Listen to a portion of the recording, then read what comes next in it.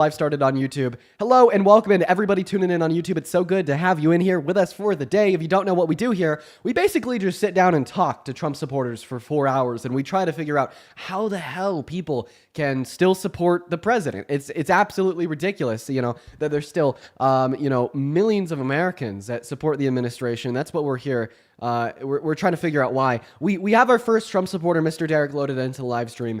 Derek, the way that we typically do this is I just ask you why you support Trump. But do you mind if we start a little bit differently today? Can I ask you a question and see what your take on the matter is? Sure. Okay, so something big in the news today is going to be the Epstein files. Why? Well, today we learned from exclusive reporting from Bloomberg that the FBI has redacted Trump's name off them. And my question for you is, how do you explain or justify the following facts? In May, Donald Trump figured out he was on the Epstein files, turned around and denied it in front of the press, so he lied. And then we figured out that he instructed the FBI to find and flag anywhere in the files that mentioned him. And now today we're figuring out that the FBI has redacted all of those places where it mentions him. Those are the facts. How do you explain them from a position of supporting the man? I don't have much knowledge on it, so of course, I have to do my research on it. But I just think the matter is I can't give my input because I have no knowledge about it. But I could answer another question, any other questions. I'm not going to deny, or anything like that. I just don't have the knowledge on it. Okay. All right. So it looks like that's an issue. All right. Now I guess I'll go ahead and pass the mic off to you. Why do you support him? I don't know. I just feel like I'm here for my money, regardless about anything else. If Kamala was in, the big chair, whatever you want to call her, camel toe, whatever. Did you just say camel toe? Yeah. Whatever. In my eyes, I just don't see her making my money longer. Okay. Why do you call her camel toe? Because there's no respect for her. She was locking up people in California for weed charges. Okay. Well, I got to kick you for saying WEED. I would love for you to hop back in the queue like right now, so I could just bring you right back up here, so we could continue that conversation. I just have to disconnect you first, because we can't say the names of those things on TikTok. But you, Derek, you should hop back in the queue literally right now. And in fact, he already is. We'll continue the conversation. You can't say the names of any DRUGS on TikTok Live. Yeah. So first and foremost, what can I not say? The names of any DRUGS. Saying them on TikTok Live is a violation of TikTok's terms of service. It restricts your account. It restricts the live stream.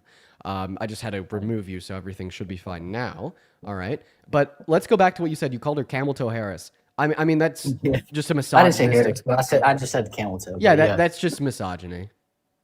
No, I don't think so. No, absolutely it is. Listen, we had a woman running for president that came with the best economic policy that we've seen in modern American history, that was actually going to fight for the people instead of fighting against the people. And then you're like, camel toe, camel toe, camel toe. And instead of investing your time into reading the policy, seeing how she wanted to cut taxes for 100 million American citizens, she wanted to fight against, the stain on the democracy that was left by the Trump administration when he tried to overthrow the 2020 election. Or now when he's passed executive orders that have explicitly contradicted some of the most important amendments in the Constitution, you're like, camel toe, camel toe. It's just like a small brain misogynistic thing to do.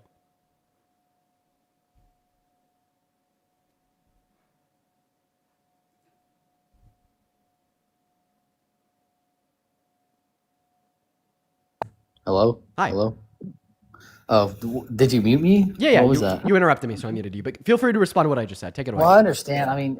You talking quick, and I understand that's what you have to do for your job to make it in life. But like I said, I don't have anything against a woman being a president. She's not making my money longer. If you understand that. You said that you're like 18, right? 19? No, I'm 19. Yeah, I'm 19. You're 19. You're obviously not making too much money, right? I make $65,000 a year. Okay, Not too much, but yeah. 65 grand per year. Okay, so yeah. You would have actually had significantly. You actually would have had significantly more money if Kamala Harris was elected. Because she ran on tax For sure. So she ran on tax cuts for 100 million American workers and the low and the middle class. It's the people that she wanted to benefit. Trump, on the other hand, what did he run on? He ran on cutting taxes disproportionately for the ultra wealthy, and then ran on about $1.1 billion cuts, in which are supposed to reduce the after-tax income of the average American and everybody beneath the average American by doing things like rolling back clean energy credits, which are now expected to reduce the production of clean energy by 72%, which is supposed to lead to an increase in the price of energy for the average American household by around $500 per year. Same thing with cutting free school student lunches, Medicaid, SNAP benefits, and so on and so forth. I mean, what we see is from the CBPP, they tell us that the average American and everybody below them income-wise is going to be hurt by the big, beautiful bill. You probably should have voted for the candidate, or at least supported them now, or regretted your vote, because the opposing party, ran on policy for you, not for the ultra-wealthy. Well, I mean, I understood half of what you said. I mean, you talked a little too quick. Okay, I'll slow down. I don't know if it's trying to prove a point or trying to look more knowledgeable. I understand that you are. I mean, this is what you do for your job. Right. But can I ask you a question? Well, I mean, sure, but you asking me a question is deflecting from what I just said, but I'll go ahead. Yeah, I don't have any more input on that. But what are your thoughts on abortion? Yeah, I think that abortion's awesome. Abortion, quite frankly. So you're pro-choice? Yeah. Not pro-life? Okay, when do you think it becomes a baby? What do you mean becomes a baby? How do you define baby? When you conceive, you find out you're pregnant. Okay, so you're just asking me, when does conception occur? Yes. Conception occurs when the sperm and the egg meet in the fallopian tubes. Okay, and what is that? You just call that a fetus, like just a clump well, of cells? No. The first stage of the human development wouldn't even be a clump of cells; it'd be a single cell, and it's not called a fetus. It's called a blastocyst or zygote. Gotcha. Okay. I mean, I don't understand what you're trying to say, but when do you think? So you don't think it's? You think it's? Hold on. Rewind. What exactly did I just say that you don't understand? Well, you're talking about it comes one cell. Of course it does. Okay. But so you understood that. So then what did I say that you don't understand? Damn. Rewind what you said again? You asked me when it becomes a baby. I asked you what you meant when you said baby. You said conception for whatever reason. Then it's like, well, conception occurs when the sperm and the egg meet in the fallopian tubes? Yeah, a little bit, yeah. Okay. So that's how and when conception occurs. What's next? When do you think it's so do you think you just think it's okay? So when do you think it's a baby? When it's born? Oh, I mean, you asked me, like, I asked you what you meant when you said baby, and you just said, like, conceived human life. I think it's a conceived human life at the moment of conception. When it has a heartbeat. Yes, when it has a heartbeat, brain waves, all that. So do you think that life starts at heartbeat? 100%, yeah, why not? Can dead things grow? It's the living things. It's a living thing. Can dead things grow? No. Okay. If something's not alive, it's dead, right? As long as it's organic material. So if you think that life starts at heartbeat and the fetus is organic material, that means that you think the fetus is dead before the heartbeat. This is already a problem. And this is already a problem because the fetus is obviously growing before the heartbeat. So there's your first contradiction. And then the second problem is you said that it's going from... I should have kicked him earlier. It just got a live restriction. We got a live restriction for him saying WEED earlier. So for everybody watching the live, we are only 14 minutes in, but we have to do a restart over on the TikTok live, unfortunately. I mean, that's totally my fault. That's totally my fault. He said the word earlier. He said weed earlier. I could say it now. I could say it now because we already have the live restriction. He said weed earlier, and I should have kicked him and forgot about him. But that's when he was like, "Oh, Camel Toe Harris. I've no respect for her." So I wanted to finish out that conversation first. So that is what I get. That is what I get. Now. I will be right back. Here is the way, by the way, everyone on YouTube, this isn't going to affect you. For everybody on TikTok, this is how you could find me again. Just go to my account. Or I guess first I should say hit the follow button right there so you find it at the end of the day. Here's what I want you to do. as soon as we end, after you follow me, you will see my profile picture illuminated in the middle of the live screen. It'll say live ended. Just click on the profile picture. It'll direct you to my account. Count to around 10, like 1, 2, 3, 4, 5, 6, 7, 8, 9, 10. Refresh my account by pulling down, and then you will see the illuminated live thing glowing around my profile picture again. That's how to come back. When you come back, smash those likes, spam those comments, and we'll have some productive debates. This sucks, but it's something we got to do. So I'll see you all in like 10 seconds. For everybody on YouTube, you're just going to hang out with me here. This restart is going to be fast as fuck. In fact, it already happened. We're already live again over on TikTok. I've really come accustomed to learn the TikTok terms of service. I just overlooked that one because of the shit he was saying. But we're back now.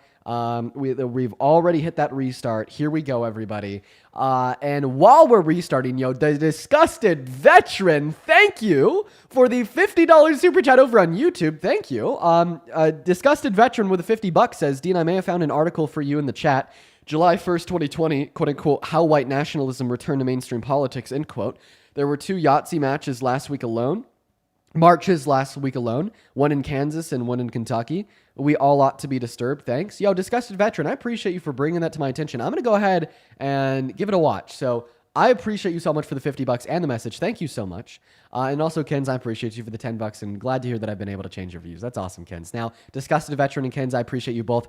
Everybody tuning back into that TikTok live stream, y'all. Make sure to show some love to Disgusted Veteran and Kens down below in that chat. And we are going to go ahead and hop right back into the debate. So if you happen to be one of the very first 3,000 people just now tuning back into the TikTok live stream and you want to come up here and have a debate with me, go ahead and drop a MAGA with your age down below in that comment section. We do have rules here. I'm going to go ahead and put up the rules in the middle of the screen over on TikTok. If you want to join, you got to be at least 18 plus, American, and you have to be a Trump supporter. These are the 3 rules that you ought be following if you are trying to join the live. Those are the 3 rules that you ought be following if you are attempting to join the live. So let's go ahead and get that very first guest loaded back up in here right now. We got Dan loading up. So here we go, everybody. Dan is joining the live stream. Welcome in, Dan. Do you support Trump? Yes, sir. Dan, how old are you, bud? 18. What year were you born in?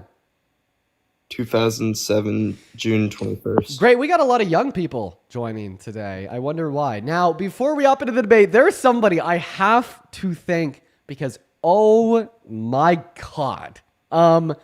Anonymous, thank you so much for the $500 donation over on PayPal. You know who you are. Thank you so much. They even asked me to read the message to myself. Thank you, thank you, thank you, thank you, thank you, thank you. Holy shit. If while we're hopping into this debate with down here, if we could please get like 5,000 W-Anons down below, that would mean the absolute world to me. That is literally insane. I don't even think that my words can express the gratitude that I hold in my heart for your kindness. You know who you are once again. Thank you so much, Anonymous. Everybody, show some love to Anon down below right now because that is fucking nuts. Thank you so much. And Dan, while we're all showing some love to Anon down below, I'm going to go and pass the mic off to you. Why do you support Trump?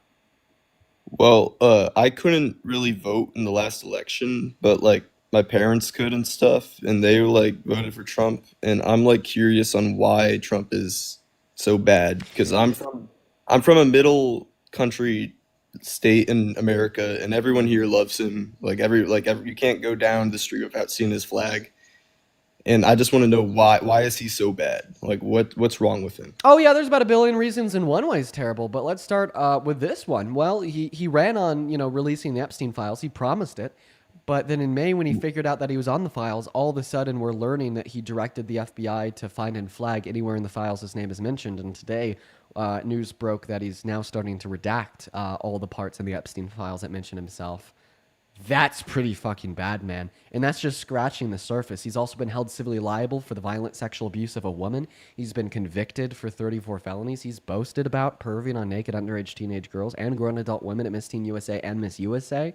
He's hit it on his own daughter. He's sexualized a 10-year-old girl. He's called all black people lazy. He's basically said that Obama shouldn't be elected to the presidency because he's black.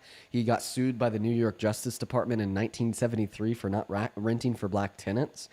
He said said that the best thing that could ever happen to a woman is pregnancy. And I mean, these are just a couple facts of his character. I mean, moving on to policy, he is a complete bigot.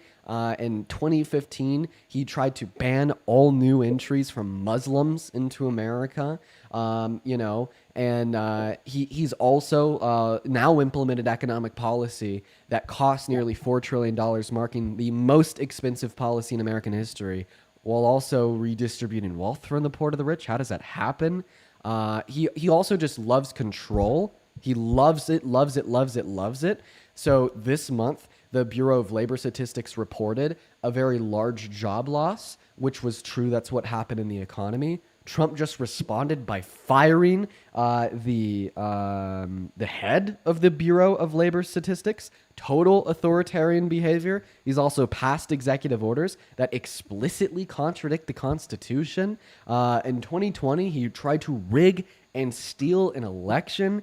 I can literally go on all day long about how bad of a guy and president Mr. Donald J. Trump is. That isn't Jesus. You are very prepared for this. Wow, that is crazy. That's a lot of reasons. I mean, there was only like a handful too. I could keep on going, but I thought Damn. it would stop there. Yeah. I'm very new to politics. Like I said, I am 18 years old, and I couldn't vote in the last election. But that is a very big amount of reasons. Thank you, man. Is that I gotta just what you're talk. curious in about? I was just curious on like why everyone hates him so much. Well, Like I was just if you yeah. want even more reasons why, stick around. I'm going to move on to the next guest. I'm not even mad at you for asking that question. I know that we're looking for debates, and it's worth going over that every once in a while. We're going to move on to the next guest now for the 5,000 people in the TikTok live stream. All right, guys, welcome in. Make sure that we're double tapping on that phone screen. Like, seriously, let's try to get up to 500,000 likes. Also, there's something else that you guys could do that's really cool to help this live send out to more people. See the share button? If you click the share button, you'll see a repost button pop up. And it gives you the ability to literally repost the live to your friends and followers. Everybody should do that right now. It is brand new and it's pretty cool. Welcome in RC3. Do you support Trump? Yeah. How old are you? Yes, I do. I'm 39. No worries, man. Dude, okay. I want to ask you a question that I asked the very first guest of the live stream today. He didn't know how to answer it. Let's see how you know how to answer it. So, What do you? I've watched you for a while now. You, Parker, and Harry, and I get it. You guys are all trying to fight the Trump train, but I mean, I just wanted to come on here and say, like, I get it. I mean, because a lot of the stuff you're saying is kind of true. I mean, like the 34 felonies, but it was a civil court, not criminal. That makes a difference. That's why he didn't go to jail. wait, if the 34 stuff like felonies that. were adjudicated in a criminal court, then would you still support him? Well, no, because he wouldn't have been able to become president. Okay. Well, He wouldn't have been able to come. He wouldn't So, have been able I- to be elected president if it I went mean, to criminal court. you just gave me the easiest win of all time, and hopefully you don't paint yourself to be a hypocrite here. So No, I'm just not a hypocrite. just to reaffirm what you just said, I asked you if you would still support Trump as president if those 34 felonies were adjudicated in a criminal court, and your answer was no. Okay, so they were adjudicated in a criminal court. He was found No, it was criminally civil. guilty of 34 felonies. The argument it was civil, not criminal, isn't about his 34 felonies. That was about the liability claim for essay of E. Jean Carroll. The felonies were for something completely different. But you Yeah. still told me if those felonies were in a criminal court, you wouldn't support him anymore. So they were, meaning that your only option, else risk you being an absolute raging hypocrite right now, would be to stop supporting Trump. So what you're saying is the government allowed a felon to become president, right? Yeah, the government and you. Okay, so if I went out and committed a couple of felonies and tried to run for president, can I run for president? Yeah. I guess that makes sense then, I guess. Yeah, but just to clarify, you no longer support Trump, right? Well, no, it's not. To be honest with you, I hated Trump, to be honest with you, and I didn't even vote for him the first time. But like you definitely don't consider yourself MAGA today. You don't consider yourself a Trump supporter today. Well, right? I'm not a Democrat either. To be honest with you, the only good thing that Trump's actually been doing lately is putting money in my pocket, because I'm able to read the stock market so goddamn well that I'm actually capitalizing off of it. No, I definitely agree that right now, if you know how to read the market and you're good at investing, that you could be making a lot of money right now. Oh, Because 100%. he's causing And the market to go down then back up again. yes, So like yes. in other words, if you already have a lot of liquid capital and you're good at investing, you can make a lot of money right now because Oh, Donald yeah, Trump is just 100%. completely and deliberately destabilizing our economy. I know, which is great for anybody that has a brain. Well, I mean, Um, you understand that economic destabilization also occurred during the Great Depression, the Great Recession, the oil crisis in the yeah, 70s, and the housing crisis in '07 through '09. So if you want to yeah. use this as an argument to say that he's good for doing this, then you'll basically also have to defend by proxy the Great Depression, the Great Recession, and the oil crisis in the '70s. Well, I mean, those things I wasn't alive for, unfortunately. But the other things that I liked that he did was the no tax on overtime up to 25K. That's not bad. Okay. Yeah. Well, Um, it's not terrible, but when you also consider I mean, the that tips only too. I mean, people that's that are not truly going to terrible, benefit from that, which are low and median income Americans, are going to be paying which is more for great. energy and are going to have less access to benefits like Medicaid and food stamps, which has led the Center on Budget and Policy Priorities to tell us that they're still going to be disproportionately hurt at the end of the day, considering all of the tax cuts in the big beautiful bill. It's not as great as it seems. Well, I mean, listen, you're gonna have good or bad with anything, right? Well, there's So, more bad. Well, if the bad outweighs the good, then overall, it's not something you should support. no, I mean, yes and no, but it also depends on who you are. Obviously, a bunch of one percenters is not going to care about what happens left or right to begin with. Well, But then if you're for just a telling bunch, us that you're top one percenter and you're not going to get hurt, well, then I just tell you that you're no, I'm kind not a of one percenter. okay. I'm not a one. Well, it's actually actually technically in the world, um, which makes no sense. But if you're actually making like $35,000 a year, you're in the 1% of the We're, world, I we're talking guess. about it in America. But yeah, but in America, obviously, you're not the 1%. But I'm not a 1% in America either. Okay. But I mean, I'm just saying, there's a couple things that are going on. I know you hate how like he's taken away, like how he closed down the border and people getting yanked out of their homes and all this stuff. But I'm pretty sure, there's people that shouldn't be here that are, and those people, yes, have to leave. And if some people, get cost and get cut into the crossfires, unfortunately, that sucks. But but there's a lot of stuff that he is trying to do that most presidents haven't been trying to do. And at the point right now, what are you, like $38 trillion in debt uh, a nation or whatever it is. I mean, there's really no way out from that, whether you're a Democratic president or Republican president. Yeah, but the way Where, forward as a is pre- definitely not to put us in more debt. I mean, he passed the most expensive no, policy this country's no, ever and seen. I think the big bill added 3 trillion, Three, trillion more to the debt or something like that. 3.4 to be specific. Yeah, it definitely added to it. I mean, the only way that that's gonna be like canceled out is with the stupid tariffs. But if the tariffs are working and they are really getting money to come to the door, I mean, that can cancel out that big beautiful bill deficit. Yeah, so I mean, you understand that the money raised by the tariffs is seriously just a disproportionate regressive tax on poor people. I've never seen a presidential administration boast how much money they've been able to raise by taxing poor people before now. Yeah. Right. Well, So yeah. I mean, as a you're comment. basically telling me that taxing poor people more will cancel out the cost of this bill that takes money Well, from poor people. Well, it's not taking. Listen, I mean, you go to the grocery market and you buy in groceries for your house. You're not paying more than what you normally have been paying because I go. That's I not have true. my own kids. I have kids. I Okay, have kids. what you just said, you just said that tariffs don't cause inflation. That's No, not no, true. it does cause inflation. So then But you what I'm are paying saying more than is, what you would normally pay. That's what inflation is. I mean, I go to Walmart on a weekly basis, and my grocery bill is the same, maybe off by $10, $15 the most, and I Okay. buy the same Okay. stuff every Well, week. well, yeah. Point number one, you probably buy some goods that are made in America. Point number two, a lot of countries haven't had tariffs on them. Point number three, some countries that have had tariffs on them have also had those tariffs paused and restarted. So only Yeah, some goods that we are buying in American grocery stores right now are going to be implemented slash yeah, impacted by those tariffs. So I mean, well, you hundred saying that percent. you've only seen an increase of $10 to $15 makes perfect sense with where the tariffs are at today. But any Yeah, good that comes into this country that has that tariff implemented on it is inevitably going to be more expensive to the end consumer unless it's a commodity with a high profit margin like shoes. yes, but what isn't that what Trump's trying to do? Get these companies from overseas to come here, and then he's going to give them a discount and lower the tariffs if they put their businesses in America. Well, if they put their businesses in America, then the tariffs don't impact them because tariffs is a tax on imports, and if they're made here, they wouldn't be an import. And now you're shifting the argument away from what you originally said. I'm going to ask you to stick to one point. I kind of feel like you've been doing what I call the fan tactic. The fan tactic is where you fan out all of your intellectual resources to like try to make a cogent defense for Trump. So if I say something, you just say something else, and you just try to keep on ping-ponging around so you don't really have to give a direct response to what I say. What I want you to give a direct response to is you said, well, it's good that those tariffs are hopefully going to cancel out the deficit/debt produced by the big beautiful bill. Well, dude, let's look at what that means in a nutshell. Let's be clear. The money raised off of tariffs is basically a tax paid for by Americans. And because the less money you make, the more money you spend on the bare necessities to live, the more of your income goes towards that tax or tariff.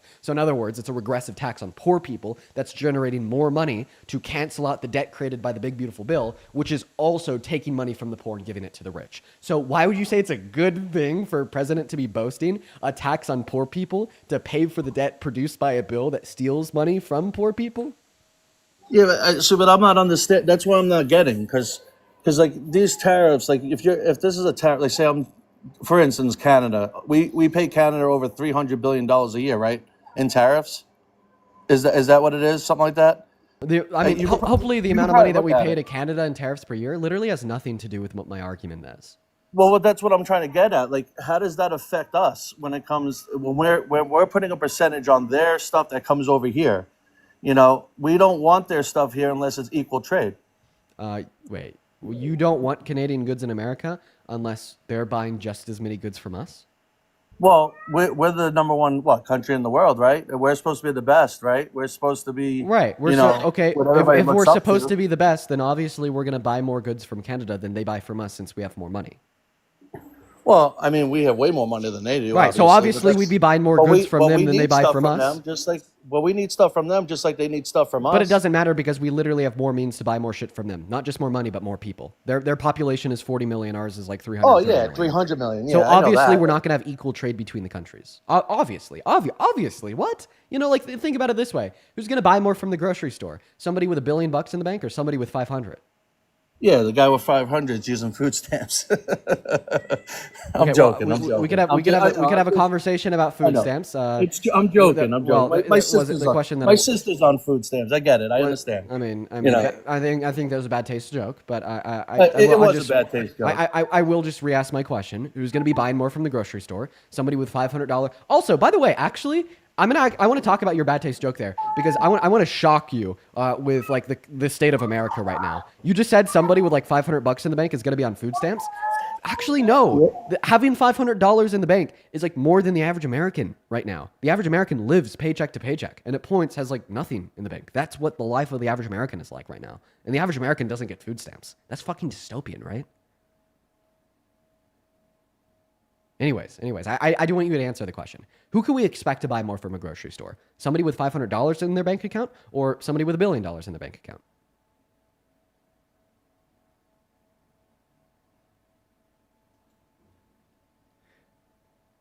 Feel free to unmute your mic. I muted you because of some background noise. Just accept the invitation I sent you or click on your profile picture and click the icon of the mic. Did I come back? Yeah. Oh, so who's going to spend more at the grocery store? Oh, the billionaire, obviously, because he doesn't have to look at his paycheck. Right, and it just has more money, has more resources to spend on goods. Yeah, well, I mean, that's common sense. Right, just like it'd be common sense that because we have more money and more people than Canada, we're going to spend more on Canadian goods than they spend on American goods, and that's not necessarily a bad thing. Yeah, I mean, you're right, because there are things that we need from them that we don't have here. You know, we get some of our stuff from.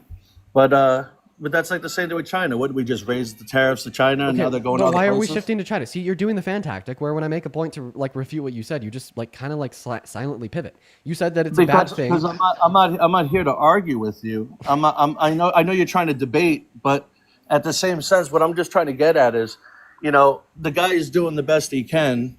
Better than Biden. No, I'm sorry. I do want you to respond to the point, or I'm going to kick you, move on. Like, with all due respect, man, I want to have a productive dialogue here, and that's going to require you. Yeah. So what do you want me to answer? You responded to what I said. You said that equal trade between Canada and America is a good thing. All right. Yeah. Okay. I'd actually argue that's a bad thing. Okay, because we should expect non-equal trade since we have more money and more people. We should expect the natural market outcome to be that we're buying more Canadian goods than they're buying American goods because we have more money and more people. And forcing equal trade, forcing there to not be a trade deficit there, would just be like reducing the purchasing power of the American economy for like no reason at all, which is very inefficient and bad. Okay, I'll agree with you. Awesome. Well, you said that you're not looking to debate. If you're not looking to debate, I'll move on to the next guest here. I appreciate you for your time, though, man. No, I appreciate you talking to me. Yeah, have a good one. We're going to move on to the next guest, guys. Going to put a MAGA with your age down below in the comment section while we're looking for that next guest. I'm going to go and throw up the rules on screen. Here we go, everybody. Take a look. Take a look at your phone screen, everybody. Take a look at your phone screen right now. Only join the box if you are 18 plus from America and support Donald J. Trump. Take a look. These are the rules, y'all. These are the rules. So let's go to move on to the next guest right now. If you're in the queue, make sure you're following the rules. We're going to keep them up on screen here until we get that next guest up here. Moving on. Yippee! What's going on, Luke? Do you support Trump? Yes, sir. Hey, Luke, if I had to guess real quick, which one of these rules do I think you're breaking right now? I just took the biggest diarrhea of my life. What a little like what a average like little boy experience. Two seconds. What an average like 13-year-old thing to say. Like, what's up, Joshua? Do you support Trump? Okay, he's mad like a cat. I don't know what the hell's going on with Joshua. We're gonna move on. We're gonna move on to the next guest right now, everybody. Just give us a minute to get that next guest loaded up in here. We're gonna get that next guest connected right now. We got Mark loaded into the box. Here we go, everybody. Do just give us a minute. I don't know what the hell Joshua was doing. He was meowing like a cat. Who fucking knows? What's going on, Mark? Do you support Trump? Yes, I do. How old are you? Yeah, you're of age. I don't know why I asked that. No worries. All right, let me take the guys. I actually think that having the rules on the screen like this has actually been beneficial. Like, what are your thoughts? Like, putting the rules on the screen like that in between guests, has it been working? Because I'm going to be honest, I think it has been. I think it's been working great. Now, Mark, quickly before we hop into the debate, there is one person that I need to thank real quick for their donation. So Justin sent a $40 donation and a $25 donation. So Justin, thank you so much, man, for these $65, dude. That is so incredibly kind of you. I'm so grateful for you, man. You've been here every single day. In his first donation, he said, hope your day's going well. Love you as always. Still always looking forward to watching your streams. Much love, brother. Justin, I have a lot of love for you too, man. I appreciate you for being here. You've been so kind. And I appreciate you for your kindness. Everybody, please show some love to Justin down below in that chat while we're hopping into this conversation with Mark here. And then one last thing I'll say here is if you're watching and you want to support me, you want to support the streams, you want to support the independent journalism and the debates that we do here, you could find my Venmo, my PayPal, and the link tree in my bio on TikTok, where I get 100% of the proceeds, and you get a notification at the top of this phone where I could see what you say and even read it out to everybody watching. Now, Mark, go ahead and take it away. Tell us why the hell you support Trump. I support him because I had been a Republican when I was in college. Okay, And we then- have some. Sorry, that was my TikTok video. Go ahead. That's okay. And then I became a Democrat, actually, after that. And then I went independent. And I was inclined to vote for Kamala. But I realized that over the last 10 years, actually probably a little earlier than that, the country was going deeper and deeper and deeper into the clutches of the elites. And also the state legislatures were taking over all of the Republican states and all the purple states. And it's kind of like a Thanos move. I think if we let Trump The hell is this get guy in talking about? office and do his worst, it's finally going to reach the people in the red states. Okay. And they're going to get pissed off. So and then, you called it a Thanos move. Can I ask you a quick question? sure, Was Thanos a good guy or a bad guy? he was a bad guy. But I'm going to tell you why he was a bad guy. Thank you. Because his strategy. I appreciate you so much. You have a good rest of your day. I typically don't like pay much attention or mind to like our people when they come up here and they make the argument that like he's just so bad and we need that destruction in the country. You know, like I've entertained it a handful of times. Like when that argument first started popping up, like before and after the election, I would talk to people. I would talk to people that would make that argument. But I just don't even talk to them anymore. I just think it's like abundantly ridiculous. And there's like obvious reasons why. Now, we're going to move on to the next guest. We're going to go and put the rules back up on the stream. Once again, the rules are you got to be 18 plus from America and a Trump supporter. If you want to come up here and have a conversation with me, y'all, make sure that you're following those rules. And Michael Joe, I sent you an invite. I'd love to chat. We're going to move on to the next guest right now, though. So, yeah, let's get that next guest. Bobby up here right now. And for the 9.4 thousand people on TikTok, I appreciate you for being here. As well as real quick, Caroline with the $5 donation over on Venmo. Thank you for the very first Venmo donation of the day. Caroline says, "Hi, Dean. Good to see you live today. Much love. Much love to you as well, Caroline. And I appreciate you for being here.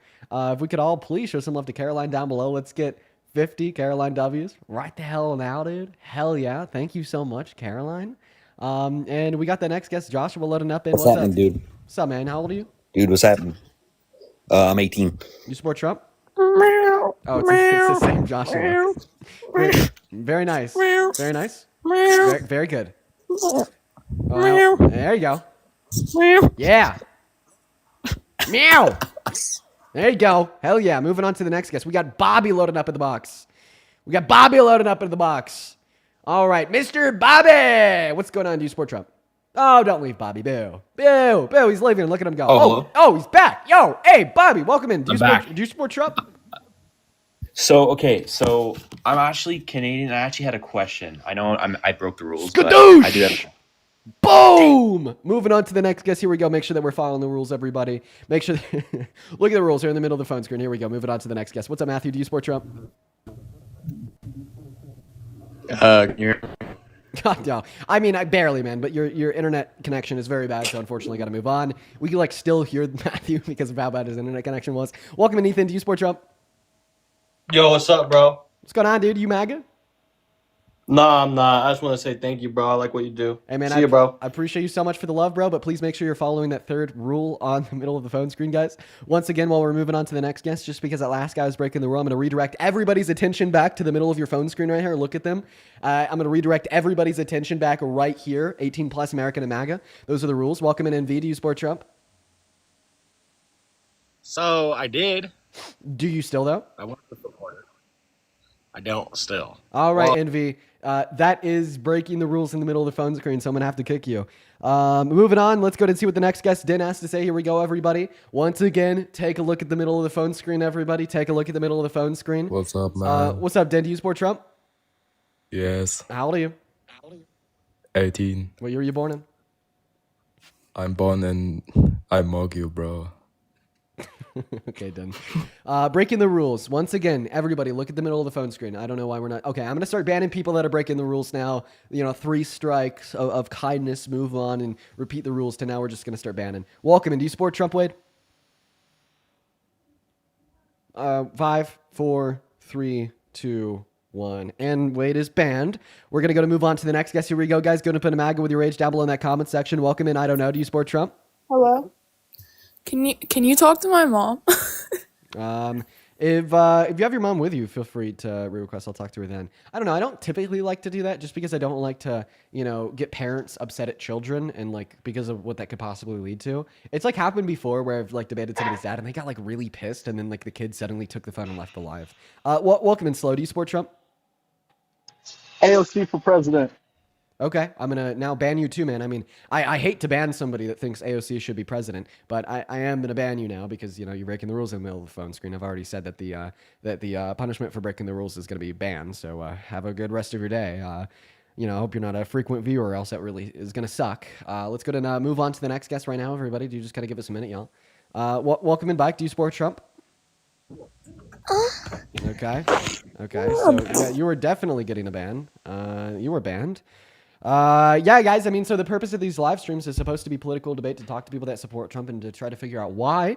I'd really appreciate it if we could, like follow those rules so we could just try to have some productive conversations here. I mean, everybody could see them. They're in the middle of the phone screen. Don't waste my day, please. I really don't want to have my day wasted. I mean, imagine if you were in my shoes and you had to like waste like 2 hours of your day just dealing with people like the people that we've seen. It's obviously not too fun. Not too fun at all. Welcome in, Reggie. Do you support Trump? Reg, I mean, we can hear that you're kind of on the phone, man. You want to speak up? I'm going to ban you. And he's banned. All right, guys. If you want to come up, just let me know down below in the chat at this point. I think that we're going to start loading people up from the chat. Welcome in. Do you support Trump? Okay, they left pretty quickly.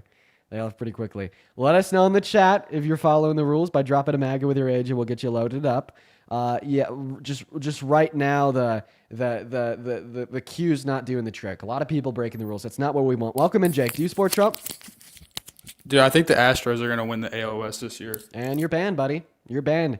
Look at the middle of the phone screen, guys. Only join if you're 18 plus, American and MAGA. Welcome in. Do you support Trump? You're banned.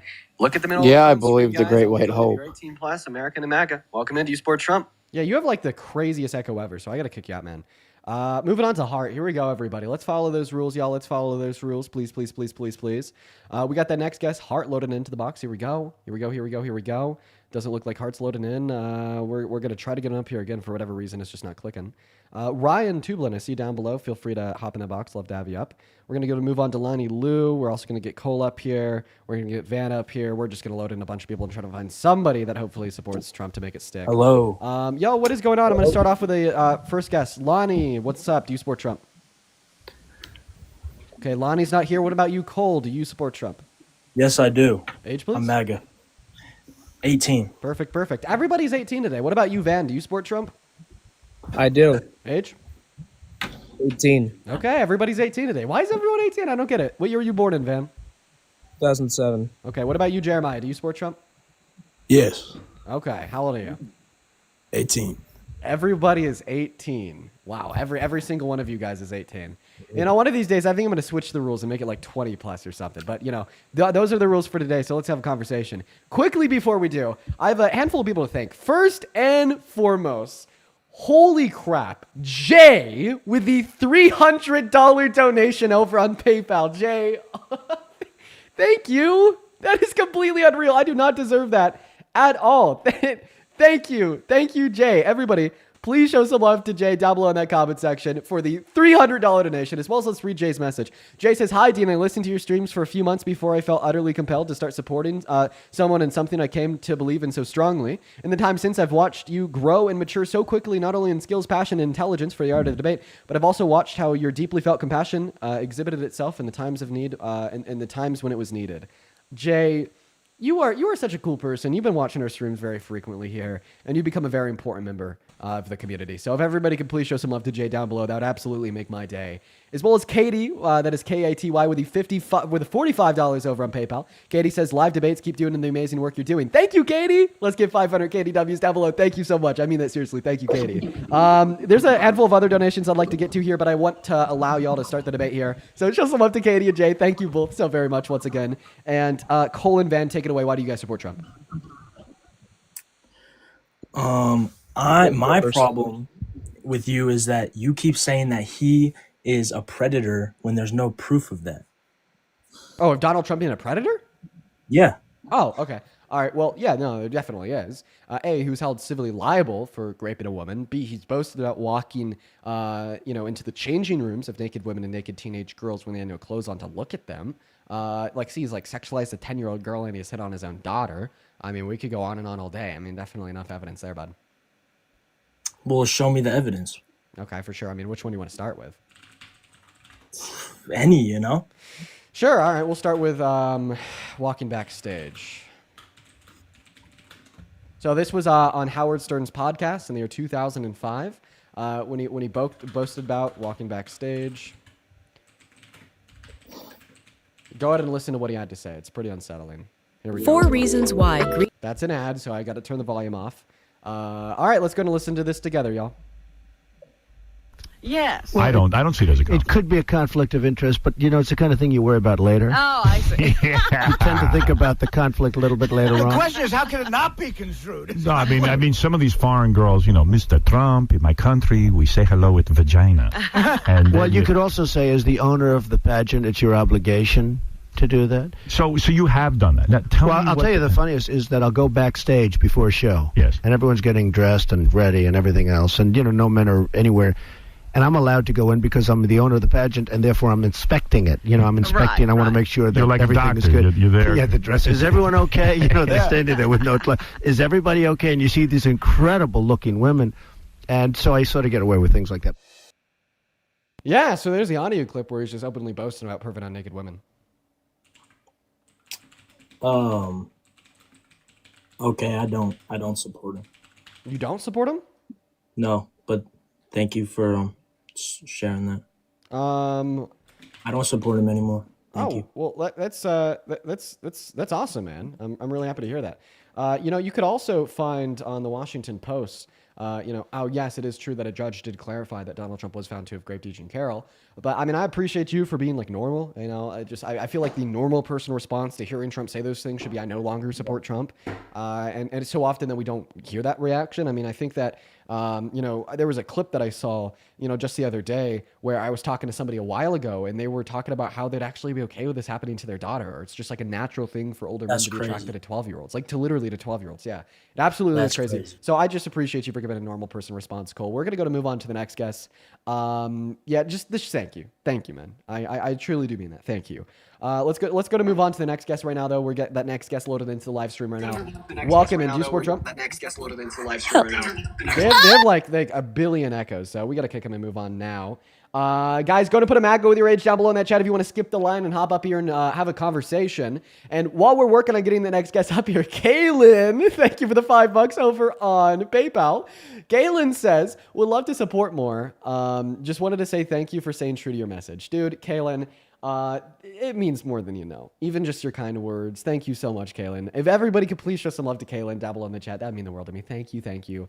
A million times over, Kaylin. As well as, I hope I'm pronouncing your name right, Othie, that is O-T-H-I-E. What a unique name. That's such a cool name. Othie with a $20 donation over on PayPal. Thank you, Othie. Let's get 200 Othie W's. Once again, such a unique name. Othie says, I'm a 33-year-old mom and just had my second baby. Listening to you gives me more hope for their future. Honestly, I think that we could have a bright future. I mean, we see a wave of liberalism, a wave of progressivism sweeping this country right now, and midterms and the next presidential election, I think, are going to be a clear sweep, Othie. Thank you for the love. And welcome in, Austin. Do you support Trump? Yo, Dean, not gonna lie, Nick Fuentes mogs you. Okay. Are you like a self-proclaimed Nazi or just like a fan of a self-proclaimed Nazi? Which one? Well, you don't want to answer that one. He's going to rattle down there pretty quickly. Moving on to the next guest. Here we go, everybody. Also, Nick Fuentes just objectively doesn't mock me. If we just completely ignore everything that Fuentes stands for, and I mean, we're just talking on like physical appearance, I mock the shit out of him. Yeah, I do. I'm gonna be honest, I do. Welcome in, Ray. Do you support Trump? Yes, I do. How you doing? I'm doing all right. How old are you? 29. 29. Well, why don't you go and take it away, Ray? Tell us why the hell you support the worst president of your life. All right. So I got a lot of Mexican American family. Sorry about that. That are actually agreeing with the closing of the border, and I wanted to. I already hear you say undocumented immigrants with the economy and stuff like that. Can you explain the undocumented part? I'm open to listen. I know a little bit, but not super much. I'm just trying to learn. Okay, you're just trying to learn. Well, I will suggest if you're just trying to learn, maybe a better place for you to be is watching live. But obviously I will take a question here. So what's the question? So you say the trying to think of the word, the getting rid of the immigrants and this and that. The undocumented is going to affect the economy. Can you explain that part? Yeah, for sure, man. Why not? I actually, man, I have a 5.5 minute video on my page. It's going to go significantly more in depth than I probably could on the live with you. Plus, you'll be able to re-reference, replay it, etc. So I'm going to direct you to my TikTok account. I mean, just click on my TikTok account and then scroll down. It is on the 1, 2, 3, 4, 5, 6, 7, 8, 9. It's on the 10th row of my post. It's the first one on the 10th row. It's 6.4 million views, and it's me wearing like a red polo, the same red polo I'm wearing in my most recent video. and it is a 5.5-minute explainer video about like why mass deportation is bad and why undocumented immigrants are good for the economy.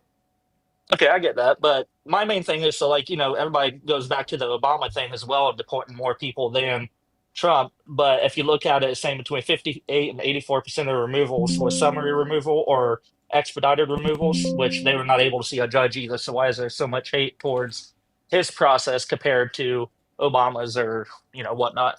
Yeah, well, first and foremost, expedited removal still gives some, or what is called legally limited due process to undocumented immigrants. SCOTUS has ruled it as such. I still disagree with it, though, if I'm going to be honest. But the reason that we've seen so much more hate for Donald Trump's removals is, A, he isn't just focusing on the deportation of individuals with prior violent offenses like Obama did. He literally wants to deport every single undocumented immigrant in this country. And then B, he's been like fully deporting people without any due process. And he's been playing judge, jury, and executioner with these people's lives. Like Abrego Garcia, he got illegally deported to Sikha in El Salvador, where he's beaten and tortured for 3 weeks. No joke. And then even today, we figured out that the Trump administration deported a legal immigrant to Sikha, where he was like sexually assaulted. I gotcha. So what about like the 74% of the removals under Obama that they didn't even get to see the judge either? It's just like, hey, you're out of here. I got family who's, I just like answered I that said, question. Mexican American. I thought I just answered that question because you were asking me about the Sorry, expedited removals. I just answered that question. Yeah, but I'm just saying, where's the hate towards, that they're saying that, these people still didn't get to see a judge, but most of these people still didn't get taught. I mean, I'm just going to repeat what I just said. Well, I don't really know what to do. How about this? I'm just going to like rewind the live stream on YouTube and you can listen to it again because I just said this all. Listen. More in depth than I probably could on the live with you. Plus you'll be able to re-reference, replay it, etc. So I'm going to direct you to my TikTok account. I mean, just click on my TikTok account. 5.6 my most nasty. Main thing, but if you look at it, it's saying between 58 and 84% of the removals was summary removal or expedited removals, which they were not able to see a judge either. So why is there so much hate towards his process compared to Obama's or whatnot? Yeah, well, first and foremost, expedited removal still gives some, or what is called legally limited due process to undocumented immigrants. SCOTUS has ruled it as such. I still disagree with it, though, if I'm going to be honest. But the reason that we've seen so much more hate for Donald Trump's removals is, A, he isn't just focusing on the deportation of individuals with prior violent offenses like Obama did. He literally wants to deport every single undocumented immigrant in this country. And then B, he's been like fully deporting people without any due process. And he's been playing judge, jury, and executioner with these people's lives. Like Abrego Garcia, he got illegally deported to Sikha in El Salvador, where he's beaten and tortured for 3 weeks. No joke. And then even today, we figured out that the Trump administration deported a legal immigrant to Sikha, where he was like sexually assaulted. There you go. Okay, I got you. Sorry, somebody called in. All right, so I get that, and I'll look into that more. My second thing is on the transgenderism. I think it's a mental disorder. Well, transgenderism being honest. Well, A, transgenderism isn't a word, and B, for whatever reason, people have this inclination to just like be hateful towards and scared of things that they don't understand. Right. So just because you don't understand like the trans experience or even what it means to be trans, because I mean, you've been probably taught that, gender just references sex. And then when you see a trans person or somebody that would understand gender as a social construct, you just don't understand it. So you kind of feel that void, which is supposed to be filled with like education and knowledge on the subject with like hate and prejudice. So that's the only reason why you're calling it like a mental illness. Like you're not saying that rather because you have a background in medicine and science and you have like the clear ability to distinguish what a mental illness is, or even because those that do have that background, like medical professionals, make that judgment either. In fact, would you be able to name a single reputable institution in medicine or science that agrees with your conclusion that being trans is a mental illness? Can you name one? Sorry, it cut out again. I'm gonna have to jump off here. I keep No. I I don't want you to jump off yet. Can you name one institution of medicine or science that considers being trans a mental illness? No, not right off. I can probably look it up and find something on it. But yeah, don't worry, man. Right I've already done the research for you. None of them do. So the World Health Organization, the American Psychiatric Association, American Medical Association, the Endocrine Society, the World's Professional Association for Transgender Health, the British Psychological Society, the Royal College of Psychiatrics, Canadian Psychological Association, the Australian Psychological Society, the European Society for Sexual Medicine, the American Academy of Pediatrics, the American Academy of Family Physicians, the American Counseling Association, the American Public Health Association. I mean, 13 or 14 massive institutions of medicine or science, I mean, like clearly disagree with the conclusion that you've yielded. In fact, there's not one major or reputable institution of medicine and science that agrees with you and disagrees with me. And I guess like the idea that I'd propose here, like what do you do for work? Oh, I work for the railroad and on a fire department. Right. Like, like the only people that we hear call it a mental illness are people that work for the railroad, people that work at McDonald's, drive Ubers, et cetera, et cetera, et cetera. But then for whatever reason, when we look at the people that went to school for like 10 to 7 years, and spent hundreds of $1,000s to get a proficient degree and went to, grad school as well, and which was incredibly lengthy and difficult process and had to pass an MCAT and invested years and years and years of research into getting it done, and then went to work for these institutions of medicine or science and worked in conglomerate in conjunction with like hundreds of thousands of these other professionals. For whatever reason, every single one of them reads a different conclusion than maybe what you do. So maybe you're wrong. No, that's fine. And, I'm just going off personal belief and have a family member of mine who was actually born with both male and female organs. And she, talking to her, she actually agrees, that people just may not be comfortable in their own skin and stuff like that. But in the end, it's just something that when you say is that wrong mentally. When you say that you're just going off of personal belief, you're telling me that you're operating off of prejudice. That's the same thing that white supremacists do towards black people, and that's the same thing that like bigoted doctors did towards gay people in the 70s. Like historically, just operating off of like no reason, no fact, no logic, rejecting the objective forms of study on the subject and holding to your own conclusions with no rationale is like just like historically like a really bad way to go about perceiving the world around you. Like think of like anything bad in human history. It usually relates back to this idea that you're proposing of operating off of a disdain for the facts, an anti-intellectual regime of just repeating your feelings and prejudice. Like anything bad that you could think of in history is like a product of the view that you just described. All right, I got you. Yeah, no, I'm definitely going to look into it. I'm, like I said, I'm willing to be educated on everything with it. But one thing I did have a question about with the whole immigration thing as well is what is your view on the Lake and Riley thing? If they would have never had the open border and stuff like that, she would have never been killed. And, granted, it could have happened to anybody, but yeah, well, I mean, it also happened in Trump's term with Molly Tibbetts. I mean, you don't know her name, though. I believe that she was unfairly politicized by the Trump administration, which is incredibly sad and sour because what happened to her was terrible.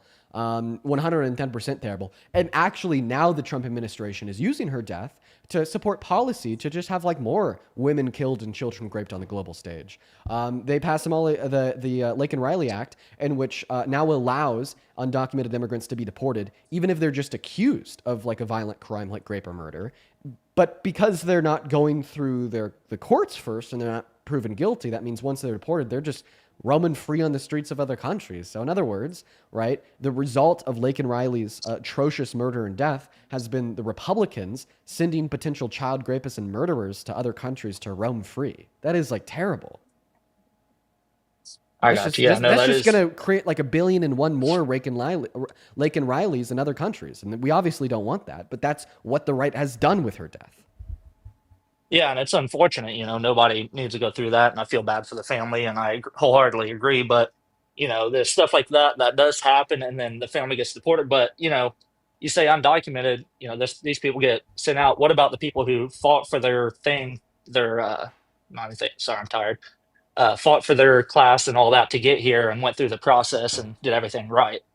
I mean, what about them? I know it's not as available to, people outside the country as it should be. It should be made easier to get in, but, what is your view on that? Like, so you get these people that are being deported. What is my view on legal immigrants? My view is like pretty positive.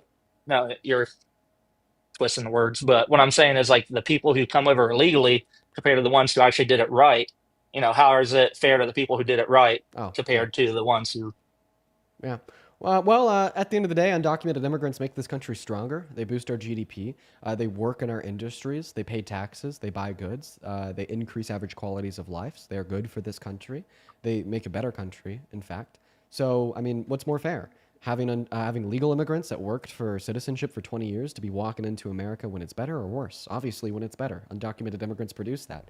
So I don't really think an argument out of unfairness to legal immigrants is too sound, considering the fact that they just give a better country for the legal immigrants to walk into. If you want to create an argument for mass deportation or against undocumented entry, go for it. I'd just say that one specifically is pretty bad. Now you say undocumented, they pay taxes and everything, but how are they paying taxes if they're undocumented and all that? Is it because they get jobs without the proper background check, or like, can you explain that? Well, I mean, actually, no, you can't even do a background check on somebody's citizenship status when you're hiring employees, I'm pretty sure. And they work off of ITINs, which is an individual taxpayer identification number that they could get from the IRS. All right, cool. Well, I'll definitely look into that, and I appreciate everything. Yeah, well, you have a good rest of your day, man. Thank you too. We're going to move on to the next guest for everybody coming in from Parker's stream. Thank you for being here, y'all. I really appreciate it. Parker should be joining us up here any minute, quite frankly. So let's go and get that next guest loaded in right now, everybody. We are still waiting on Parker to hop in that queue. Wait, he already is in the queue. I don't follow him on this account, I don't think. No, I do. I don't know why. I don't know why you were like in the middle of the queue. You usually just pop right up to the top. So, welcome in, Mr. Parker. Good to hear you. I don't think your mic's connected. While this next guest is connecting, y'all, I'd quickly like to thank the Disgusted Veteran for another $20 super chat over on YouTube. Thank you. If we could all please show some love to Disgusted Veteran down below right now for another 20, it'd mean the world to me. And if you want to come up here and debate me and Parker, look at the middle of the phone screen right now. Only join the queue if, drumroll please, you are 18 plus, you are from America, and you support Trump. Make sure we are following those rules, everybody. And let's go and get that next guest loaded in right now. We got Taco loading up. Now, there's a handful of other people I like to thank outside of the Disgusted Veteran. Once again, thank you so much, sir. And also thank you for your service once again. I would like to thank Skylar for the $25 over on PayPal. Thank you, Skylar. Show some love to Skylar down below, 250 Skylar W's. They say being an amazing person and educating Trump supporters on your live. Thank you, Skylar. As well as Nyla with the $10 on PayPal says, after transitioning, I started my own business, bought a home, and found the love of my life before I was depressed and barely making it. That is a life-saving procedure. Absolutely 110% Nyla. I'm so happy that you're doing all right and that you're feeling happy. And thank you for being here with us for the day. Everybody, please show some love to Nyla, Nyla, down below in that chat for the 10. And then Mary, 9 minutes ago on PayPal with the $20 donation. Holy crap. Thank you, Mary. Show some love to Mary down below. Mary says, you never cease to amaze me. Keep crushing it, Dean. Mary, I'm happy that I'm doing something right. Thank you for being here. Thank you for the love and thank you for your very, very kind words. Then Aspen with a 5, Spider with a 2, and Travis with a 5. Thank you guys for the love. And then also, I didn't even see this, but Emily with a $20 on Venmo 13 minutes ago says, thanks for doing something so many of us don't have the stomach to do anymore with the MAGA cult. And thank you for not staying silent. I love what I do, and I'm so happy that it has a positive impact on the world around me. And thank you for your kind words, Emily. And then one last one here. Kara with a $50 donation on Venmo. Kara, that is so much money. Thank you. Kara. 500 Kara W's down below right now. Kara says, you are appreciated and loved by so many. Have a good stream. Kara, dude, you're an icon. Thank you for the love. Thank you for supporting what we do here. Thank you for supporting independent journalism and what we do on the streams with the debates. You are so very kind. While we're hopping into this next guest, W Kara is down below in that chat. And Taco, welcome up. Do you support Trump? Of course I support Trump. All right. By the way, the seltzer in your profile picture there, terrible. Anyways, take it away. Why do you support Trump? That's all right? I mean, whatever. Everybody's got an opinion. The reason I support Trump, I just kind of want to simplify it for you more. I understand that a lot of people come on here, they don't really understand policy, and I'm not going to pretend like I understand a lot of policies. But I think your traditional American. Nah, I knew you was gonna be. Sorry.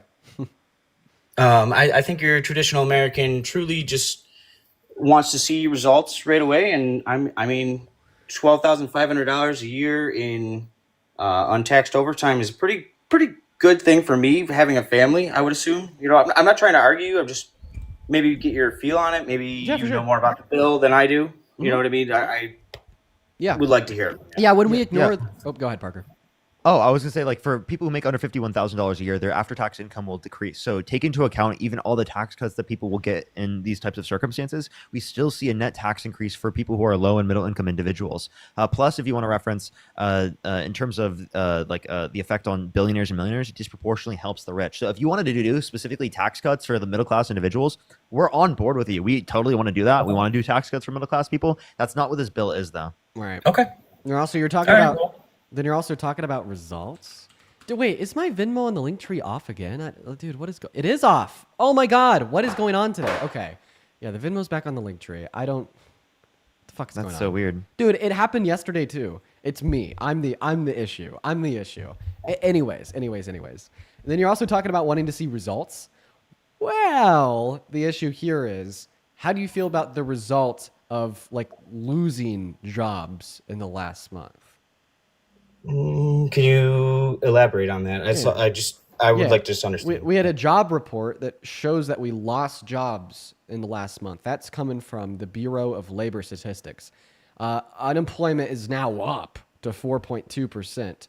And on top of that, the Bureau of Labor Statistics revised all the prior job reports. And what we see is not pretty. We went from adding like 200,000 jobs to the economy in the month before last down to just adding 14,000. It looks like maybe the economy isn't responding as well as it should be to Trump's tariffs.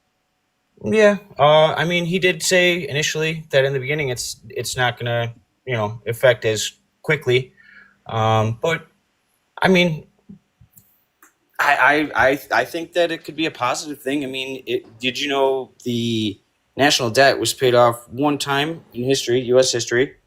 Do you know who that was by? I don't think that Clinton paid it all the way off. He got pretty close, though. It wasn't even close to Clinton. It was Andrew Jackson. Do you know how he did it? By the way, that's a system that doesn't have Social Security, Medicare, Medicaid, has none of the social programs that we rely on in today's a modern day and age.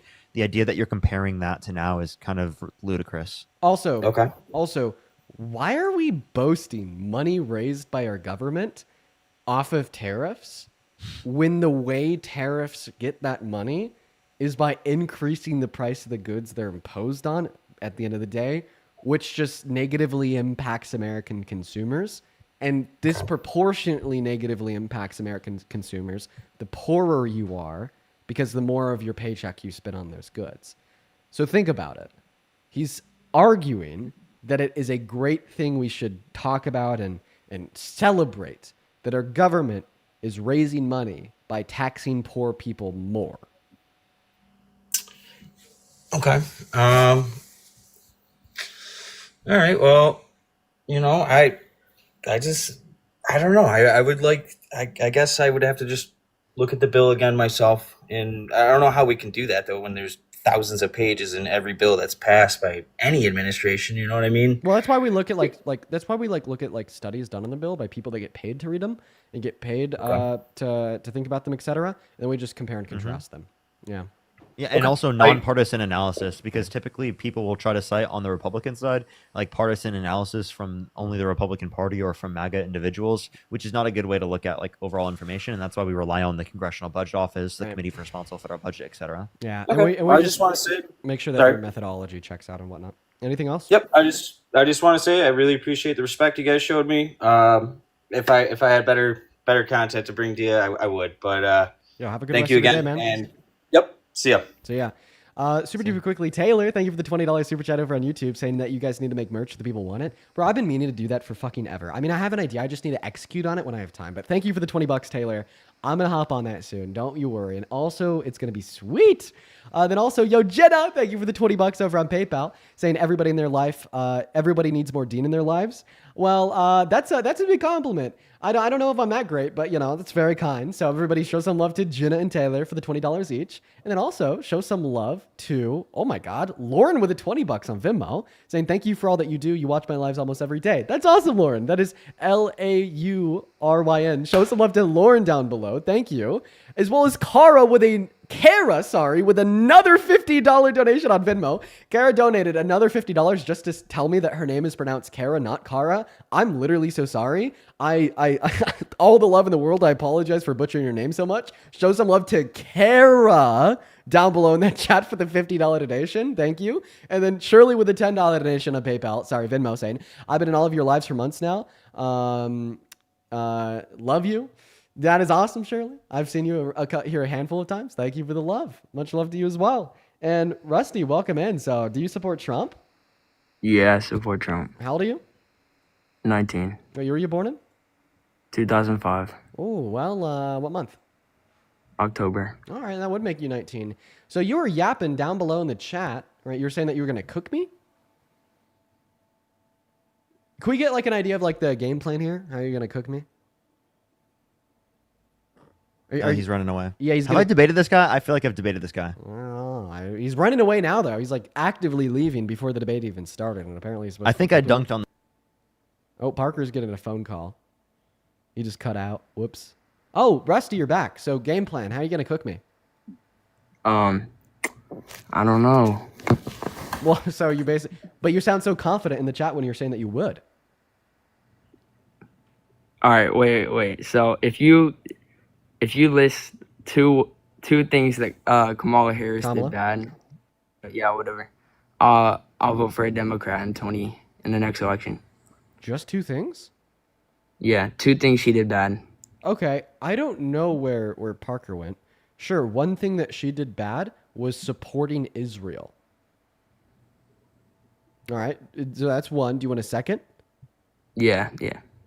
A second thing that she did bad was not talking about what was causing the inflation under the Biden-Harris administration. So are you going to support a Democrat now? Yeah. Is that how you were going to cook me? I don't know. He was talking a big game down below in that chat. No clue what happened to him. I don't know what happened to Parker. It looks like Parker got a call, then lagged out, if I had to guess. Parker should hopefully be back soon. We're going to get that next guest loaded up in the live right now. And once again, if you're watching and you want to support me, you want to support the stream, you want to support what we do here, you want to support independent journalism, you can find my Venmo, my PayPal, and the link tree in my bio. Everybody get 100% of the proceeds on these platforms. And I love reading the messages off. You can attach any message that you want and I'll read it off. It's awesome. But let's work on getting the next guest up in here, y'all. We're going to go to put the rules back on the live stream. There you go. Only join of 18 plus American and MAGA. Welcome in, Christy. Do you support Trump? Christy, hi. You're connected to the live. See you later, Christy. Moving on to the next guest. Here we go. In the meantime, everyone, double tap on that phone screen for me, folks. Share that live as well. Let's go to get that next guest loaded in. Make sure that we're following those rules. Yo, Connor, thank you for the $10 and the 12 cents over on PayPal. Just saw it come through. I was looking for next guest. Now, Connor didn't add a message to their donation, but Connor, just know that I appreciate you, man. And that is incredibly, incredibly kind of you. Everybody, right now, show some love to Connor down below in the chat. By the way, the other Connor, Connie Connor, he was sending some Venmos as well. He's back. Dude, Connor's been in here like every day just hanging out with us. I'm going to have him so lived out at the end of this. All right, moving on to the next guest right now, guys. If you're in that queue, make sure that you're here, you're present, and you're ready to debate me on why you support Trump. Moving on. All right, welcome in. What's up? Do you support Trump? Do you vape? No! Do you support Trump? Do you vape? No! Do you support Trump? Do you vape? No! Do you support Trump? Do you vape? No! No! Is it an anxiety pen? No, I don't. Do you support Trump? Isn't it an anxiety pen? Yes. Is it? Yeah. You sure? Yeah. Or is it a vape? No! Do you support Trump? It's vape. No! Okay, It's vape. It's vape. We're going to move on to the next guest. Let's go get that next guest loaded up in here. Oh, man, too funny. All right, moving on. Here we go. We got Jada loaded up in the box. Here we go, y'all. Make sure that we're following those rules.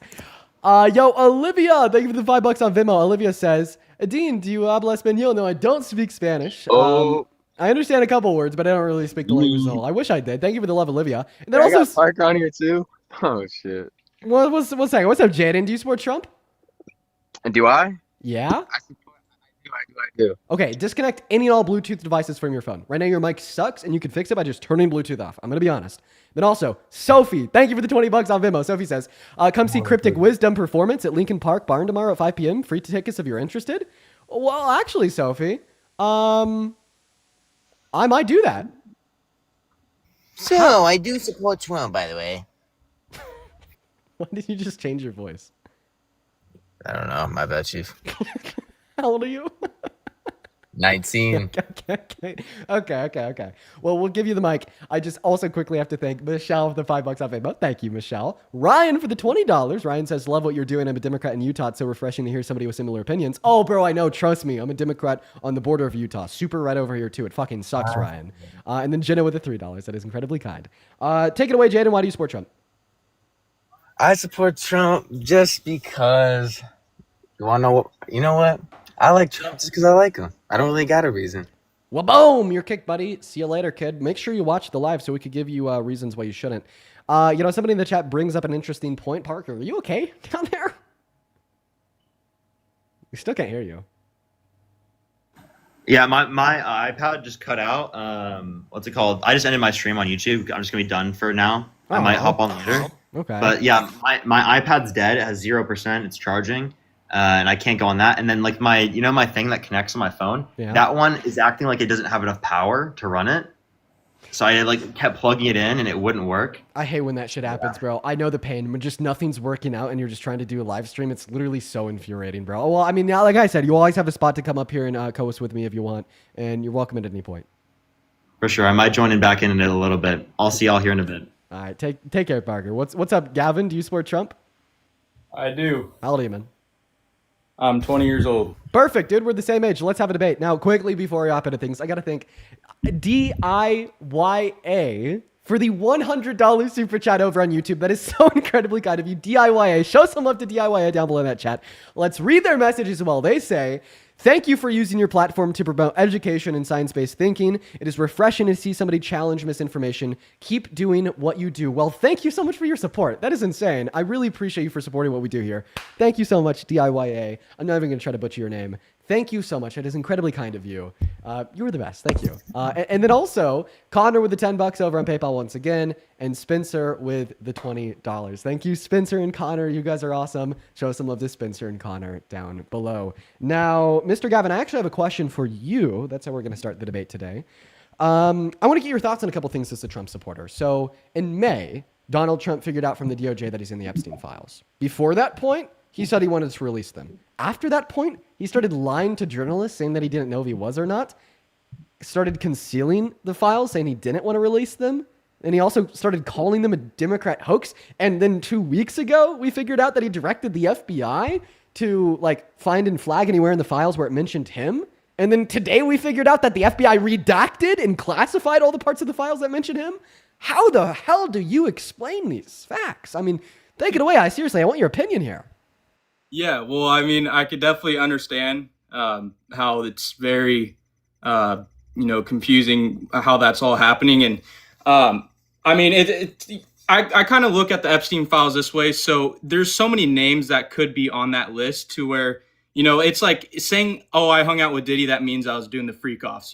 Just because you were friends with Diddy doesn't mean you're doing that shit with him. So, I mean, being on that list, it's going to do defamation to so many people that weren't truly doing bad things with Epstein, but were just friends with him. Or maybe, even visited the island, but weren't, they just had no idea of what was actually going on. But think about it. If Trump was in those files, but he wasn't made to be a bad person at all, the files didn't describe him doing anything negative, just had a tangential relationship with Jeffrey Epstein, which we would expect because he was best friends with him, then why would he lie about not being on them? Why would he direct the FBI to find and redact any part of the files that mention him? Obviously he knows that the public response to him doing those things will be the spread of conspiracy theory and framing of Trump as doing very, very bad things. And that's why he's hiding and concealing all those things. But yet he still decided to do it. I feel like if he was in the files in a non-bad way, wouldn't he just want to release them like he promised to do in the first place? Sure, I hear you. But I mean, if there was truly dirt on Trump's name in the Epstein files, then why wouldn't the Biden administration do something about it and, just completely ruin his career before he could get a chance to even run for president? That doesn't make sense to me. Well, I mean, on one hand, those documents were sealed until 2024, but maybe if you're asking why they didn't release them in 2025, I think that there's a couple responses here. First and foremost, I think that the Biden-Harris administration really value checks and balances, separate powers, and the way that this government is supposed to be run appropriately. And they saw the DOJ as separate from the executive branch of the government.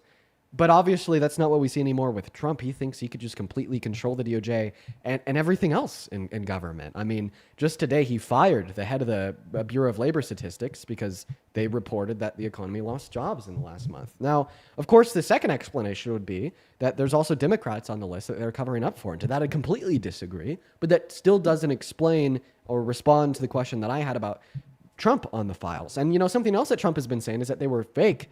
A hoax created by Obama. If they were a fake hoax created by Obama, like Trump says, then why didn't Biden release them?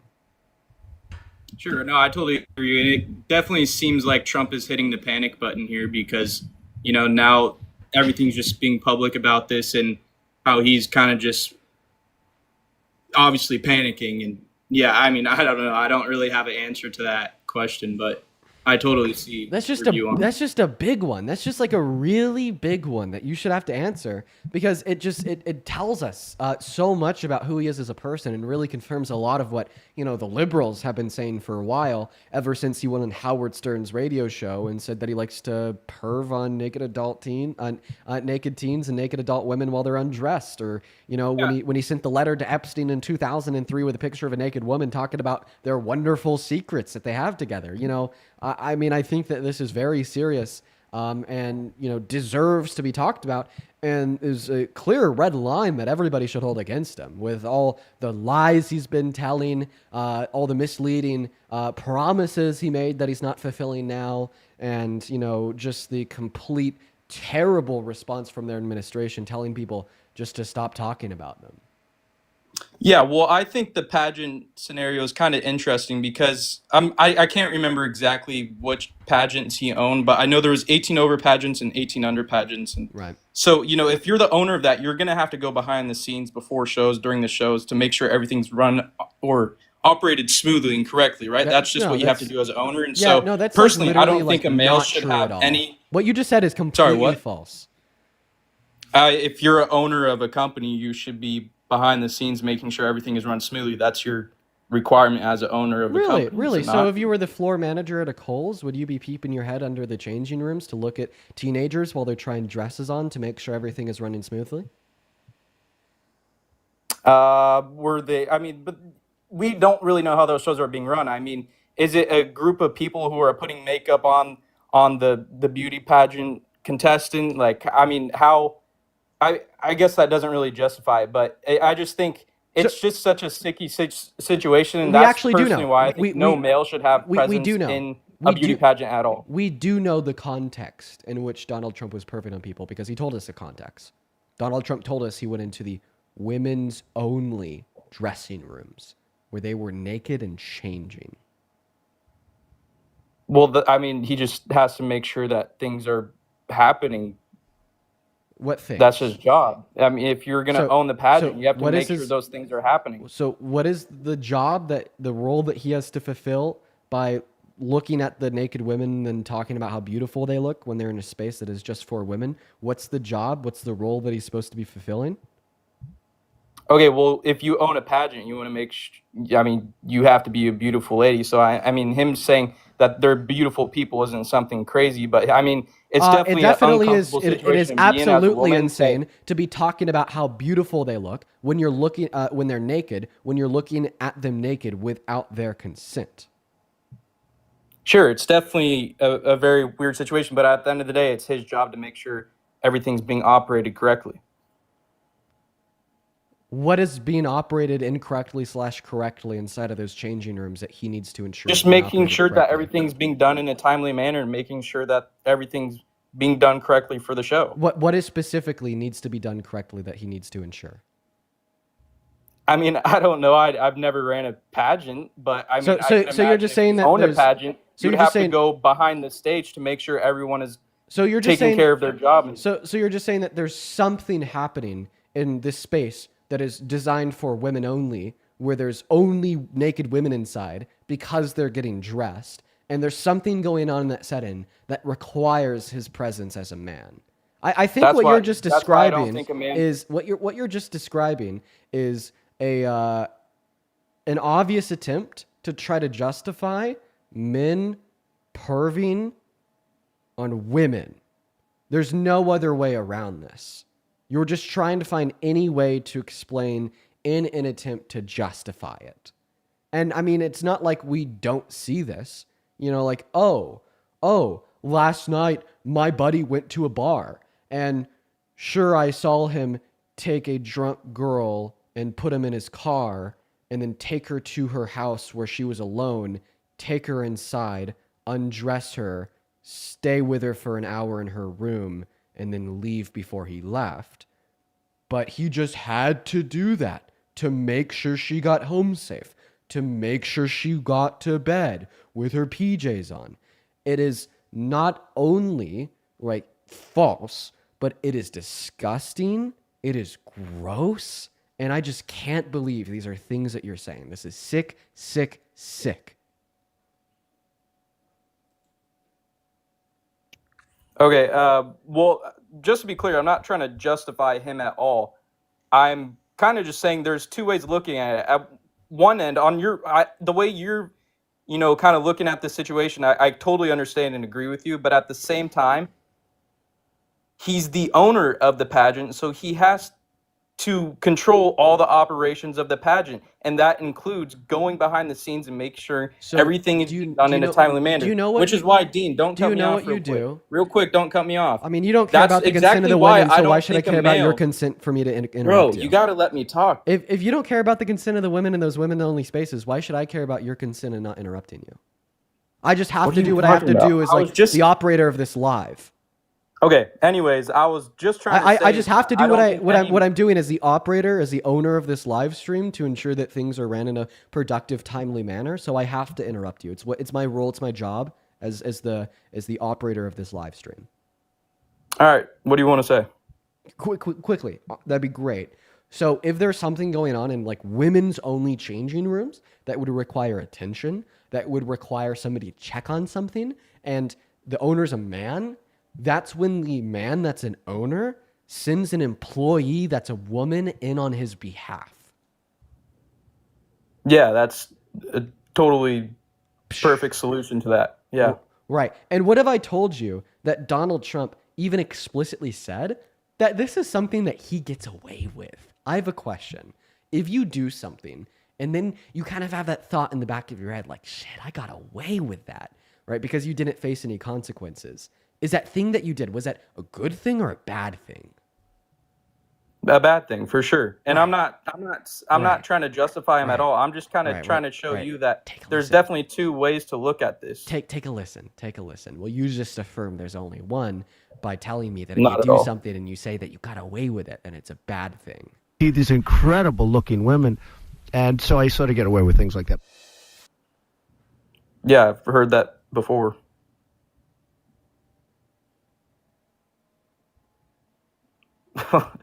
So,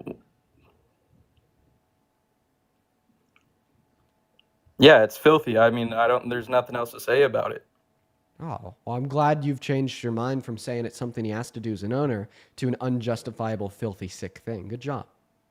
That's what I want. Dean, but I was never saying from the jump that I was like trying to justify him. That's the only way of looking at it. I totally understand the way you're looking at the situation, and I'm just trying to bounce an idea off you because there's definitely two different ways to look at this. And I don't know if you come from a family that owns businesses, but you have to do everything for the business. You have to operate pretty much every single thing. And sure, if a show that he's operating that big, he should probably hire a woman to go check behind the scenes. But at the end of the day, he's the owner. It's totally justifiable to say that he can go behind the scenes and make sure everything is done on a timely manner so they can jump out on stage. If you were a business owner and you had like employees that were women, do you think that it would be okay for you to go into their restroom and peep under the stall when they're using the restroom because you're the owner and you just have to check on it? No, but I mean, do we Why? truly know that it was just like one woman changing like behind a curtain and she was just completely naked? I mean, I personally, I haven't seen anything on that. If you really? could show me something. Really? Because then you haven't listened to the clip because he said they were naked. He said they had no clothes on. Let's take a listen. Yeah, but we don't know the exact context of it. Well, we know the context that there was women that had no clothes on, making them naked in a space that was only meant for women, and he would walk back there and look at them while they're naked, and he knew that was a bad thing to do because he said he got away with it, and he left. He ran away. Why do people even try to justify that? I gotta say, the hardest thing for me to do on these lives, like the hardest, by far the hardest, is to listen to people defend that clip. I don't think that there's anything else that I talk about frequently on here that disturbs me as much as that. Single-handedly, that on its own is the most disturbing like conversation that is typical on this stream. Nothing else even gets close to how disturbing that is for me, because it is just point blank period defending men sexually harassing, sexually assaulting, and perving on women. Yo, what's going on? Do you support hold on, Trump? I can't hear anything. No, I just wanted to come up here and say, Spaceman, we're only looking for people that do support Trump, so we're going to move on to the next guest. We're going to go out and throw the rules back up on the stream only. Join if you're 18 plus and American and MAGA. Let's go and load up that next guest, y'all, but make sure that we are following those rules, y'all. If you want to skip the line, get right up on the stream, let me know down below. We'll get you loaded up. Alrighty. Let's see here. Yo, Spencer! Thank you for the $20 over on PayPal 14 minutes ago. 200 Spencer W's down below. Spencer says, hey, Dean, been watching you and Parker debate every day for the last month, and at this point I feel the most educated I've ever been on politics. Spencer, that is the goal. Good shit, man. I'm proud of you. Everybody show some love to Spencer. I love you, man. Good shit. I'm really happy that you've been sticking with us and listening into the streams. Also, Lumi, thank you so much for the $5 over on PayPal. Thank you. And then Alyssa with the $5 as well. Thank you so much. Saying that they've been watching me and Parker for the last 2 months. That is awesome, Alyssa. And then another Alyssa with the $14 over on PayPal. Thank you. Thank you. With love from the UK, Dean. I want love to the UK. Thank you so much for being here, Alyssa. You were awesome. And then also, what's up? Dude, aren't you the guy that docks that good father? No. You're the guy that really put words in his mouth. Okay, Michael, we'll talk about the doxing part. I'll explain to you why that's false. I want to focus on the good father part. Do you typically call fathers that think parents have the right to sexually exploit and traffic their children good? If so, I really hope that you're not a father. But is that something you typically say? You typically go fathers that think that parents have the right to sexually exploit their children? Like good fathers? Dude, really? You said that. He never said that. You said that. Okay, you put those words in his mouth. I'd hate to be you right now. We're gonna go ahead and we're gonna go ahead and run the clip on you. You were about to experience an ego death in front of 14,000, 15,000 people live. Yeah, we're going to go to roll the clip of me talking, not just to the father, but to the mother. Here's a husband and wife that we're referencing, having a conversation with me. Here we go. Talking at the start of the conversation, the very first thing that was said was, here's Donald Trump walking into the changing rooms of these naked teens. And what was your first response to that? Did the parents give consent? Did they allow it? Goatman, precisely. I don't think that a parent can allow for their underage teen to be perved on. We're going to pause it there. So not only did you just hear the father say that, it gets even worse. The clip's 5 minutes long. We're not going to go through the full 5 minutes. But let's listen to that last thing that I said. I don't think that a parent can allow for their underage teen to be perved on. I said, and I quote, I don't think that a parent can allow their underage teen to be perved on. What would a good father or a good mother say in response to that? Tell me, Michael. Seriously, what would they say? Unmute and tell me, please. The guy freaking said it, dude. You literally are a perv yourself. You are a pervert. Baseless MAGA nonsense. And it's gonna come out that you're a pervert. Can you answer my question? It's gonna come out. You're not answering my question. And you're going back on mute. Stop freaking out and answer the question. Yeah, of course. The guy that says that naked underage teens can't be perved on, it's rage bait. I'm gonna ignore it. Now, answer my question. How would a good father respond to me saying this? I don't think that a parent can allow for their underage teen to be perved on. How would a good father or a good mother respond to that statement? I don't think a parent can allow their underage teen to be perved on. How would a good mother or good father respond to that statement? Answer my fucking question.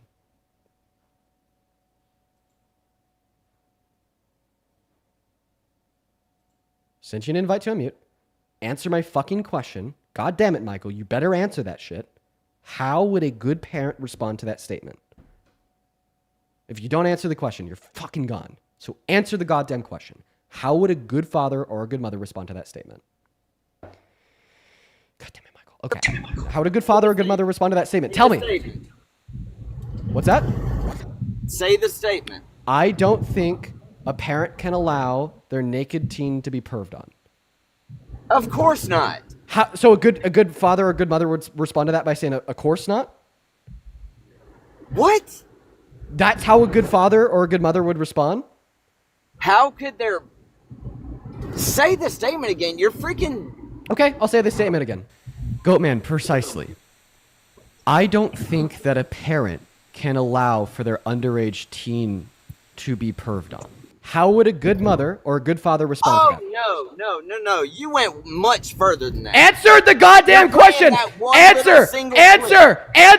How would a good mother or father respond to that? How would a good mother or father respond to that? Answer. How would good parents respond to that? How would good parents respond to that? Tell me right fucking now, Michael. You're on your last straw, little boy. You're on your last straw, buddy.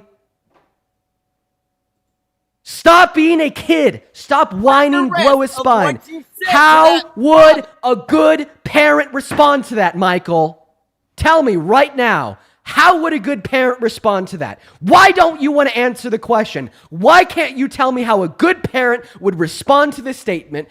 I don't think a parent can allow their naked child to be exploited or perved on. Why can't you tell me how a good parent would respond to that statement? Tell me right goddamn now, Michael. This is your last chance, kid. Answer the question.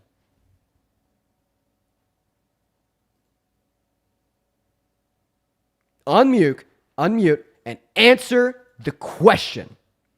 Cutthroat as fuck, Michael. I'm not fucking around, okay? You're going to answer that goddamn question. If it is the last goddamn thing I insure in my life, you're answering that question. There's no other option for you. There's no other path. There's nothing else for you to do. Your single goal right now is to answer that question. The question being, how would a good mother or a good father respond to the statement, I don't think a parent can allow their naked teen to be perved on? How would a good parent respond, Michael? You've been invited to unmute. You're a piece of shit, and I hope you dox me. Dox me, motherfucker. Dox me. Why can't you answer the question? Oh, I hope you do. Because you don't play anything but a little clip. You didn't play anything else. I need you to answer the question. You didn't play what the rest of that man said. We'll go on to that. You didn't play what the rest of that man said. We'll play everything, Michael. I'll play you 6 minutes of our conversation after you answer that question. How would a good parent respond to my statement? Dean. Why won't you respond? You know you're wrong. Dude, the answer's simple.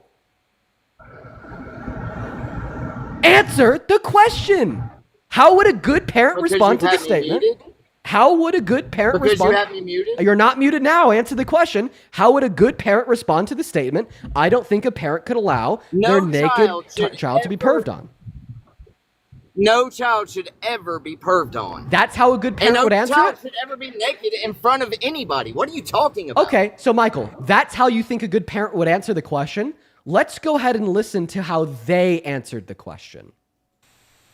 You don't think, or that's the law? There's a difference. There's a huge difference. What's the law? Wait, are you... So I no, that's actually not the law. It is... What is the law, Dean? What is the age of consent?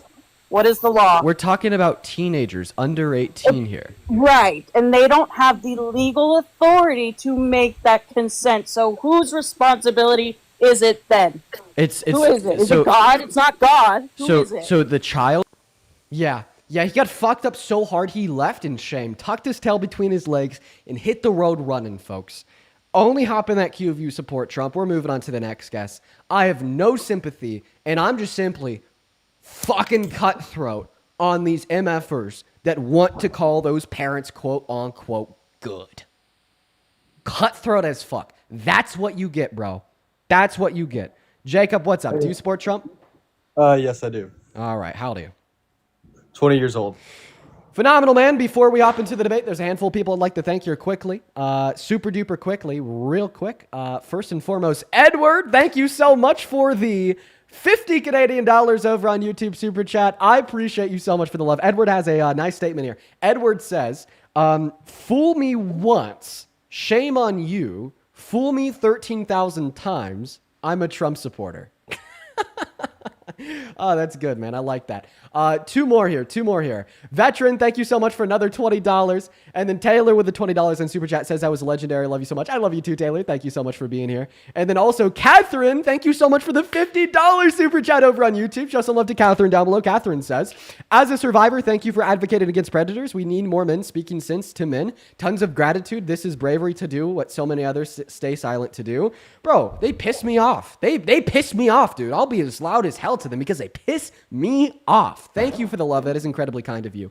As well as Heather, thank you for the $5 over on PayPal. Show some love to Heather as well as Catherine. And then Katie, with 4 minutes ago, the $20 over on Venmo. Show some love to Katie. They say, just wanted to say I'm proud of how far you've been able to come in both patience and enforcing your boundaries. Thank you, Katie. And then Rebel, thank you so much for the $10 over on Venmo. Thank you, Rebel. Claire, 11 minutes ago, with the $15 on Venmo. Thank you, Claire. Madison with 5. Sarah with 5. Then Haley, 20 minutes ago, with the $15 over on Venmo, saying it's so refreshing to see a young man educate himself and others. Thank you, Haley. You are phenomenal. Now, Jacob, the mic is yours.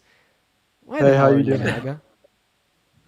Well, the two reasons why I support Trump, I'll answer the prompt, is immigration and tariffs. Those are the two major things I voted for Trump on. You know, the other stuff, not as important to me, but those are the two main things. Yeah, Wolf, I think that those goals contradict one another because the tariffs are supposed to do what? Drive more manufacturing to America? Okay. What does his immigration policy, more so mass deportation, do? Drive more manufacturing outside of America? So you don't think that middle-class Americans can do manufacturing? We need cheap labor. We need cheap labor from South American countries for manufacturing. We can't hire our own citizens. Okay. So first and foremost, the reason why undocumented immigrants get paid less on average is what? Because they're not legal. They're not in. Yeah, they're not in. Great. And what do I support? Mass amnesty. To make them legal, correct? Yes. So then when you're telling me that I think we need cheap labor, you're being absolutely disingenuous, and you already know that I support systems to give undocumented immigrants more bargaining power to achieve higher wages. So shut the hell up. Now, to answer your question saying, couldn't citizens just fill those jobs? Well, there's already 8 million open job opportunities in America. What jobs are those? What's that? What are those 8 million jobs? What sectors? I'm not sure what the sector of the jobs are in. I actually looked up what type of 8 million jobs those are. Those are healthcare jobs and those are specialized jobs. So those aren't commercial industry jobs.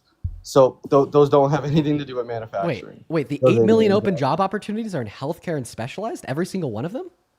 But the majority of them, 90%. Wait. So then why are college grads like struggling so much to get jobs? Because of H-1B visa programs and companies like Amazon. H-1Bs? So now you're telling us that we should have less legal immigrants that are able to make this country better off by working highly specialized jobs that they're good at? Sir, I have a question. Are you for or against DEI? Oh, is helping our citizens DEI? Then we can't do that then. We can't hire our own citizens. We need to import a million Indian people and have our borders open. I remember you from yesterday. You're the one that I dunked on about the 14th Amendment, right? Yeah, for sure. You said that we shouldn't change our 14th Amendment. We should open our borders. We should import 100 million Indians so our economy can grow for Amazon and Walmart.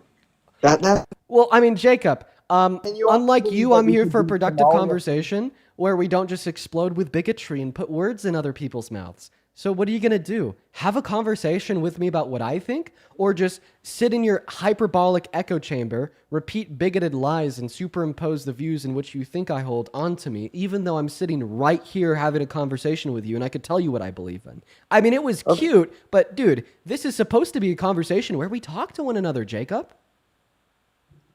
Okay, we can talk. Good. So I'm going to have the mic now and I'm going to speak and you're going to listen. Is that fair?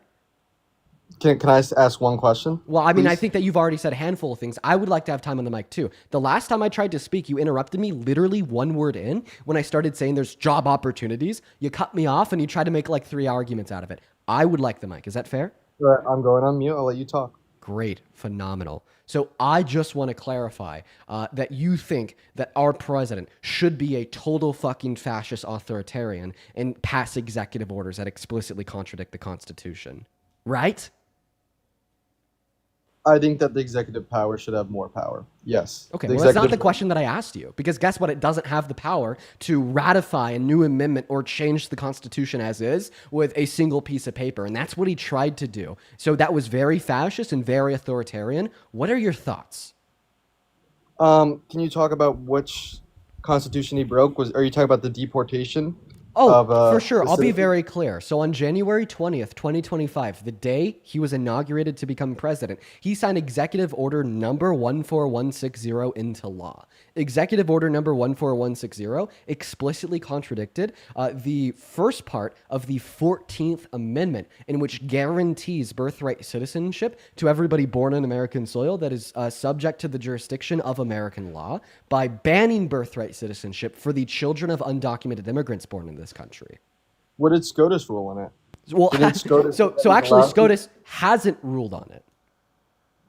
Didn't SCOTUS allow birthright citizenship to be banned in certain states? It's the state's choice. So they they're- got rid of injunctions. No, not necessarily. So their ruling was that nationwide injunctions issued by federal courts are only true for particular regions. And that was their way to make a ruling to legalize this in some parts without actually ruling on the constitutionality of the executive order in of itself. But you're still not responding to the meat on the bone here, which is that our president, who has absolutely no authority to amend, change, or break the Constitution, signed an executive order into law the day he was inaugurated that precisely did that, contradicted the clear text of the 14th Amendment, and this was a mark of a consolidation of power to the federal branch of government, meeting some qualifiers of both fascism and authoritarianism. I'm just simply asking you if that was something that you saw him do and your response was, I support it, or I have an absolute disdain for anybody that wants to warp a democracy, a constitutional republic, away from the checks and balances set forth by the founders of this country in writing the Constitution, or if you support authoritarianism and fascism in America today. Okay, first of all, holy pivot, fascism and stuff has nothing to do with my original argument. Yeah, this but I'll wasn't a respond. pivot. This was seriously the first thing I said. Okay, I'm gonna respond. If an amendment is hurting the country, I think the president should have the right to have it, to change the amendment. Yeah, can you were see still what- not answering my question, Jacob. This is the first thing. I agreed with his changing of the amendment. I thought it was good. I think that the injunctions being gone are good. You can see this with Biden. Biden wasn't able to pass his student loan program because of injunctions. I assume that you thought that was wrong because the majority of people voted for Biden in part because of student loans. So do you think that it was wrong that federal judges blocked that, or you're going to think it's wrong that Trump can change the amendment? But Yeah, when Biden did so- something so- that was unconstitutional, you didn't speak out against that. So a federal judge didn't block his first attempt to forgive student loans. What if it was SCOTUS and they ruled that his first attempt was unconstitutional? And yeah, I don't really care, because what was Biden's response? His response was, oh, okay, thank you for informing me on what your interpretation of this unclear of this unclear part of the Constitution was. I'm now going to drop that, and I'm going to find a new way to do it that acts in accordance with your interpretation, and continue on in accordance with the Constitution. Okay, right? I don't think that Biden was a bad faith actor, and he certainly responded to the check of our courts calling him out and ruling that his attempt to forgive student loans was unconstitutional, and then he found a legal way to do it. Trump, on the other hand, okay, he obviously knew that it was unconstitutional. It explicitly contradicts the text of the 14th Amendment, and even after federal judges have ruled it's illegal, even after they issued nationwide injunctions, his response was, I'm going to keep pushing, and now I'm going to hope that SCOTUS will act in accordance with my regime and find some loophole to allow this to continue to be the case in some parts of the country, even though they know that it's unconstitutional, and he hasn't given up on it yet. That's the difference, pal. That's the difference. Now, once again, talking about Trump, you told us that you support the executive branch of our government condensing power to the president, and you support one man having more power than 70% of Congress and being able to change and ratify new amendments to the Constitution with a swipe of the pen. And something else that you said yesterday is you just think that the 14th Amendment should be removed, right? Yeah. Okay. All right. How do you feel about racial segregation in schools? Bad. Oh, really? Whoa. I have a question. What SCOTUS case ended racial What do you think segregation about in schools? all black colleges? Do you think that's against Civil Rights Act? Are you against all black colleges? So first and foremost, you're talking about historically. You're talking about HBCUs. So HBCUs, they're not 100% black. They don't stop white people from going to their schools. It's just an historically predominantly like black school, right? And a lot of that has to do with racial segregation as imposed in our school system. You complete DUMB ASS. But I'm now going to continue my argument. You told us that you disagree with racial segregation in schools. Quick question. What court case ended racial segregation in schools? I said for the most part. I think nothing's wrong with the all-black university. I don't think that's bad. I don't so think what court case ended legal racial segregation in schools? I don't know. Educate me. Educate me in the audience. Brown v. Board. And how did Brown v. Board end racial segregation in schools? It made it illegal to discriminate against certain students going. What made it illegal? I don't know. Tell me. The 14th We're Amendment. talking about schools now. The 14th Amendment made it illegal, Jacob. The 14th Amendment doesn't just guarantee birthright citizenship for everybody born in this country. It also suggests that everybody in this country, right, has a legal right to equality. Now, before Brown v. Board, right, which was after the 14th Amendment passed, and obviously people weren't being treated equal, that's because of a very terrible prior interpretation of the 14th Amendment from SCOTUS. But at the end of the day, it is the 14th Amendment in which ended racial segregation in schools. And you're telling us that that amendment should be repealed. The moment the 14th Amendment is repealed, there's zero case law and zero legal precedent to argue that racial segregation inside of schools is illegal, because that is literally what made it illegal. Why do you support re-legalizing racial segregation inside of American schools? First of all, segregate. When was the 14th Amendment passed? 1865. There's your history lesson for the day. Okay, and when did racial segregation last till? The 1960s. In schools, so until Brown v. Board in the 1960s. So yeah, this amendment wasn't made to end racial segregation. That's not true. Segregation lasted 100 years after. Do you know why? So does it say that? I mean, I told you why in my last breath. I'll give you another history lesson. It's because SCOTUS interpreted the 14th Amendment to include separate but equal, basically arguing that we could treat black people separately from the way that we treat white people, but they're still equal, right? But that interpretation of the 14th Amendment was overruled through the Brown v. Board decision. There's your second history lesson for the day. Okay, but the fact that you're not responding to now is that if the 14th Amendment is, but now what you're not responding to is that if the 14th Amendment is repealed, there's no legal precedent to argue. The Civil Rights Act of 1964. There's no constitutional precedent to argue. Like the Brown v. Board decision hinged on the constitutionality of the 14th Amendment. So you're telling me if we get rid of the 14th Amendment, stopping anchor babies, racial segregation is going to come back? What did you just say? So if we stop having people anchor babies, illegal immigrants having children and using it as a loophole, if we get rid of that loophole, that means racial segregation. Do you not know what an anchor baby is? Well, I mean, I just know that you like to call literal fucking zygotes precious babies, to invalidate a woman's right to choose. But then the moment there's a legitimate precious baby born to undocumented immigrants, all of a sudden they're fucking anchors. Like, it's your hypocrisy is astounding. But your question, in other words, you basically asked there, if we get rid of the 14th Amendment, he left, by the way, if we get rid of the 14th Amendment, then will racial segregation be re-legalized in America? Well, the facts are, at the end of the day, Brown v. Board ended it, right? And that case law hinges upon the 14th Amendment. That's what the judges said. You could go read the Brown v. Board decision. They said, because we have this 14th Amendment, this is unconstitutional. If we get rid of the 14th Amendment, you could take a guess on what would happen. And I don't know. He left. He left. He was getting cooked too hard. Oh, and he's back in the box. I didn't mean to leave. Sorry about that. And did you also know that you're a supporter of the Confederacy? Whenever, first of all, you're making all these baseless claims. They're You're not saying that I'm a baseless. pro-lifer. They're saying not baseless. First of all, and I love how you were going to talk about segregation when we started off the conversation with immigration.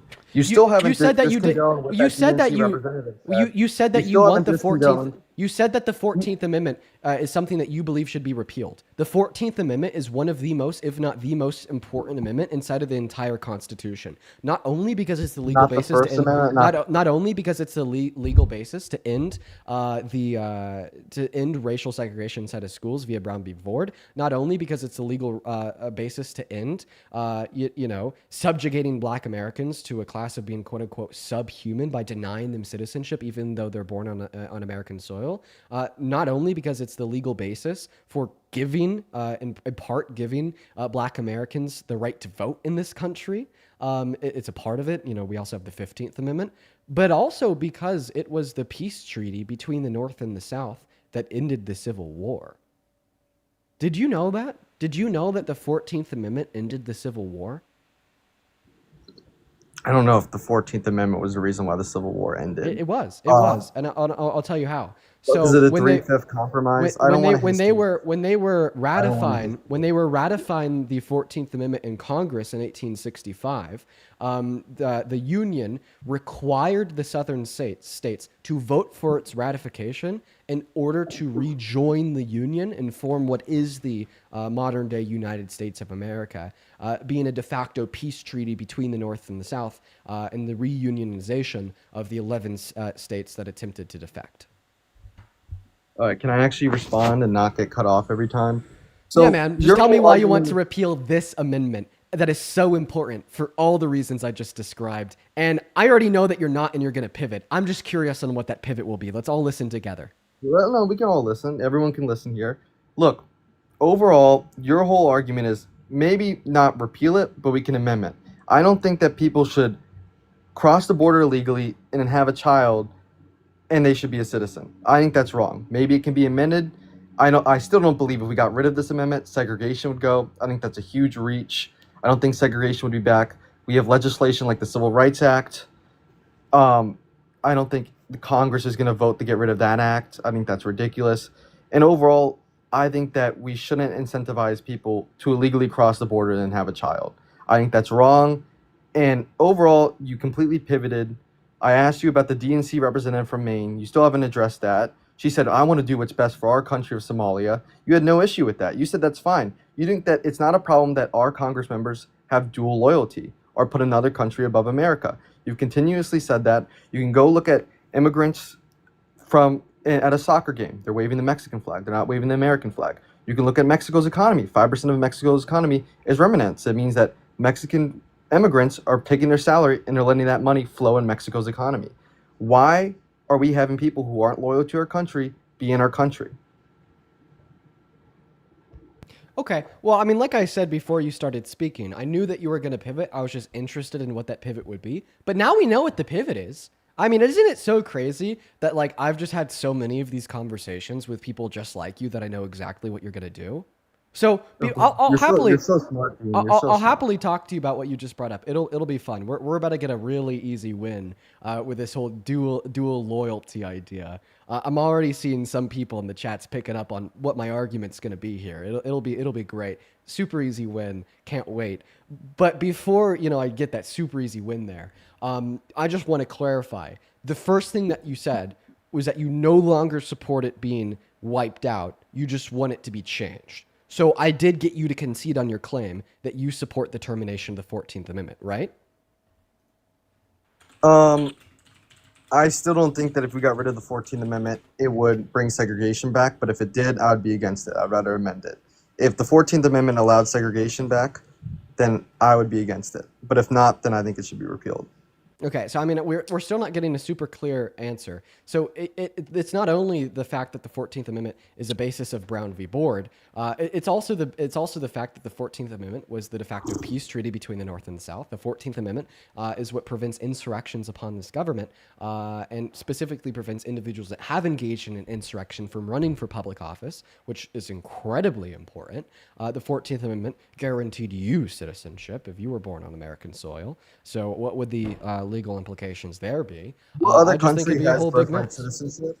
What other country has birthright citizenship, by the way? I'm most familiar with the laws of America, but if you want to know where we got the law of birthright citizenship from in America, it's because it was the common law of England before we They have colonized England. North Does America. England still have birthright citizenship? I'm still speaking. It was the common law of England. It was the common law of England before we colonized North America. It was called just solely. And another pivot, funny enough, but like I said, I focus on the legislation of America. I guess... Does England still have birthright citizenship? Yes Dude, or no? How the fuck would I know? They don't. They got rid of it. So you're saying that we should do what other countries come back do? to England after they got rid of birthright citizenship? I know nothing about England law, nothing about how segregation was terminated in England. What kind of fucking argument is this? Oh wait. I'm so sorry. Do you think that England also operates off of like the American Constitution?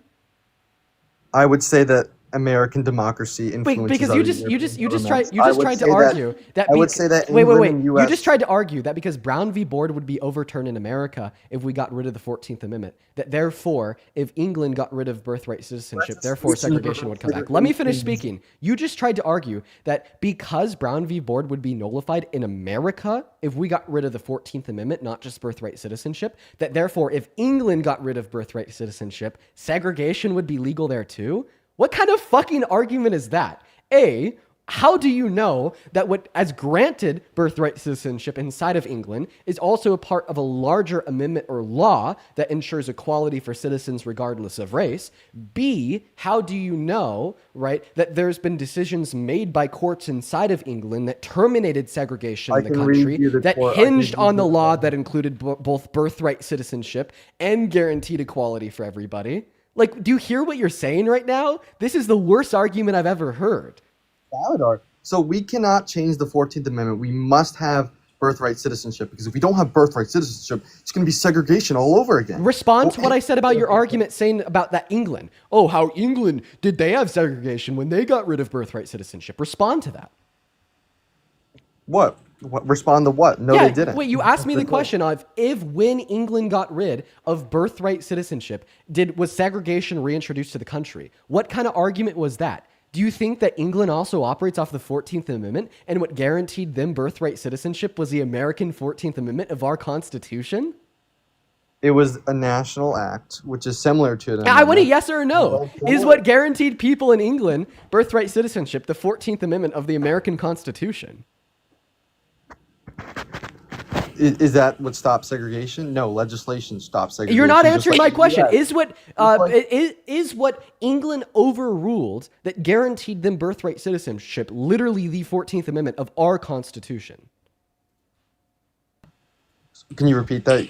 Is what guaranteed birthright citizenship in England the American Constitution, particularly the 14th Amendment?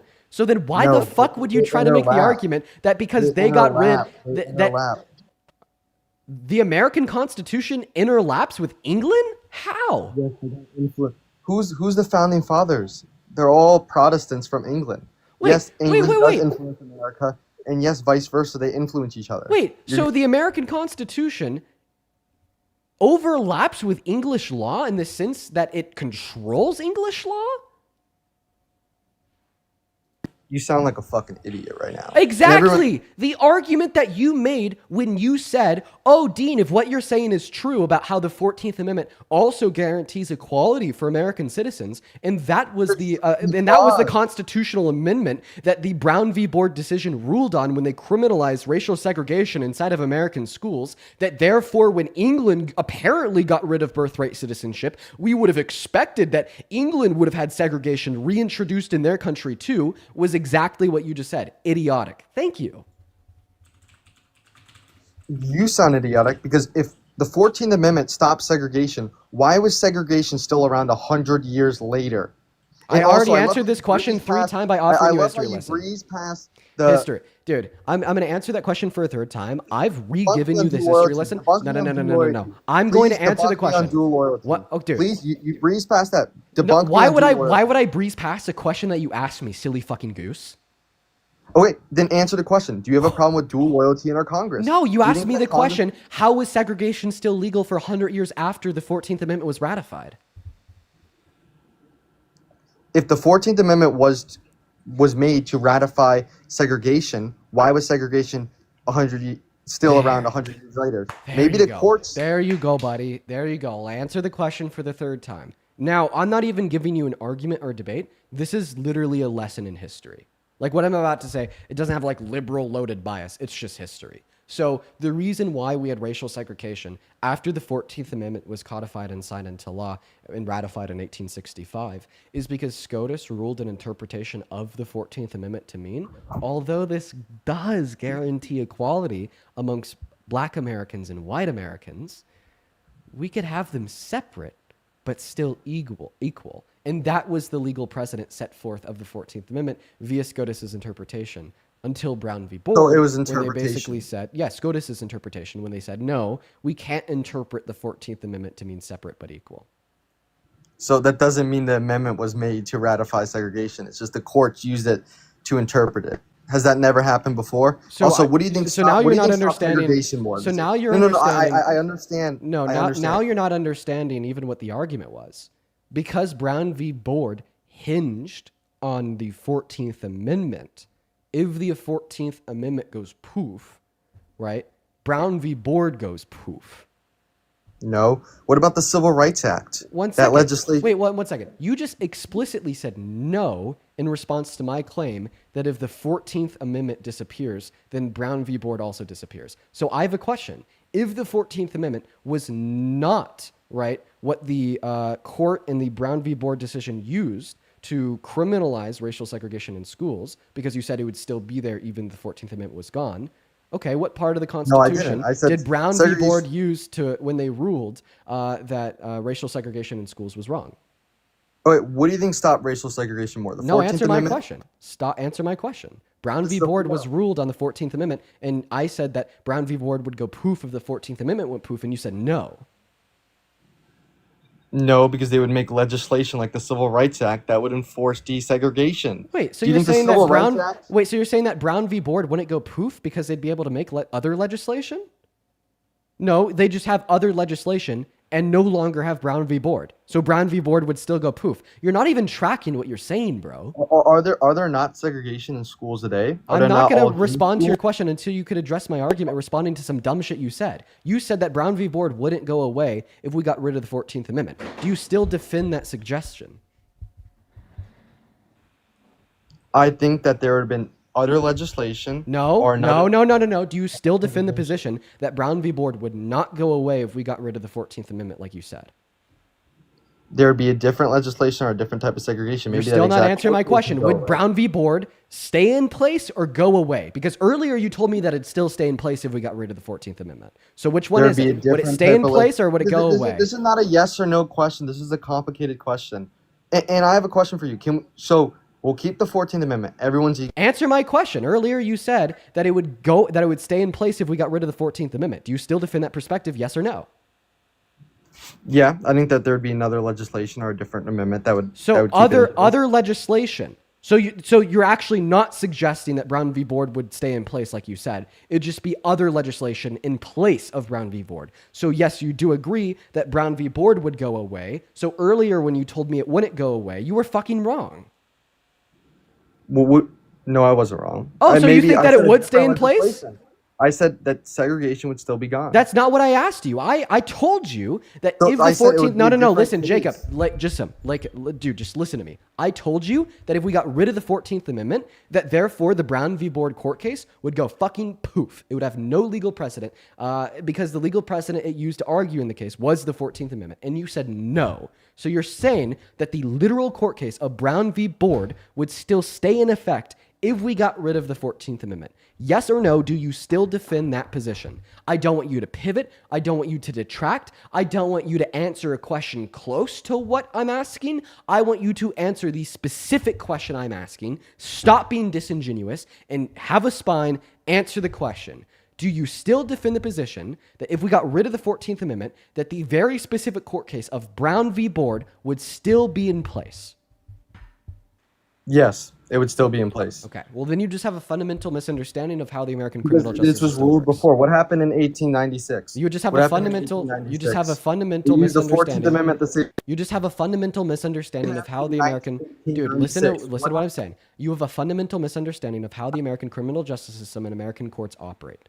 So even if there's other legal precedent to argue that like equality amongst members of different races is true in America, legally speaking, like the Civil Rights Act, like other pieces of legislation as well, because the specific legal argument inside of Brown v. Board hinged on the 14th Amendment. If the 14th Amendment goes away, so does Brown v. Board. I understand what you're saying is that we just have other legislation that would operate in place of Brown v. Board, which is likely true. However, Brown v. Board in of itself would have no legal grounding because the legal grounding argued inside of the case was the 14th Amendment. The 14th Amendment goes away, so does the case. But there was another court ruling in 1896 that used the 14th Amendment, but they said separate but equal. I don't think the 14th Amendment is the main reason why we don't have segregation. I would say that legislation like the Civil Rights Act are a greater proponent of why we don't have segregation, not the 14th Amendment. I think you saying that if we got rid of the 14th Amendment, that would reintroduce segregation. I think that's disingenuous. And I think that most people don't want birthright So citizenship. now you're equivocating between like racial segregation and Brown v. Board. I'm asking you specifically about Brown v. Board. First and foremost, when was Brown v. Board signed into law? 1957, sometimes in the 50s or 60s. 54. And when was the Civil Rights Act of 1964 signed into law? 1964. Yeah, no fucking shit. So we're talking about two separate things here. I'm asking you specifically about Brown v. Board. Would Brown v. Board go away if the 14th Amendment went away? It could. I don't know. We'll see. We'll have to see. There we go. Jacob, it cost me about 2,000 viewers in 15 minutes just to convince you of a very simple concept of the American criminal justice system. Now let's move on to the dual loyalty. Because your fans aren't aspect. educated. Your fans aren't educated. They want to see a clip moment. You're not a serious debater. They want to see your feminine reactions going, oh my God. They want to see that. They don't want to see actual facts and intelligent conversations. All your fans are fucking stupid.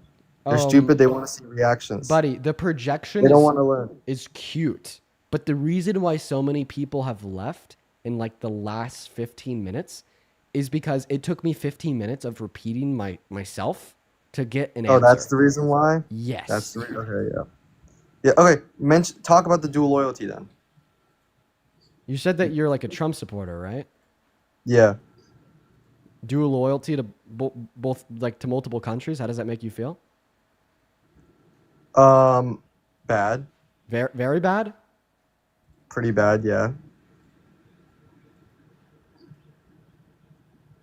I'm against, first of all, AIPAC buys Democrat and Republicans. So that just means that you wouldn't support the Democrats or Republicans funded by AIPAC, including Trump, but you explicitly told me you support Trump. AIPAC. It's not AA. It's not AIPAC. It's AIPAC. Pronounce it right. And is Trump a citizen of Israel, or does he support Israel because of funding and donations? Loyalty can be born out of citizenship, and sometimes it can be born out of something other than citizenship. In his case, it's born out of something other than citizenship. So you think this is equally bad? Do you think that the Somalian representative is bad? Why are you pivoting? Yes. You said that you don't support. No, I can say you are pivoting because you said that you don't support dual loyalty to multiple I countries. say okay, but you do I support disagree Trump. with Trump's dual loyalty. I disagree. I can say But that you still I disagree support him with Trump's overall? dual loyalty. But I still support him overall. Oh, yes. so overall, you support somebody who you think is a traitor to the country because that's how you were The lesser- describing the Somali congresswoman yesterday.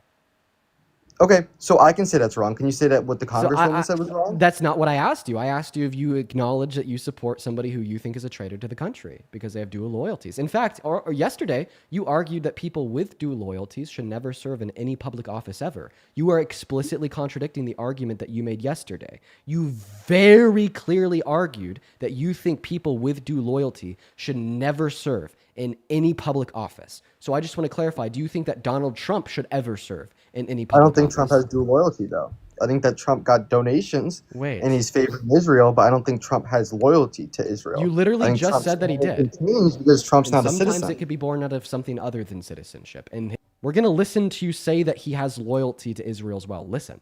It's not AIPAC, it's APAC. Pronounce it right. You don't have to replay it. I said he does. And is Trump a citizen of Israel, or does he support Israel because of funding? He does. And donations. Loyalty can be born out of citizenship, and sometimes it can be born out of something other than citizenship. In this case, it's born out of something other than citizenship.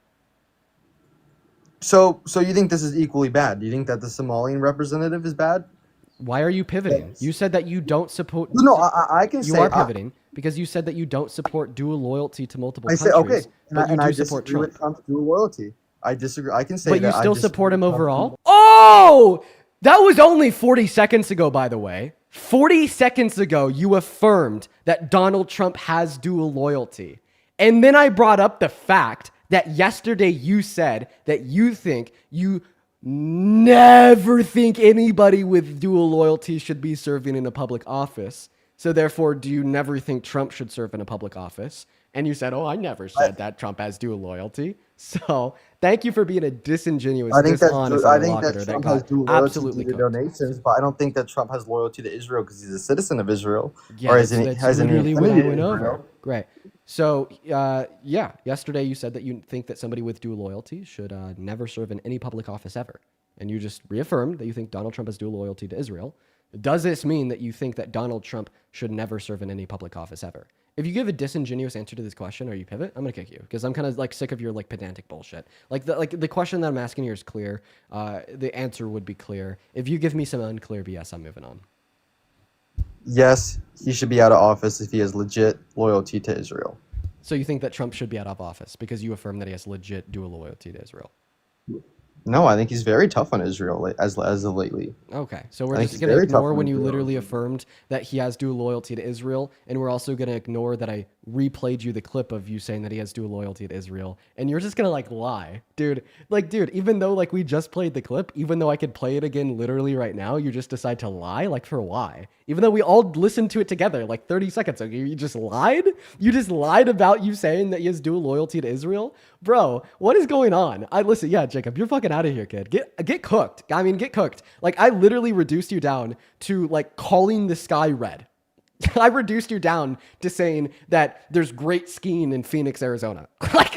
I reduced you down to like literally just like lying about what you said 15 seconds ago and what I replayed 10 seconds ago. That was great. That's fun.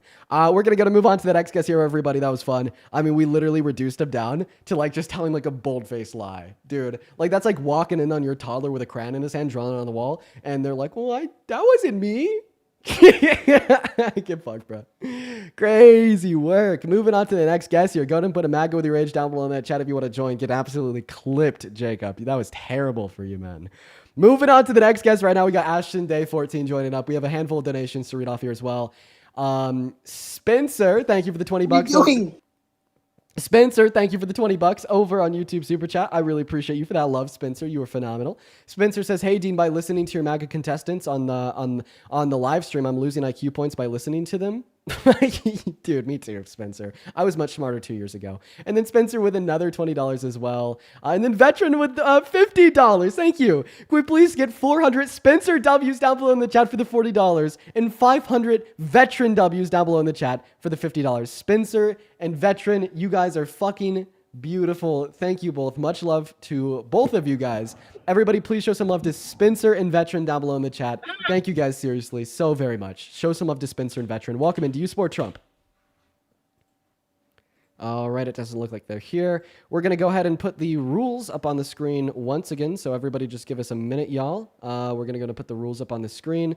Only join if you support Trump. You're at least 18 years old and you're from America. I'd also like to say thank you to Mary for the $20 over on PayPal. Mary says, "You're a hero, Dean." Well, I don't know about that, but I do try my best to do what's best for this country. I appreciate you for the love, Mary. Let's see. So much love for Mary down below. Thank you, Mary. As well as Bethany with a $6 on PayPal. Thank you. Caitlin with a $1. Brianna with a $3. Thank you. Then Jasmine, thank you for the $10 over on PayPal. Thank you. And then Alana with a $5. You guys are awesome. Thank you. And then also Matt with a $5 on Venmo. Ava with a $5 on Venmo. Then Ben Carson 12 minutes ago with the $20 Over on Venmo saying, if British laws is standard, should we adopt their healthcare and education laws as well? Yeah, that was like another response to what he said earlier. I didn't even get it in because he was just unwilling to actually debate. Thank you. And then Billy with the $10. Thank you so much. Aren't we supposed to set the example by being the greater country? That's what American excellence is. And when we have an opportunity for true and genuine American excellence, they don't want it. Thank you for the $10, though, Billy. Anita with $11. Thank you so much. They explicitly did not want me to read it. I got you, but thank you so much for the love. As well as Christina, thank you for the $20 over on Venmo. Thank you so much for the love, Christina. Christina says, great job.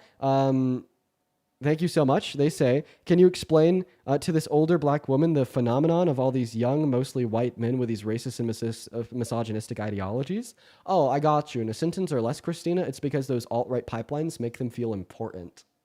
Because they're all they talk about, right? It is terrible, Christine. I appreciate you for the love. As well as Kate with the $10. I really appreciate you so much for the love. You are great. Now, welcome in, Edward. Do you support Trump? Hello, can you hear me? Yeah, how do you?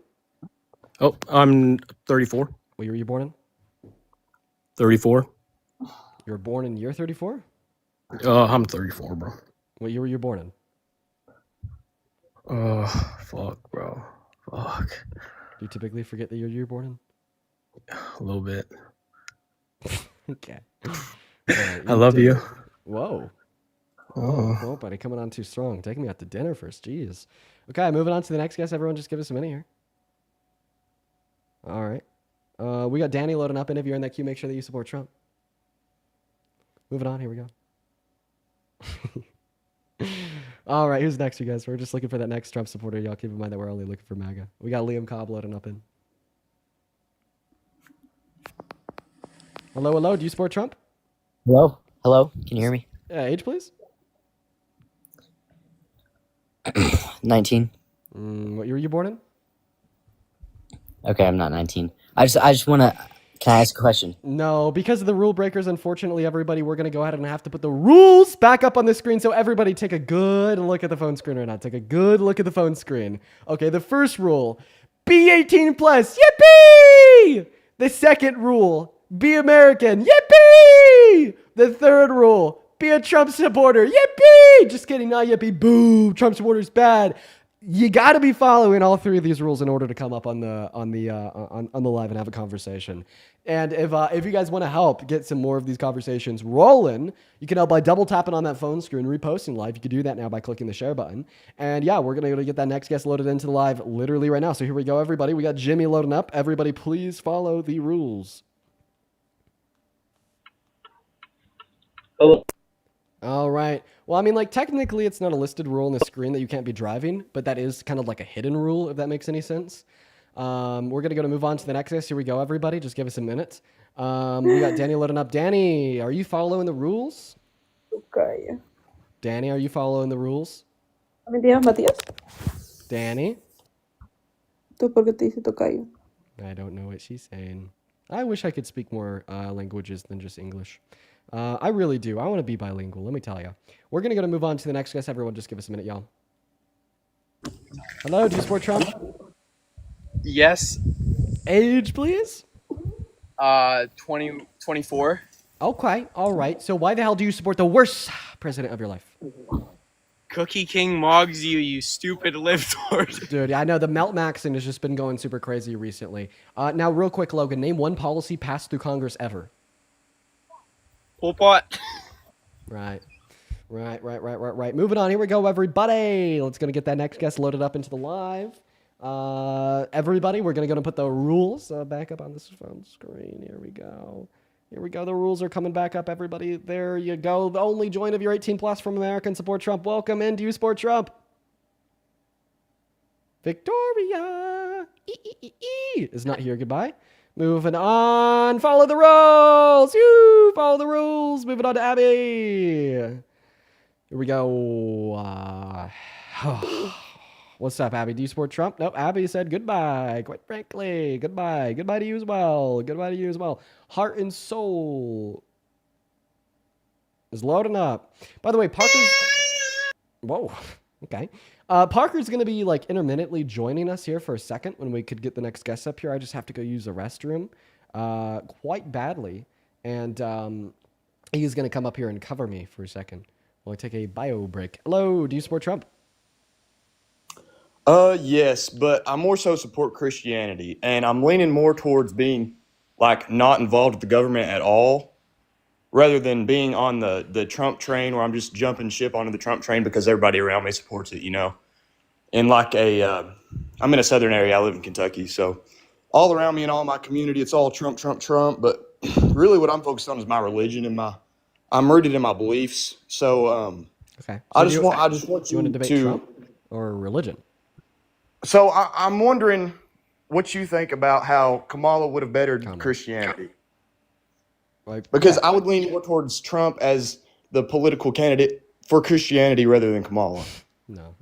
Kamala is how you pronounce her name. Yeah, that one's easy. Well, I mean, the whole theme of like the gospel is to help those that are more needy than yourself and to be inviting to all. Donald Trump is the one that has implemented policy that reduces the after-tax income of like half of income earners in this country, and it's the half that's worse off. Plus, he's definitely not inviting to all. Wanted to ban trans people from the military. Wanted to ban Muslims from entering into the country. Okay, well, what I think is my beliefs. I agree with. I don't agree, but I get along with whoever for whatever they want to do, whoever they want to love. But in the Bible, in Leviticus specifically, it does speak against homosexuality, and the left is just more so supportive of the LGBT community. And you know, I have no problem. Actually, my first cousin's gay. Me and him's best friends. You know, I get along with whoever. But it's just, I feel like from the standpoint of Leviticus. more liberal. Okay, go ahead. Sorry. Leviticus. So when you read the book of Leviticus, you treat that as like true moral law of God?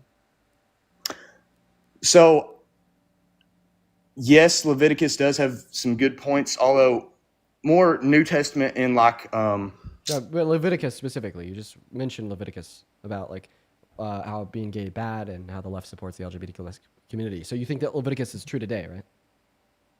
I think parts of it, yes, can be applied to today. Why just parts? Because in the Old Testament, you also have things like, you know, circumcision, which obviously isn't a tradition today unless you're Jewish, you know. And so just cherry picking? No. The New Testament, what they do is accumulate. Wait. So then why are you just taking a part of Leviticus and saying that's true today, but the other? Because parts of Leviticus are still carried over into the New Testament. Again, with homosexuality. I'm just highlighting Leviticus because it's a book that goes extensively into homosexuality. Okay, so it actually doesn't. But you know what else Leviticus says in Leviticus 8, in Leviticus 25 verses 44 through 46? God says that slavery is okay.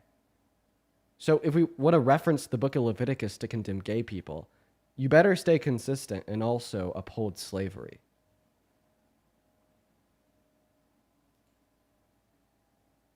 Feel free to unmute. Okay. No, because slavery isn't carried over into the New Testament. They have parts where they say people work under masters, not in the slavery context, though. You have to think slavery is where not in the slavery context.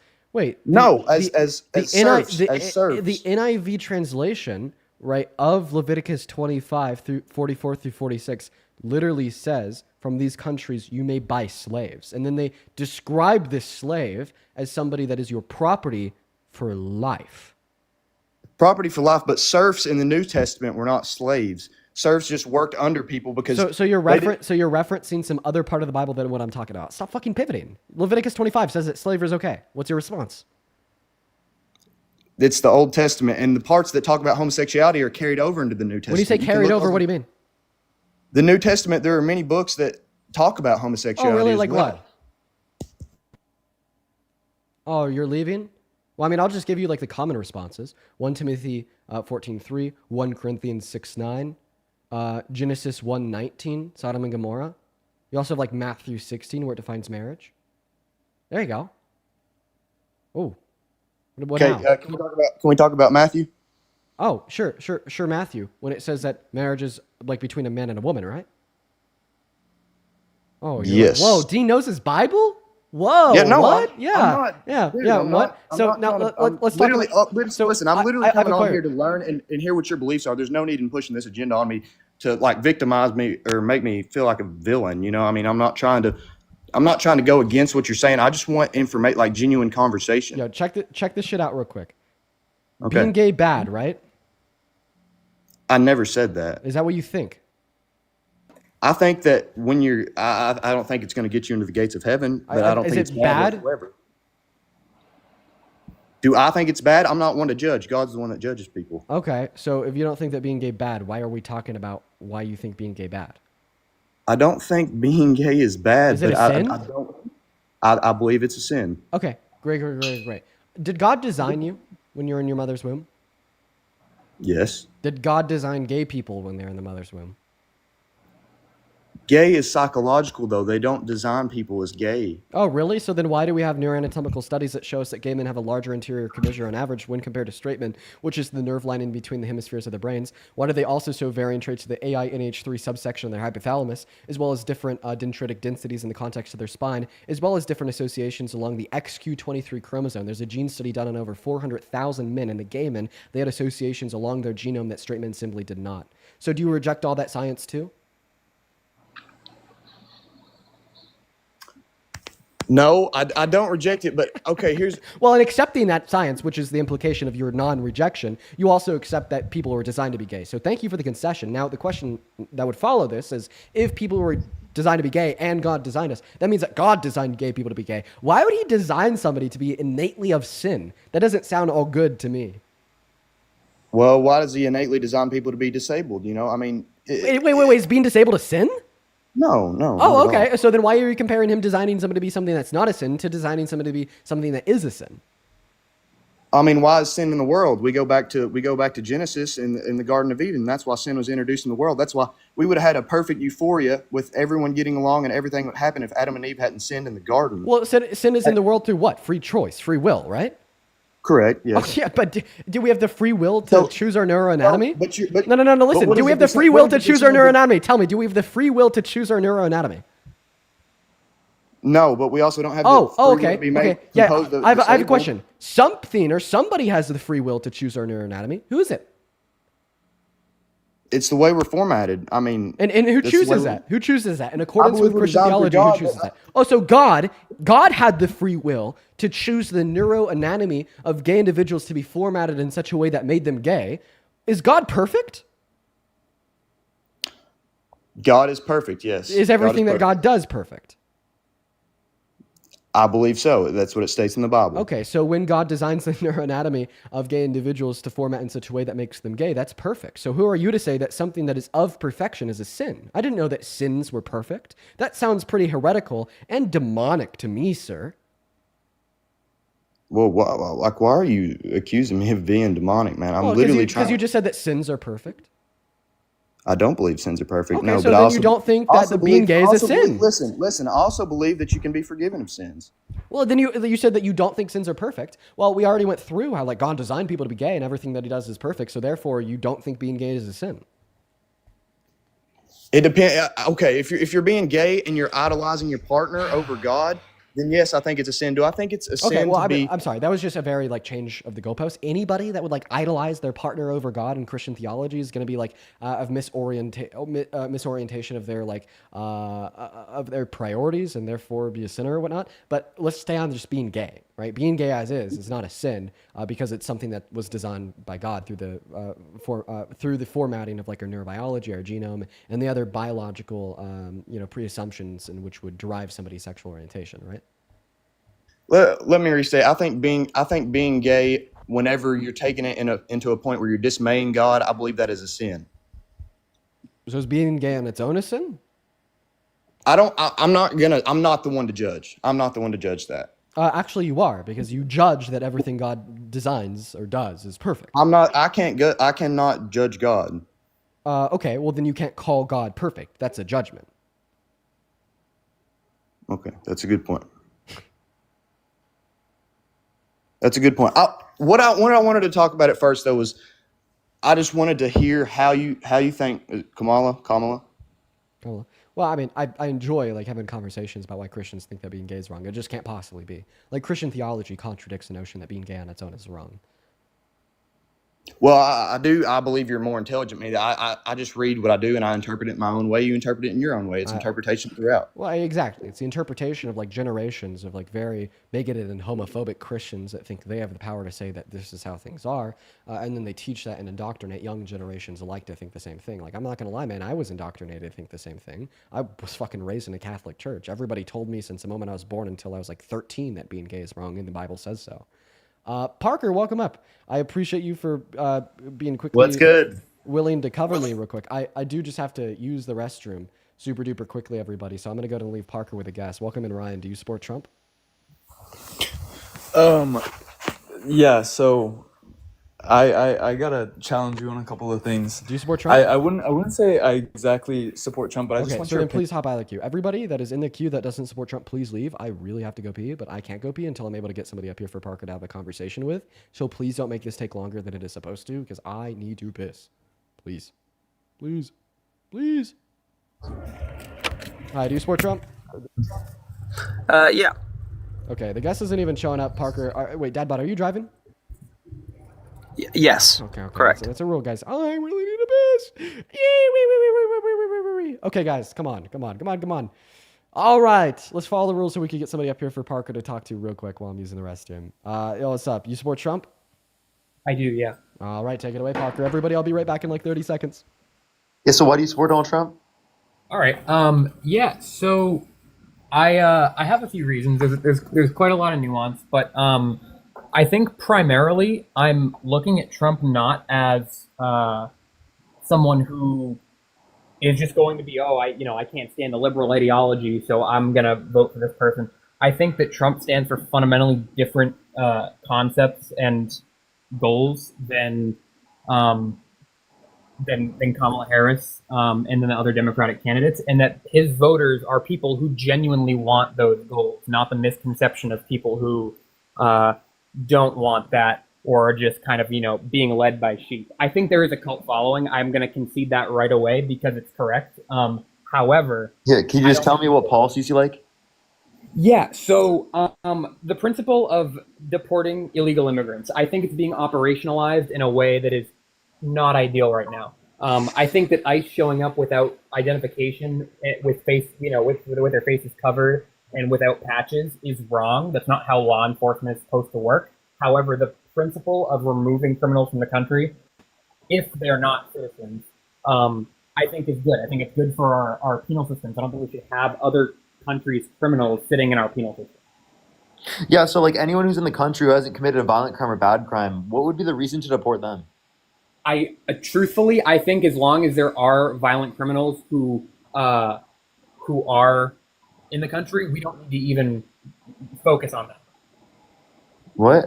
Okay, so then again, so you're essentially taking a democratic position that you want the law to be upheld. You want there to be prioritization of deporting people who are in the country who have committed violent crimes and bad crimes. You don't really hold Trump's position. Trump is clearly violating the law. Clearly wants to prioritize deporting people who haven't committed violent crimes and bad crimes. So that's what he wants the law enforcement to focus on. Democrats clearly were doing exactly what you're advocating for. Well, I don't think Democrats were doing that. That's kind of the difference. Is you're right. I don't agree. Like my personal preferences are not mirroring Trump's policies, or what he claims to be his policies, because who knows what the hell he's going to do next. But I am going to say that I believe that Trump's actually he's passing executive orders. He's making these actions to move us towards those things that I find favorable, where the Democrats weren't, right? I feel like we sat kind of stagnant. What things do you find favorable that you're getting from Trump? We are actually moving like criminals out of the country.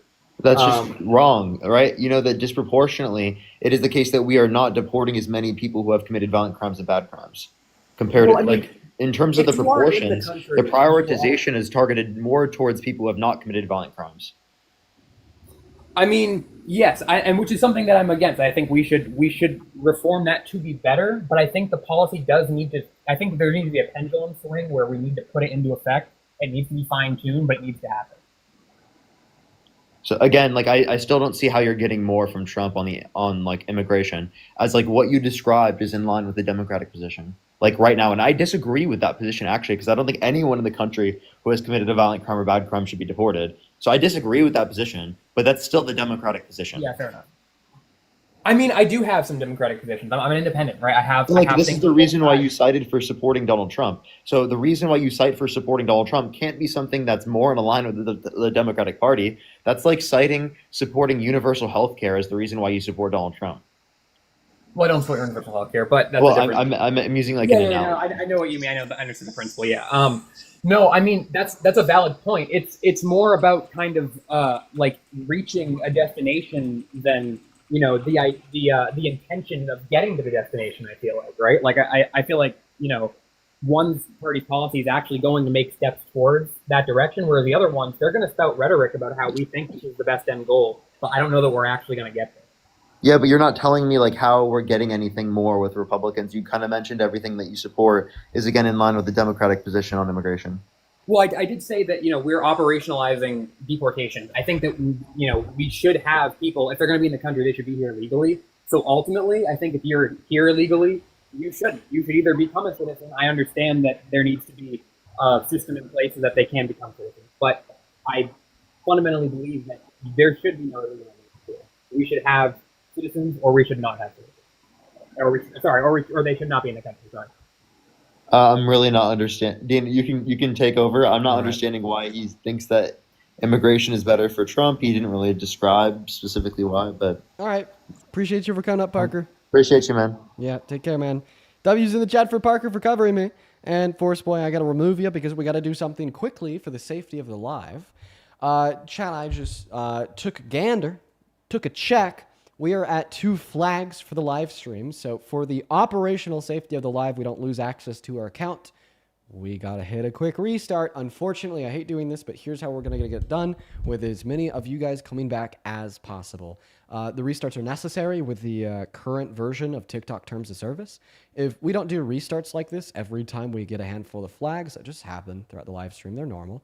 And we don't restart, then we lose access to the account. So if you're curious why I wasn't on this account for like 3 days, it's because I missed a stream and didn't restart. Can't do that again. So first, right now, everybody hit the follow button. Right there. Right there. Everybody hit the follow button. It's like right there. Do it right now. Hit that follow button. Hit that follow button. So at the end of the day, if you don't follow through the steps of how to come back after a restart, you will still get that notification. You will still see me in your following list. So everybody hit that button right now if you want to come back. And here's how to come back. I'm going to end the live. Then you're going to see my profile picture pop up in the middle of the phone screen. Once the live is ended, it'll say like live ended, total viewers, like 200,000. And then it's going to show a picture of my profile picture. Click on my profile picture. You'll be directed to my account page. Count to 10, count to 15. Refresh the account page. And then it'll show the glowing He's Live orb over my profile picture on the account page. Whenever we do one of these restarts, maybe around 30% of the current viewers come back. I want to aim for like 75. So if you typically wouldn't come back after a restart, you should do it now. And if you don't come back, I'm judging you. I'm just kidding, but you should come back. We're going to go ahead and do it now. Sorry for the long-winded explanation. Some people need it. BRB.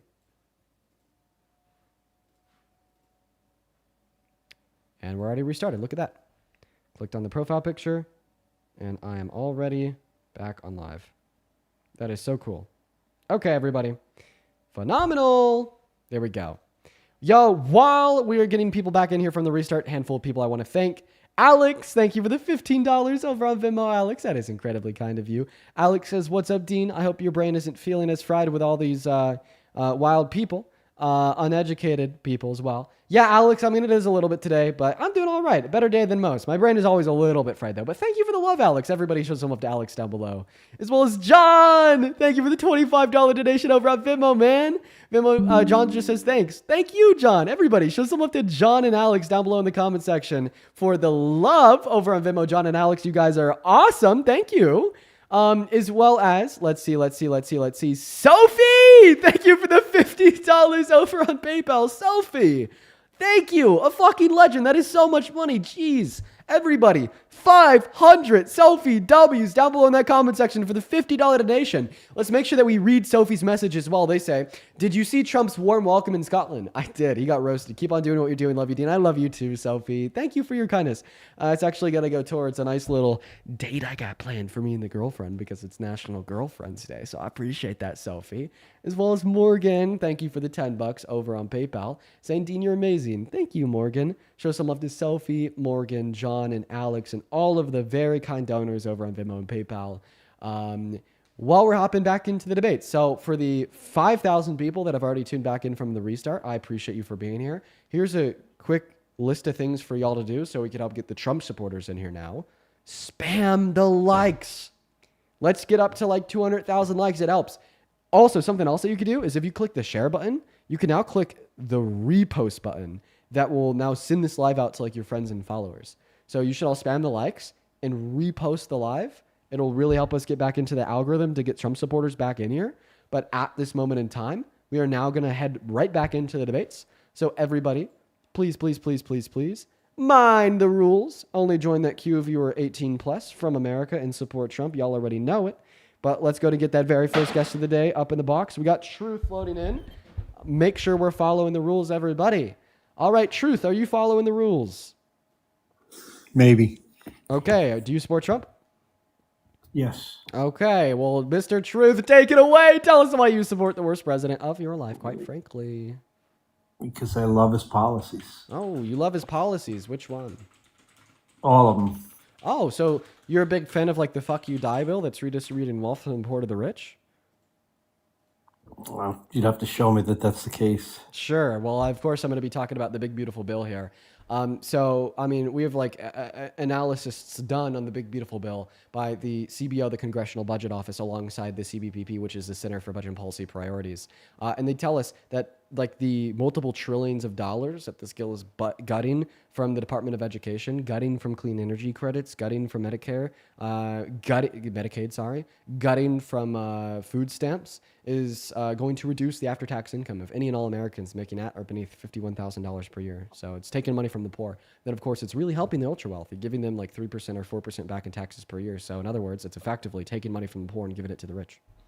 Yeah, I don't see it that way. I see that my child tax credit is growing. I see that I'm getting 3% more in my QBID. I see lots of good things for small business owners, something you probably have no clue about because you dropped out of college. Well, you see me running a business right now. I actually dropped out of college to run a business. Cute, though. How's that working out for you? Oh, it's going great. Trump's shitting all over you. Unless you're rich, you're not doing well. Well, like the business in of itself, regardless of what the current tax code is doing great. I mean, look at it. Right now we have 6.3 thousand people listening to me roast the hell out of a Trump supporter 4 minutes after I restarted my live stream. I think I'm doing just fine there, bud.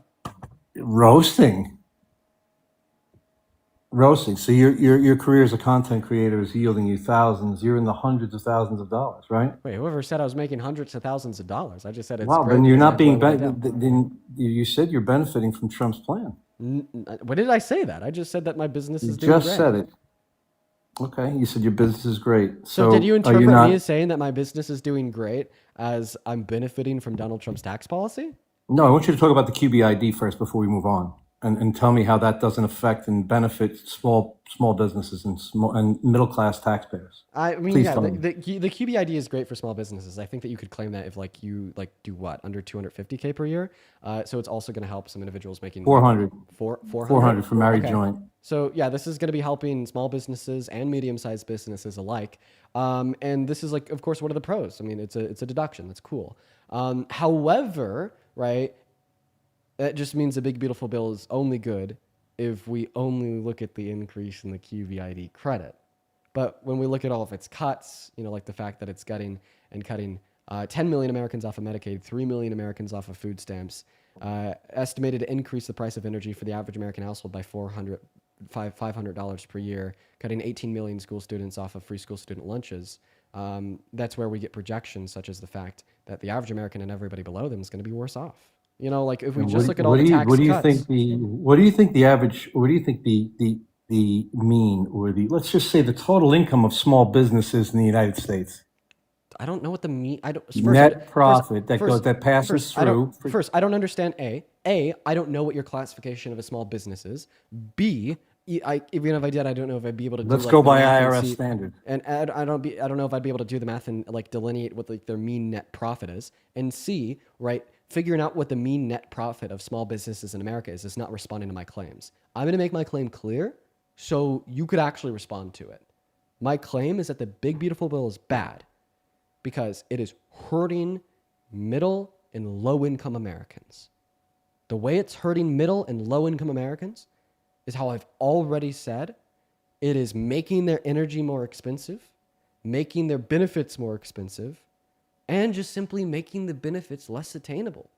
It's making families spend more to feed their children by cutting them off of food stamps and by making Show them us send the them to proof, loan. Dean. Don't talk about it. Show us the proof. These are talking points. Show us the proof. Show me in black and white where this is happening. Sure. Please. Which point do you And want proof? thank you. I appreciate it. Which point do you want proof for? I'm going to mute myself. Go ahead. Show us all where these cuts are happening and how SNAP people are being screwed. Show us all your lies. Yeah, we'll go ahead and start with Medicaid.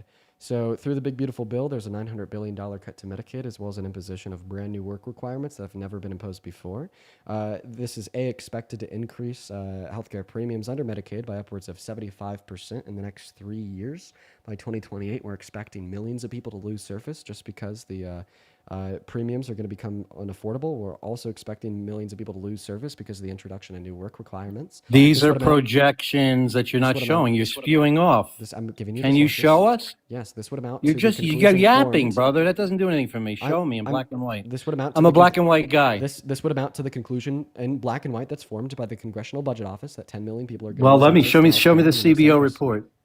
Show me the CBO report. Yeah, just go on Google, type in CBO report. No, Dean, you're making the claim. You have to back it up. I did back it up. Not only did you do you know how debate works? You've been to Jubilee. You know how it works. You have to back up a claim that you make. I did. Not only. Show me. Show me your source.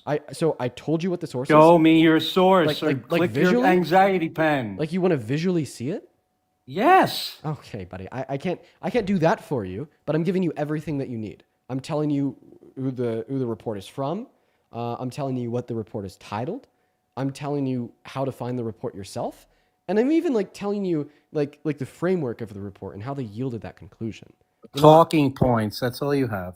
You haven't proved anything. You haven't proven anything. Zero. What more would be required for me to prove this? Zero. I gave you the QBID, which you conceded to. Thank you very much. I asked you how much small business accounts for in this country. You have no clue. But yet you have. What more do I need to give you to prove that people are like losing? You have market? a complete handle on our economy. You don't know what small business contributes to this country. I don't. You're a I don't know why you're moron. pivoting. I don't know why. I don't know why you're pivoting or getting upset. I think the old man is getting angry because he had a 20-year-old dude. You don't know what small business contributes to this country, and that's sad. Actually, how is that sad for me to not know what the IRS classification of a small business is, nor what their median net profit is? I'm so sorry. For a guy who has all this, this is like the most fucking like annoying. you most should know that with all your stats, Dean. You're not stupid. Can I finish talking? You know everything, don't you? No, I don't know everything. Just let me know when I can finish. Oh wow, clip it. Because Dean Withers doesn't know everything ever. He's wrong. Clip it. I know you don't. You're a child. Oh, well, don't children interrupt because that's what you're doing. Can I talk? No. Adults interrupt too when children are wrong and need to be corrected. Sure. What was I wrong about? Everything. Okay, You haven't given proof on any one of your points. You just you're up here and talk. Okay. And how people sit here and gift you for no reason is beyond me. Yeah, Venmo and PayPal in the bio if you want to gift me for no reason. You weigh about my left calf. Oh. That's about the size of you. You probably have a tumor in there then. You should probably get it checked out. Nope, I don't have a tumor. I go to the gym, pal. Okay, all right. Riley, appreciate you for the galaxy. Well, I understand that the old man is getting emotional now. Olivia, thank you for the $5 over on Venmo. I appreciate you for the love for nothing. Thank you, Olivia. As Call well for my as doxing. Israel, thank you for the $10 over on Venmo. I appreciate you for the love. Call for my doxing. You won't dare. Okay. You won't dare because you've already been sued, you little prick. Quick question. How many beers? Not one. Geez, you're like this sober? Oh my god, I'd hate Not to be around one. I have clips of you freaking out over your anxiety pen, man. Are you click it. Go click it. Are Go you click truly like this when you're sober? Like, bro, Go click your pen. It's like a Friday night. It's like 6 p.m. on the East Coast. Like having a beer or two right now would be totally fine. So I wasn't asking that to like target you. Like having a beer right now sounds nice. I get it. 6 p.m. on the East Coast, Friday night. But you're telling me you act like this when you're sober? God damn. Holy crap. Jenny, thank you for the $50 donation. One second. Jenny, thank you for the $50 You're a bully. One second. I'm thanking my donors. Thank you. Jenny with the $50 over on Venmo. I appreciate you for the love. I appreciate you so much for the love, Jenny, with the $50. Can we please get 500 Jenny W's down below? Jenny says here's some free money for all the work that you do. Elgas, I appreciate you for that, as well as Honor with the $5 Canadian over on PayPal. Thank you so much. Crystal with the $5 to say that the guest sucks. And then John with the $5 over on PayPal for absolutely nothing. You guys are so incredibly kind. Make sure to show some love to all of our donors down below in that box, as well as Melanie with a $10 This is what over on happens when you Venmo. drop I out. appreciate you so much for the love, Melanie, as well as let's see here, Kelly with the $5 over on Venmo as well. Thank you guys so much. Dumb Then as a Ryan rock. with the $10 over on Venmo for babysitting the old guy. Samantha with the $10 on PayPal, sending love from the UK. I appreciate you guys so much for the love. Why is your voice cracking? I mean, I don't think that my voice cracked. You know, it cracks sometimes. Didn't Have happen your to crack in testicles that dropped last- yet? Yeah, it's kind Have of your weird. testicles dropped yet? Why is a 6-year-old man asking me about my balls? Have your testicles dropped? You sound like a girl, dude. You sound like a fucking. Why are you asking a girl about their genitalia? You see what I saw? I'm a man. Yeah, why is a 60-year-old man asking somebody that's apparently a girl about Why their do you genitalia? sound like a girl? What- Why do you sound like a girl? What do you mean I sound like a girl? Dude, brush up on tax. Candace, Do your thank you for the homework and $5 look at the over on Venmo. 1040, dick boy, and see that the tables have gone down across the board for everyone. What is this guy's problem? Especially the middle. Matthew, thank you for the $50 over on Venmo. I appreciate you for the love, Matthew. Dean, you Matthew eat corn says, on the cob sounds the like long way, everybody is Dean. giving based on Dean what I'm eats hearing. corn on the cob the long way, bitch. From my room my wife is watching from. Dude, this is an interesting conversation, Matthew. I appreciate you for the $50. So could everybody please show some love to Matthew down below in that comment section right now for the $50, as well as Brittany with the $10, Alexia with the $20, Michelle. and Sharon. Michelle Thank you for the $50 over on YouTube Super Chat. Thank you, Sharon. I appreciate Michelle you wipes guys. from back to front. She's got green vaginal discharge. It's what? nasty. What? Michelle, you're one of your viewers. She wipes from back to. Okay, I'm gonna kick you for that. Like that is like truly just like that. That's like kick worthy. What? Why is what? What? What a strange old man talking about the genitalia of people that are donating to me. That is definitely get the hell out of here worthy. We're gonna move on to the next guest. I apologize, you guys had to hear that. Yo, Marie, thank you so much for the $10 on Super Chat, saying somebody's peepaw's jealous of Dean. Somebody needs a nap. I think he needs a little bit more than a nap. I'm not gonna lie. That peepaw has some issues, man. As well as Justin, thank you for another $25 over on PayPal. I love you, Justin. Thank you so much for the love. You were awesome. Thank you so much, Justin. If everybody could please show some love to Justin down below for the 25, that would be awesome. As well as Andrew, thank you for the $11. Andrew, you were also awesome. Thank you. We're gonna move on to the next guest. Y'all, if you're in that queue, make sure that you are following the rules. As well as Kyle with the $5 and Bjorn with the $11. Ashley with the $5 over on Venmo. I appreciate you for the love. Tyler with the $25 over on Venmo. Tyler says the nursing home needs to turn off their Wi-Fi. He needs a nap. So real. Hello? Alexia, one moment. Alexia with the $20 for guest fragile masculinity. Yeah, he had a lot of that for sure. Brittany with the $10 for no reason, and Grace with the $5. As well as Libby, thank you so much for the $15 over on Venmo, saying that guest was sick. There you go. That is a very accurate classification. As well as Catherine with another $10 over on YouTube Super Chat for the free money, because the last guest didn't understand how I get it, apparently. Thank you for the love, Catherine. Dan, what's up? Do you support Trump? I do, yes. All right. Why is that, man? I really like, his policies, and I like the new bill, but I came on here to ask you something. Okay. And I just want to hear your thoughts on this. Why do you think, do you think Biden did better than Trump? How old are you? 18. What year were you born in? 2007. Okay. Yeah, I obviously think that Biden did better than Trump. Yeah. And why is that? Like, can you tell me some specifics? You know, I just first time tuning into your show and Sure. Biden didn't pass executive orders that explicitly contradicted the Constitution. Biden didn't fire the head of the Bureau of Labor Statistics when they reported negative facts of the economy. Yet Biden didn't try to consolidate power to the federal branch of government. Biden didn't deport like innocent legal immigrants to be essayed in torture prisons in El Salvador like Trump.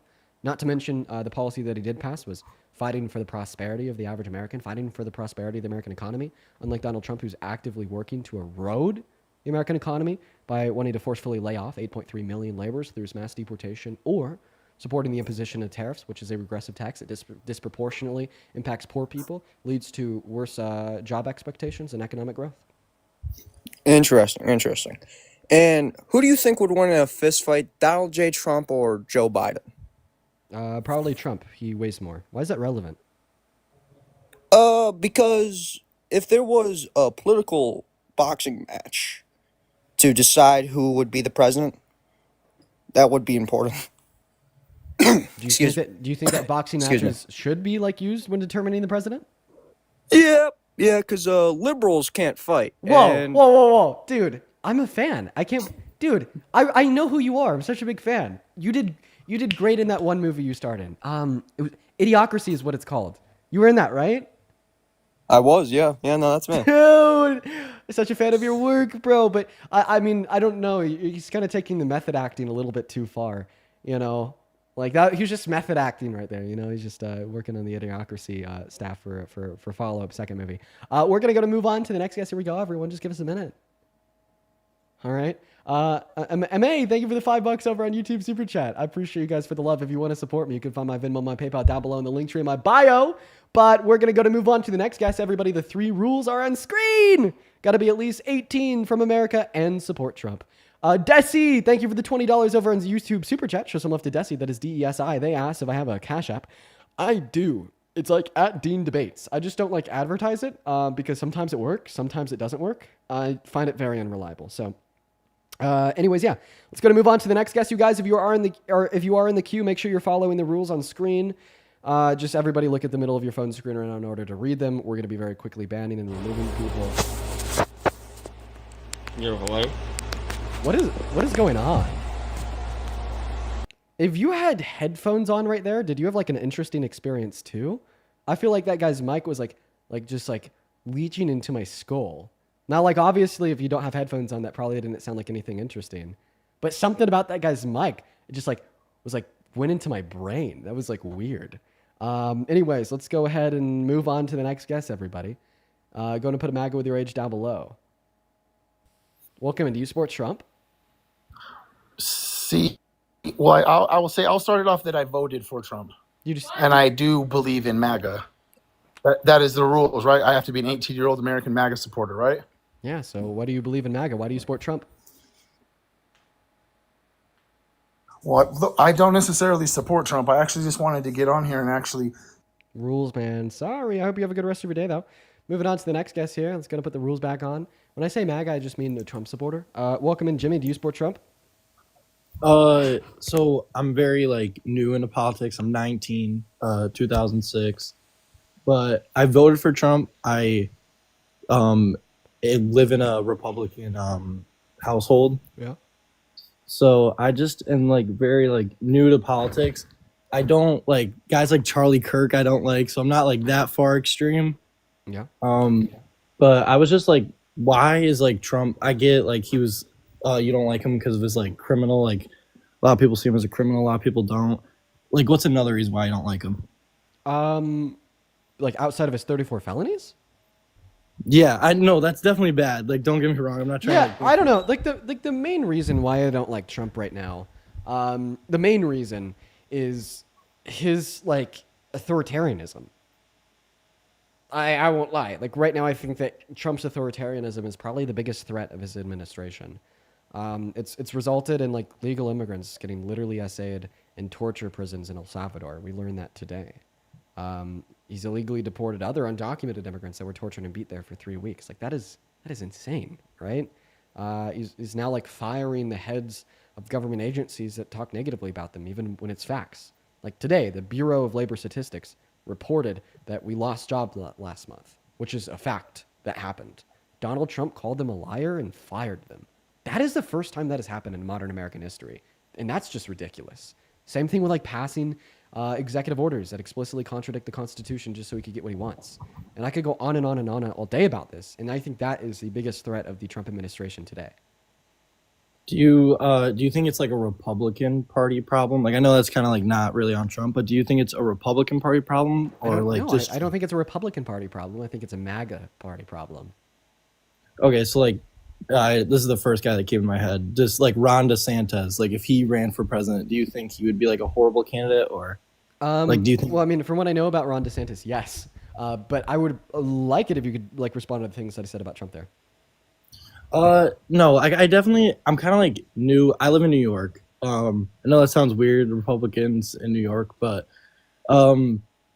like for me, like I don't got a lot of stuff I got to do. I'm 19, but like gas in New York has gotten cheaper.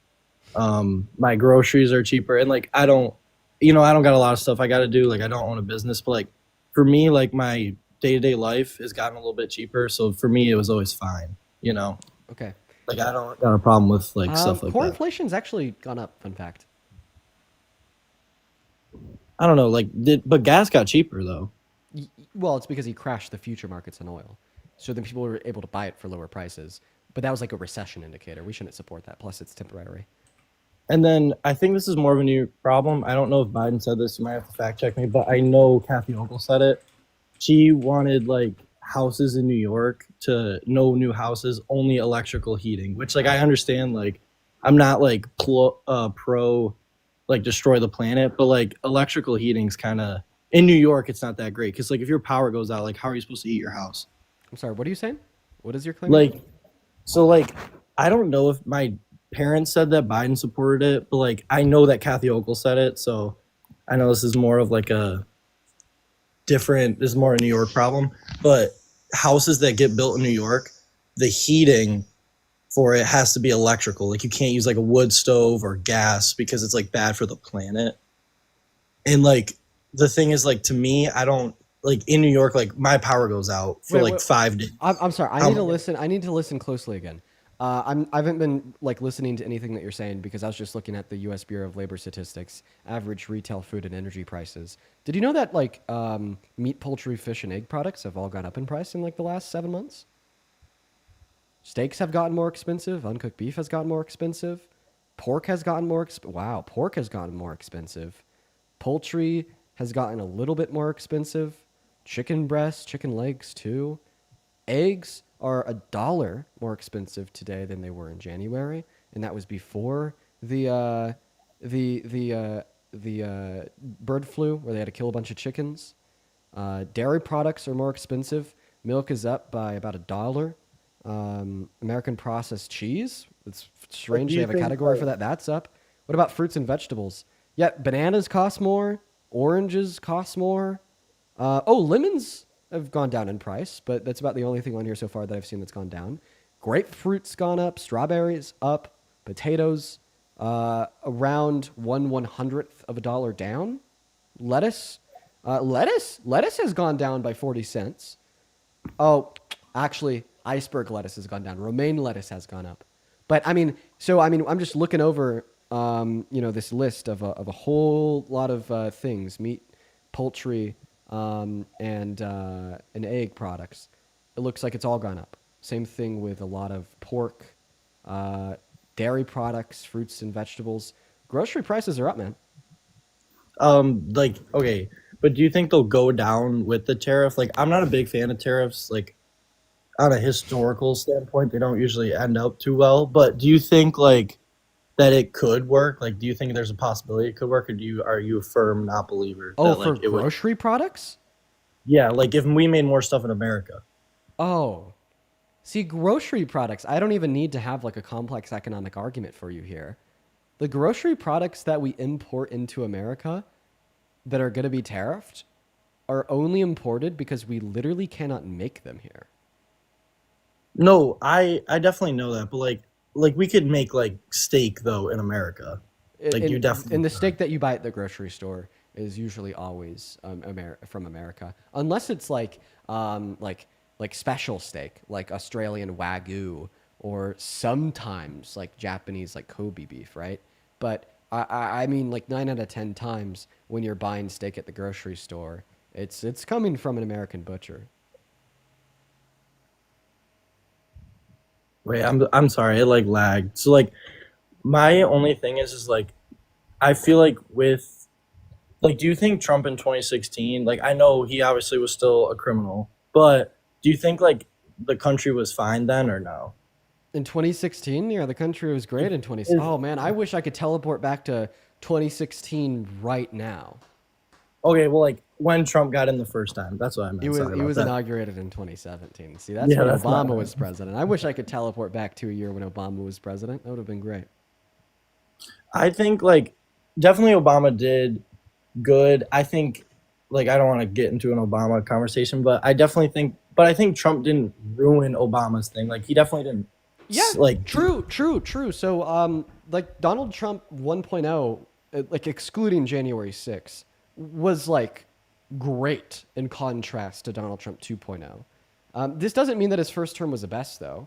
You know, like he still passed economic policy that simply disproportionately benefited the ultra wealthy compared to like the average American, and did a bunch of other really shitty things, but completely different than what he's doing now. Now he's like actively destroying this country. The only thing that happened in his first term that was comparable to what he's doing now was January 6th, the Muslim ban, a little bit of like his immigration rhetoric, but that's about it. And like you might call me crazy, but like I like the reason I voted for him is because like I kind of believed that what he did, Trump 1.0, as you would say, I believe that like that was gonna happen. Like, do you think that could happen or no? Do you think he's gone too far? Gotten too extreme? Yeah, he's only getting more extreme with every day that passes. You know, honestly, man, I just think they were looking for a little bit more information. I feel like a good place for you to be would just be watching live compared to, you know, being up here. Like, I actually appreciate you for seeking out information. Like, I'm really proud of you, man. All right, thank you. I'm still young, so I'm still looking for information. Have a great day. Dude, yeah, you too. Let me tell you this before you take off, Jimmy. I, for whatever reason, have a significantly more enjoyable experience on average talking to younger people such as yourself compared to these old Trump supporters, because the younger you are, what I've seen is you have a mind that is more open. And that's why I do what I do, man. But now, obviously, that's going to be overshadowed by like the 18-year-olds that come up here and are just completely annoying. So annoying. So annoying. And unfortunately, they overshadow people like Jimmy. But, you know, people like Jimmy still need to be appreciated, because I think that's the right thing to do. You voted for Trump, you support Trump because your family does, but hey, man, you're exploring what other political views exist in the world with an open mind. That's awesome, dude. I wish I would have done that at a younger age. Welcome in, Melissa. Do you support Trump? Melissa. No. Bye, Melissa. Have a good one. Guys, if you're in the queue, make sure that you're following those damn rules. Moving on to Marla. Natasha. Dude, thank you for the $100 donation over on Venmo, Natasha. Jeez. Oh, my God. Oh, wow. I need to be able to read Natasha's message here, y'all. This is actually a very important one. Wow. Natasha says, Dean, keep doing what you're doing. I've been watching you for a long time now. I wanted to tell you that I used to get grief from my husband for listening to you, and he listened to you yesterday and is not a Trump fan any longer. Natasha.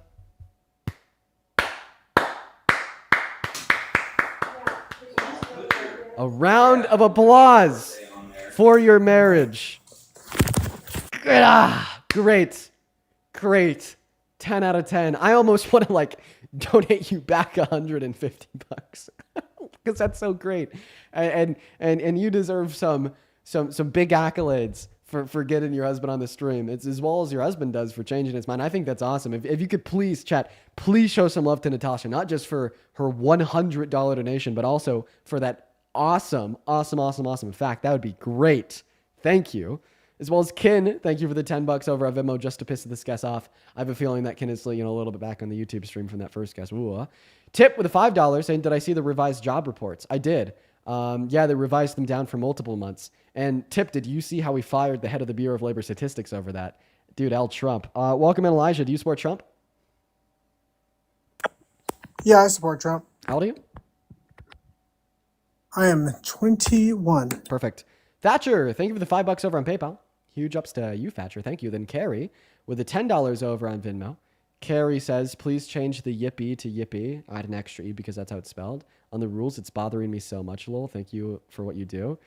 Sure, why not? I can change it. It'll be easy. Real quick, Elijah, before we hop into the debate, how old are you? 21. Oh, sorry. Can you hear me? Asked that. Yeah, what year were you born in? 2003. All right. What month? September 5th. Yeah, you would be 21, man. You're actually really close to me in birthday. My birthday is September 1st. So why do you support Trump? Well, look at the big, beautiful bill. And he has such influence over the country. I feel like he's the perfect leader. Did you just call an authoritarian asshole who's been firing people that talk negatively about him, even though it's facts, a perfect leader? This guy that promised the Epstein files, but then after he figured out he was on them, he directed the FBI to flag wherever his name was, and today we learned that they redacted them, and now he's calling them a Democrat hoax, a perfect leader? Seriously? You guys had ownership of those files for 4 years. Y'all could have published those at any point in time. Yeah, that is true. I mean, actually, no, not necessarily. They could have published them for 2024 because prior to that point, they were sealed in Ghislaine Maxwell's case. So it's not technically true, but this isn't responding to the point that I made. Because remember, I was responding to your claim. What is the point that you're making? You don't have another candidate. Also not responding to the point that I made. I'll remake the point so you could hear it this time. You called Trump the perfect leader. I pointed out that he's an authoritarian disaster. I pointed out that he promised to release these files, but once he figured out that his name was on it, he started lying to journalists about not knowing that, and then had the FBI redact his name from them. These are obviously not signifiers of a perfect leader. Well, nobody's perfect, but we don't have someone who's good enough to run against President Trump. And I think we can push those Epstein files to the side. I mean, they would not only, because I do agree that they're going to probably call out Trump. They're going to call out so many more people that are in Hollywood. I mean, let's think here for a second. Whoop-de-doo, people in Hollywood are stinking. If they released the Epstein files, they wouldn't call out Trump. Today, we learned the FBI redacted his name from them. I think we've learned that they've redacted a lot other names from it as well. Hollywood is not the place that you want to be because there's things that happen there. Like okay, look at Diddy. He did things very similar. So I don't think it's an issue that's worth talking about. You're saying that Trump is like Diddy? What kind of argument is that? I think similar things have happened. What? Okay. I agree. Believe it or not. I think that there you go. I think that Diddy and Trump have likely done similar things. Yes. Would you ever support Diddy as president? Does that mean you need to attack his leadership? Would you ever support Diddy as president? No. Because of what Diddy's done, right? Not because of what Diddy has done, because he is not a good influential leader. So you're telling me if Diddy got a law degree from Harvard and was good at public speaking that you'd vote him right on in? I don't know what you're getting at. There is no other political leader that we're going to amend to instead of Trump. Who? Tell me who. Who's better? If not Trump, then who? Because I haven't heard of them. Anyone?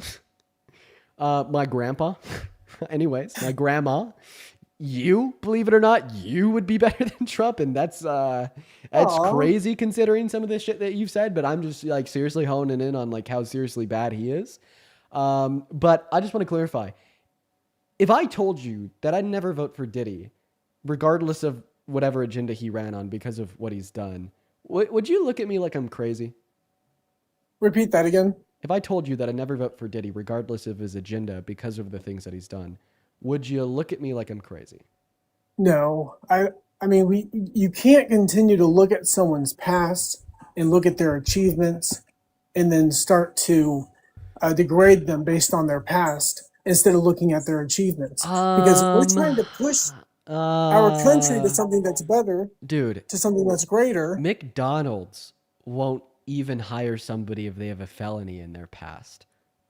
And you're telling me that we shouldn't look at somebody's past when determining if they should run the most powerful country on the face of this planet? You know, we couldn't drive Justin Bieber to the ground after we found out several things and after he went into jail. He's still a big artist. I don't understand Trump what is Justin in the face Bieber of the public. Trump has is in the anything face to of the do public. with what I Trump is in said. the face of the public. Trump is in the face of the public. Yeah. And people like him. And so you can throw anything at him nowadays. And it will not take him off of his throne. So saying, oh, you said throne, right? Exactly. Well, pedestal. He could call himself Out a of king and you'll still office. support him. Out of office. What you're saying is true, right? That people will still support Trump no matter what.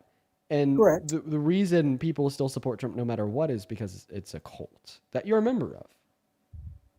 Excuse you, I'm not a member of it. You just told me that you don't care what Trump has ever done. Even if he's done everything that Diddy's done, you'd still support him as president. In fact, you said that the two people are similar.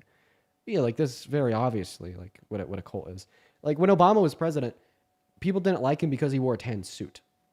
And now you're telling me that you still like Trump even if he was like a child rapist. That's a cult.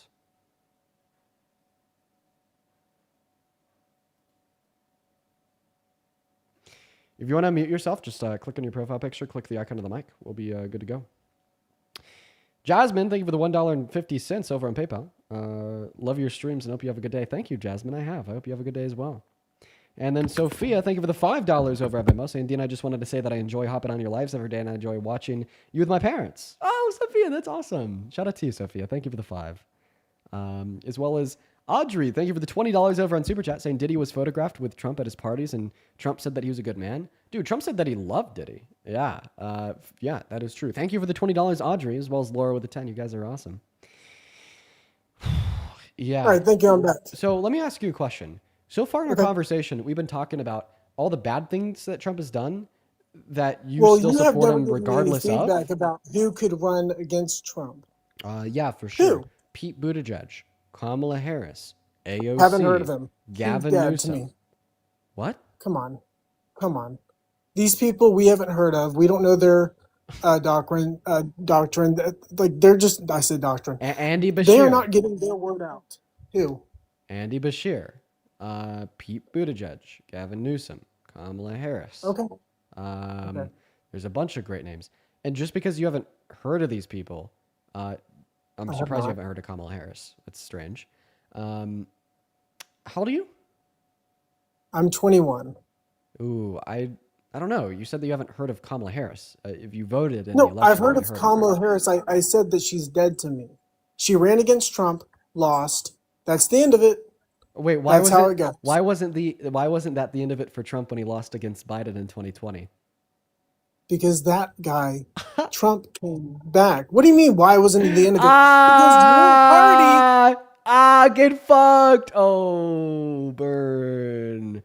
Are you suggesting that Kamala Harris is going to come back? Your party chose a dying dandelion, which we all know as Joe Biden, and he died almost right there in office. He died in office? What? Almost. He almost died in office. Please. Okay. Please. I'm so curious. I'm dying for you to tell us why you do support Trump. Because we've been talking about all these reasons that you support him regardless of. But like, I just got to know because like you're just completely delusional. Yeah. I'm curious here. Why do you support Trump? I'm so curious. I'm fascinated. I got to say, tell us. Boy, oh boy. Well, Trump looks after our economy, for one.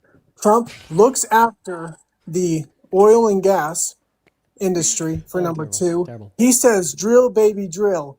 He goes against the people who are coming for us, So that would be wars and things like that. The big beautiful bill, you can't deny, is a pretty good freaking deal. He's made promises to us, and now he's following in on those promises. I'm gonna start a doc. I want to I want to refute everything that you're saying for fun. So I'm gonna get satisfaction out of this because I just think that you're insane. So you support the BBB, supports the BBB, drill, baby drill, keeps promises. Okay, so we have support the BBB, drill baby drill, keeps promises. What else? Oh, look, good for the economy. What else? Oh, yes. Oh, anti-war. You said that too. That's right. Okay, what else? Well, he's a great speaker. My God, great speaker. Okay. Put that one down. Okay.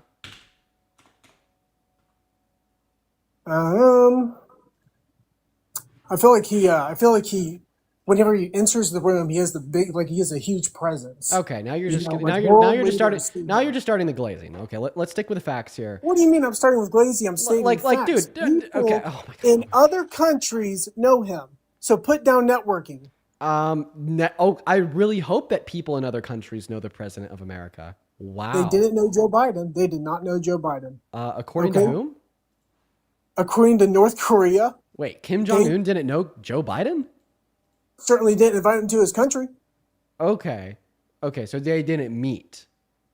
They didn't meet, but Donald Trump and Kim Jong-un met, and then of course, okay, Russia. The whole no, because we're not done typing about how good of a man Trump is. You need to put those hands back on the keyboard. I'm just gonna need I'm just gonna need you to lay to rest a couple things in the comment section. Everybody's saying that you're 16. Are you 16? No, I'm 21. I promise. 2003, September 5th. I'm 21. Okay. So then everybody in the chat, stop calling him 16 unless you have evidence. And if you do have evidence, feel free to let me know down below. Oh, apparently you have a video that says you're 16? That's not true. That must have been posted like 4 years ago. 6. I don't see any videos saying that you're 16. You are going down my profile. Yeah. No, I'm not 16. And now people are saying that your Snap? Well, your Snap is the Elijah 2023. I don't know what that has to do with 16. Okay. That was the year that I left my high school, and as a joke, everyone turned on my Snapchat and got it banned. And after being out of high school, I don't know. I'm going to ask you guys to stop spamming. He's 16 down below in the chat. Like that, I don't really see like any reason or evidence to believe that he is 16. So I just stop it, you guys. We're gonna go back to the debate now. Back to the debate. It looks like we got a list. I want to appreciate you, Dean. That was, yeah. Okay. Do you mind if I respond to the points that you've made so far? Go ahead. Yes. Okay. So the first point that you made was that you support the Big Beautiful Bill. Big Beautiful Bill is bad. It is literally the most expensive piece of legislation in American history, and it's stripping benefits away from millions of Americans. 10 million Americans are going to lose health care. 3 million Americans are going to lose food stamps. 18 million school students are going to lose free school student lunches. So Big Beautiful Bill, bad. Your second point, you said drill baby drill. Dude, you know like Sleepy Joe, who you said almost died in office? Guess what? He was better for the production of American oil than Trump. Go to EIA.gov, look up U.S. crude oil production. He just simply produced more, kid. Get fucked. Okay. Now, for your third statement, says that he keeps promises. Oh, okay. Promise the Epstein files never happened. Promise wall between America and Mexico, and that Mexico would pay for it. Never happened. First term promise an infrastructure bill. Literally never happened. Daddy Joe had to step in and get it done. He promised to end the Russian-Ukraine war on day one. Never happened. He promised to reduce the price of groceries so fast on day one your heads would spin. We are now 180 days into his term, and the price of groceries is up. Okay. He promised that in the first 3 days of his term, the economy would be glowing. Okay. Well, the first 4 months of his term, the GDP went down and the stock market crashed by 7%. He promised your sixth point, which was that he's anti-war and pro-peace. Well, he actually got America directly involved in a war in Iran, and he's only emboldened the ongoing conflict between Russia and Ukraine by defunding Ukraine. And there's not a single global conflict that has gotten better or resolved in the last 180 days in office. To your seventh point, saying that he's a great speaker, here's a translation of one of Trump's speeches. Tell me how this guy's a great speaker. You have so much water, they don't know what to do with it.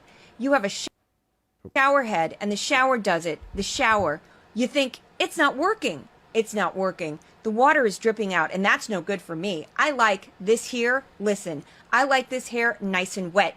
You have to stand in the shower for like 20 minutes before you get the soap out of your hair. And I think, and it sounds funny, but it's really not. It's horrible.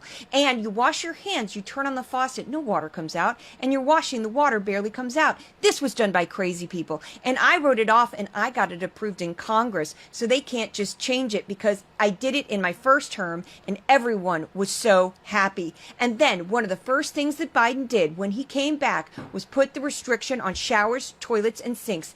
Put this and washing machines and the washing machine. They give you like a quarter of this bottle and you do your clothing. And people needed 10 of these bottles. And then the people came to me from Whirlpool. They said, we can't make a machine that's competitive. We can't make a machine and it doesn't work right. They don't let us use the water. Do you have any problems with water? No, we have so much water we don't know what to do with it. You know, it comes down from heaven, right? And I approved all of that. The washing machines, the whole thing, the dishwashers. That was the other one. They give you like this much water right up to there to do your dishes. So people, you know what they do? They keep pressing the button. So they just keep doing the dishes 10 times. They end up using more water than you would have used if you did it right in the first place. So all of that stuff has been written off. It sounds crazy. It's the little things. The straw. I let you go back to a plastic straw. I was tired of having straws melt in my mouth. You know, it wasn't working. The paper wasn't working so well. So these are the little things that I did. Wow. So I said, let me ask you a question. And he said, nobody ever asked this question. And it must be because of MIT, my relationship to MIT. Very smart. He goes, I say, what would happen if the boat sank from its weight and you're in the boat and you have this tremendously powerful battery and the battery's now underwater and there's a shark that's approximately 10 yards over there. By the way, a lot of shark attacks lately. Do you notice that? A lot of shark. I watched some guys justifying it today. Well, they weren't really that angry. They bit off the young lady's leg because of the fact that they were not hungry, but they misunderstood who she was. These people are crazy. He said there's no problem with sharks. They just didn't really understand a young woman swimming now really got decimated and other people too. A lot of shark attacks. So I said, so there's a shark 10 yards away from the boat, 10 yards. Or here, do I get electrocuted? If the boat is sinking, water goes over the battery, the boat is sinking. Do I stay on top of the boat and get electrocuted? Or do I jump over by the shark and not get electrocuted? Because I will tell you, he didn't know the answer. He said, you know, nobody's ever asked me that question. I said, I think it's a good question. I think there's a lot of electric current coming through that water. But you know what I'd do if there was a shark or you get electrocuted? I'll take electrocution every single time. I'm joined now by Ezra Klein, the co-author. Wow. This is amazing. I'm very highly educated. I know words. I have the best words. He was captured. I like people that weren't captured, okay? I was down there, and I watched our police and our firemen down on 7-Eleven, down at the World Trade Center right after it came down. Look at what happened in the 1990s. Our embassies in Kenya and Tanzania, and this was a horrible period of time for us, were attacked. You know what uranium is, right? It's a thing called nuclear weapons and other things, like lots of things are done with uranium, including some bad things. And I will tell you, I left Texas. And I could play these clips for like the next 4 hours. I guess we'll stop. I could listen to them for the next 4 hours. I know that Donald Trump sounds like what it would sound like if you were to open up a Dr. Seuss book. But I think he's doing it so that many people can understand what he's saying and get into the logistics of what he's saying. Because if he were to use high and mighty words, not everyone else would understand what he's saying. Now, I do work with some old people. In fact, my boss, he's awesome. But you know, he'll go into his tidbits about what he's done, and it'll take him forever to get around to the point. But I think Kamala did the same thing. Kamala, that's how you pronounce her name. Quickly, we're talking about your claim that Trump is a great speaker. We'll talk about them next. So we just listened to like 5 minutes of Trump speeches. Name one point he made that you were able to coherently understand in the last 5 minutes. I mean, I could hear 2 points. Name them. One, atomic bomb bad. Okay, that's 1 point. Amazing. And then 2, there's people who are getting very little amounts of water. Okay, and that's also a bad deal, and that's a point that he made. Wait, where did the batteries come in? Batteries. Oh no, I was talking about atomic bombs. Atomic bombs? Yeah, and that was bad. He said that bad. Do you mean nuclear? Nuclear. Okay. Go ahead. Just go ahead. Just go ahead.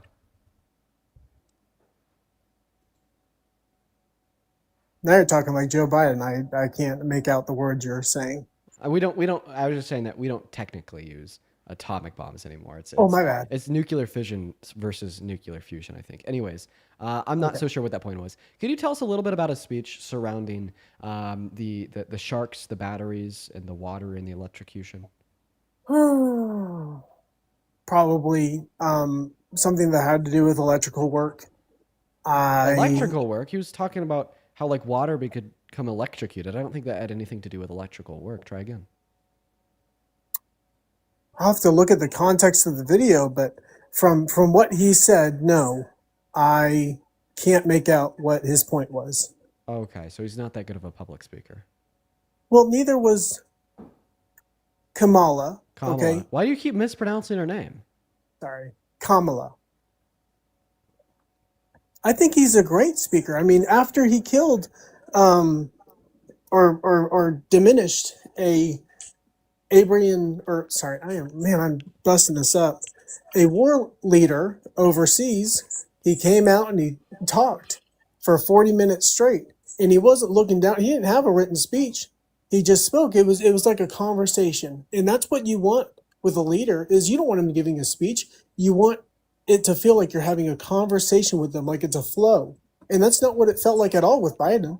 Okay, all right, yeah. What were you able to get out of this speech of Trump's that I played? Tell me this one. The other night, you buy a house, they have a faucet in the house, and the faucet, the water doesn't come out. They have a restrictor. Did you get like conversational vibes off of this speech? More of a Dr. Seuss vibe.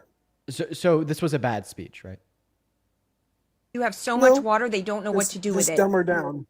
Oh, what is he dumbing down? You have a shower head, and the shower does it. The shower. You think, it's not working. It's not working. The water is dripping out, and that's no good for me. I like this here. Listen, I like this hair nice and wet. You have to stand in the shower for like 20 minutes before you get the soap out of your hair. And I think, and it sounds funny, but it's really not. It's horrible. What is he dumbing down there? So he is trying to emphasize how much that these folks are he's trying to use the sense that, hey, gosh, I'm not. And you wash your hands, you turn on the faucet, no water comes out, and you're washing, the water barely comes out. This was done by crazy people. And I wrote it off and I got it approved in Congress, so they can't just change it because I did it in my first term and everyone was so happy. And then one of the first things that Biden did when he came back was put the restriction on showers, toilets, and sinks. Put this and washing machines and the washing machine. They give you like a quarter of this bottle and you do your clothing. And people needed 10 of these bottles. What was he saying there about the quarter of the bottle in the clothing and the 10 bottles in the washing machine and the shower and Biden in his first term? So here, where she is quoting Trump, Trump is trying to persuade whoever he's talking to that in his first term, he did something for these people. He got them more water because this is how bad it was. And he's trying to... Okay. How does that point relate to the washing machines and the quarter of the bottle compared to 10 bottles? Because they have no water. And life is terrible without water. And that's what he's explaining. Quarter of a bottle? So water would like come from the house, not from a bottle. So where do the bottles come into the picture with the washing machines? Probably so. So they were probably low on material as well as soap. So how does a quarter of a bottle of soap compared to 10 bottles of soap relate to restrictions on water supply? Because you would rather pick 10 bottles of shampoo than one bottle of shampoo. Wait, he's saying that they're low on shampoo? supply. Wait, something about shampoo and the water in the first term and Biden in the washing machines? I don't think Biden was in the picture. It's Okay, Trump. so Trump so is the one who Biden did wasn't this. in the picture, even though he said he was in the picture. So okay, back to the bottles in the washing machine and the water and the shampoo, because you did say that too, in the sinks and the showers. Let's see what it is. And then the people came to me from Whirlpool. They said, we can't make a machine that's competitive. We can't make a machine, and it doesn't work right. They don't let us use the water. Do you have any problems with water? No! We have so much water, we don't know what to do with it. You know, it comes down from heaven, right? And I approved all of that. The washing machines, the whole thing, the dishwashers. That was the other one. They give you like this much water right up to there to do your dishes. So people, you know what they do? They keep pressing the button. So they just keep doing the dishes 10 times. They end up using more water. Okay, so doing the dishes 10 times, pressing the button with Whirlpool and the machines and water supply and the shampoo and the bottles and the quarter of the bottle compared to the 10. What is your takeaway here? You know, with I can relate to this actually. I can't do it today. You can relate? Oh yeah. What and I'll tell you what the fuck can you relate to? So Wait, you're laughing. What are you laughing at? I just got back from work. So let's say that I'm sitting in a meeting and I zone out. I don't know what's going on at my work, so I zone back in. I try to figure out what's going on. And I'm hearing this, I'm hearing that, a little bit of something else. And You I try to sound piece just it together. you sound just like Trump right now, by the way. No, what I sound like is I sound like the viewer, whoever tapped in on this conversation that we are listening into. We don't know the full picture. You sound just like Trump. No, oh my God, you are such a MAGA cultist that when Daddy King Trump, all right, Lord and Savior Trump starts to talk like an incoherent toddler, so do you. Like you're even like mimicking like the cadence and the tone. Like I have like no clue what I feel like HIGH is shit right now, dude. We just listened to Trump make no fucking sense for like 10 minutes and now you're making no goddamn sense too. You just start talking right like him. He's still a great public speaker. He set the new bar for how everybody should publicly speak. Just say words. The washing machine, the bottles, the water, the heavens, the dishes, the 10 times they have to hit the button in the 20 minutes in the shower and the sinks. And I did that my first term, but then Biden and he reversed it. So I went to Whirlpool and they said, we can't make those machines with the water and the dishes and the bottles and the soap. How was that? Impressive. That was good. Yeah. I gotta give it to you.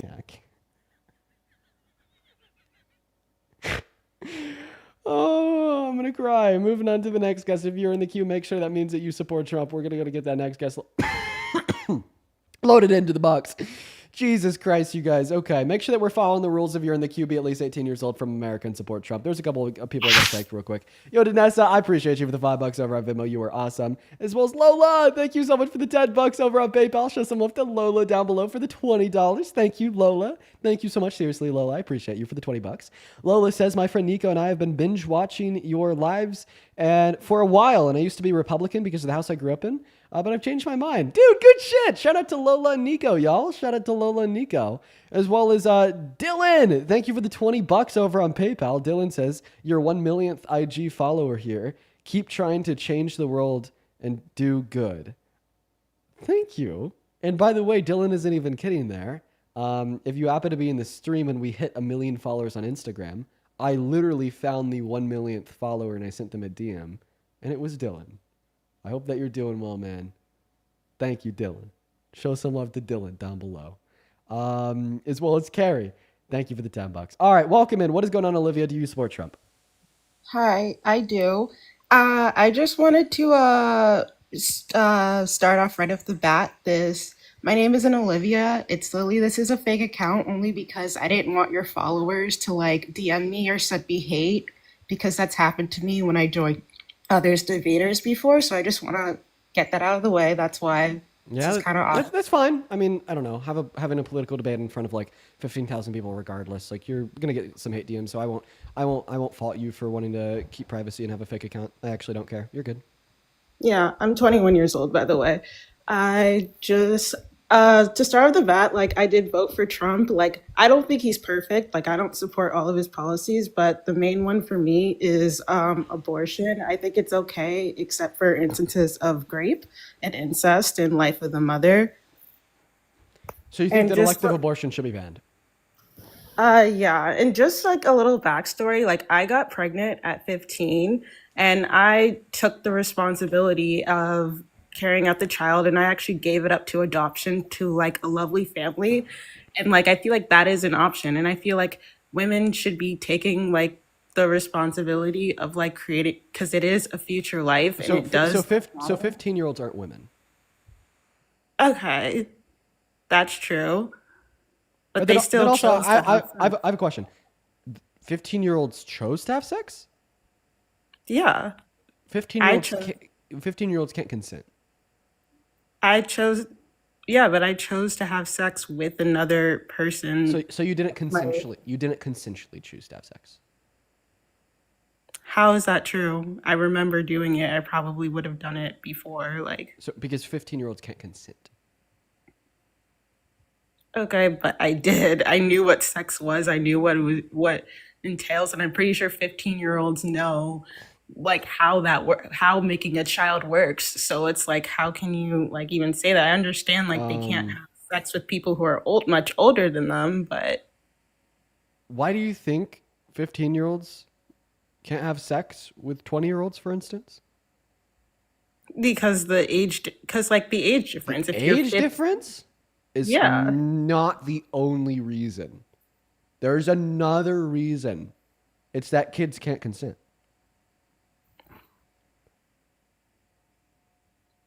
But I did. Like, what are you? I don't know what you want me to say. And they have. If that's the case, then how come, does that mean the person I had sex with deserves to go to jail and I go to jail because I had sex with another 15-year-old? Is every sexually active 15-year-old a rapist? Like, is that what you're saying? So, with like two 15-year-olds having intercourse to one another, both of the 15-year-olds couldn't assert consent for that action, but like we typically wouldn't like make that like a like we wouldn't send the 15-year-olds to jail. Because they're both 15, if that makes any sense. It actually gets like pretty complex, okay? Because then you have to like consider what like statutory rape is, and like different means of like force that went into the action, if there were. It's a very complex conversation to have, but at the end of the day, something that we should all be able to affirm is that like 15-year-olds can't consent. Okay, despite all that, it's still like a future life. The baby is still a future life. Do you think that babies are fetuses? Do you think that fetuses are babies? I mean, yeah, if you let something grow, it becomes a human. Like, okay, you just said if you let it grow, it becomes a human, and you called it a baby. Do you typically refer to babies as its? No. Oh, okay. So then why did you refer to this baby as an it? Just 'cause it was just like, I don't know, casual language. Like, it's still a baby. Right. When does it become a baby? When at conception. No way, really? She was removed from the life for violating community guidelines. I mean, I know exactly what they got her for. I can't repeat what they got her for. We all know. Like, just think about like the words that she was saying. Take them out of context and just put them on paper, black and white. You know why she got banned. Yeah. You accepted me? I did. Do you support Trump? No. I just wanted to say hi. I'm sorry. No worries. We're going to move on to the next guest. If you're in that queue, make sure that means that you support Trump, y'all.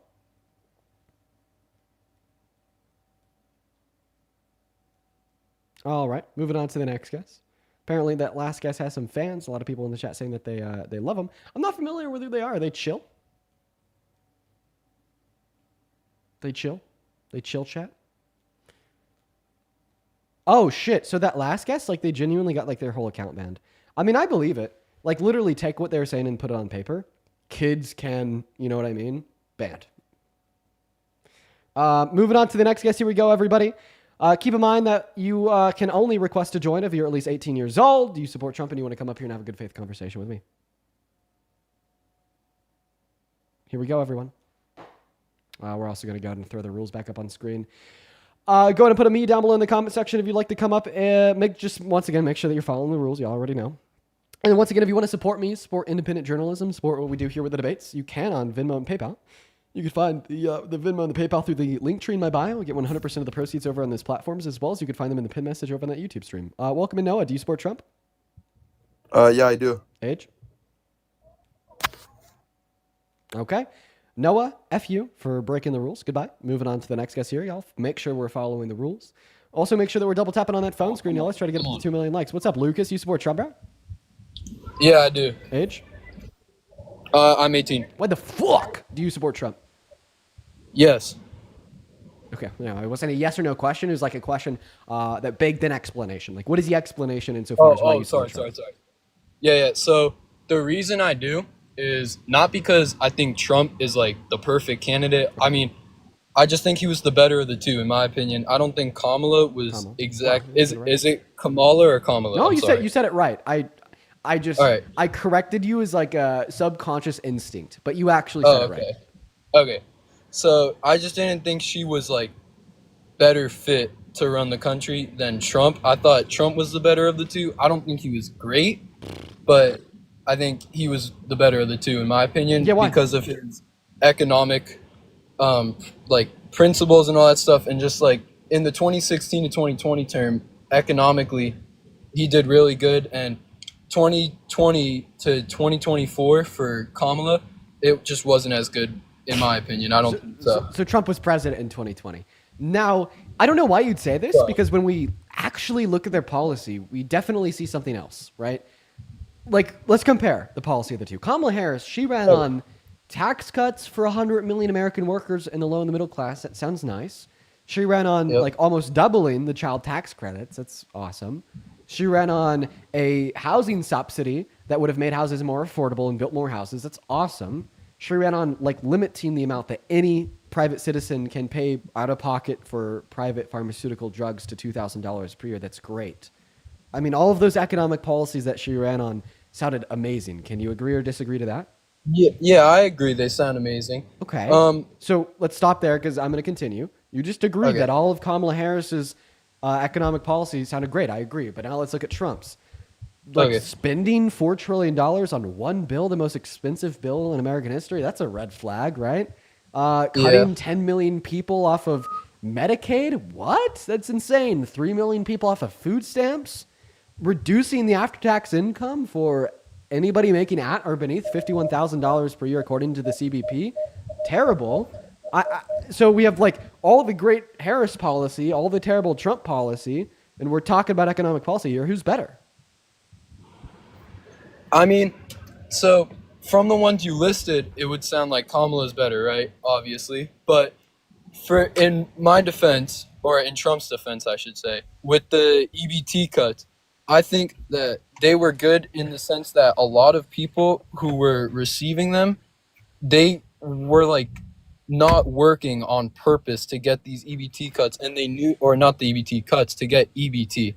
So they knew that if they didn't work and they just didn't do that, they would get these EBT benefits and all that.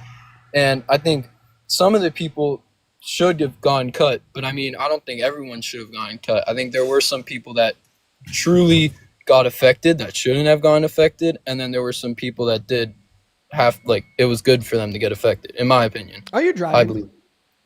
I'm not. No, I'm in the car though. I just parked. I know You're so lucky. You're so lucky. I should have asked that question minutes ago. Okay, so you just told us that you support cutting food stamps because the people that were cut off of food stamps were people that weren't working intentionally to claim benefits. This is going to be crazy. Are you ready for your brain to explode? I'm ready. Food stamps has always had a work requirement on it. You're wrong. I did not know that. Wow. Yeah. So why did you cut food stamps? I would have to look into that more. Right. You know what I mean? From that, it's not I don't know. No, it's not. Now that I know that. Yeah. So then how can you still say that he's good for the economy? Dude, he's terrible. I mean, like, the Bureau of Labor Statistics have done massive revisions in jobs over the last 3 months. Last month, like, our economy literally lost jobs because of his tariffs. And you know what his response was to the BLS? Not to say, okay, let's do like a nuanced review of why they're saying this to see what we could fix. But he just hired the head of the Bureau of Labor Statistics and said that they were wrong. Bro, the Bureau of Labor Statistics has never been called wrong before. Like, that's like a first thing ever, right? So that's insane, right? I think that this shows that there's, like, not only is his policy for the economy terrible, but there's like no potentiality that he's going to get any better because he's so fucking deluded into thinking that he's smart, he's intelligent, and he's good at running the country, that anybody that critiques him at all is wrong. Yeah, I think I agree with you on that. I think that's his biggest flaw is he can't accept he's wrong in You're some right. parts when he's wrong. So then Like, how would you say that he's good for the economy if he's so bad for the economy? We're getting terrible job reports, inflation's up, price of groceries is up, first quarter GDP is down, investment is stagnating, stock market is shaky, and Donald Trump's response is to say that things are going great. I'm going to fucking fire anybody that disagrees. I think with the stock market part, I think that the only reason it doesn't look so great on paper is because up until the election, at the point when he got elected, it was at such a high. Like, if you look at all the major index funds like the S&P 500, they all were at such a high that eventually it has to come down with the market. It makes you ask why. Why was it at such a high? I think it was at such a high because people were believing that their person that they voted for was going to win, and that they were going to quick question. benefit the economy. Quick question. Yeah. Are you 16? I'll take that as a yes. Moving on to the next guess.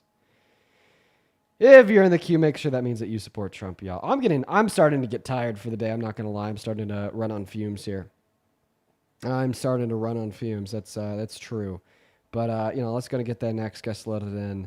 Started to get a little bit tired. Let's try to get, like another debate or two before we head off for the night. I'm thinking we'll do one or two more.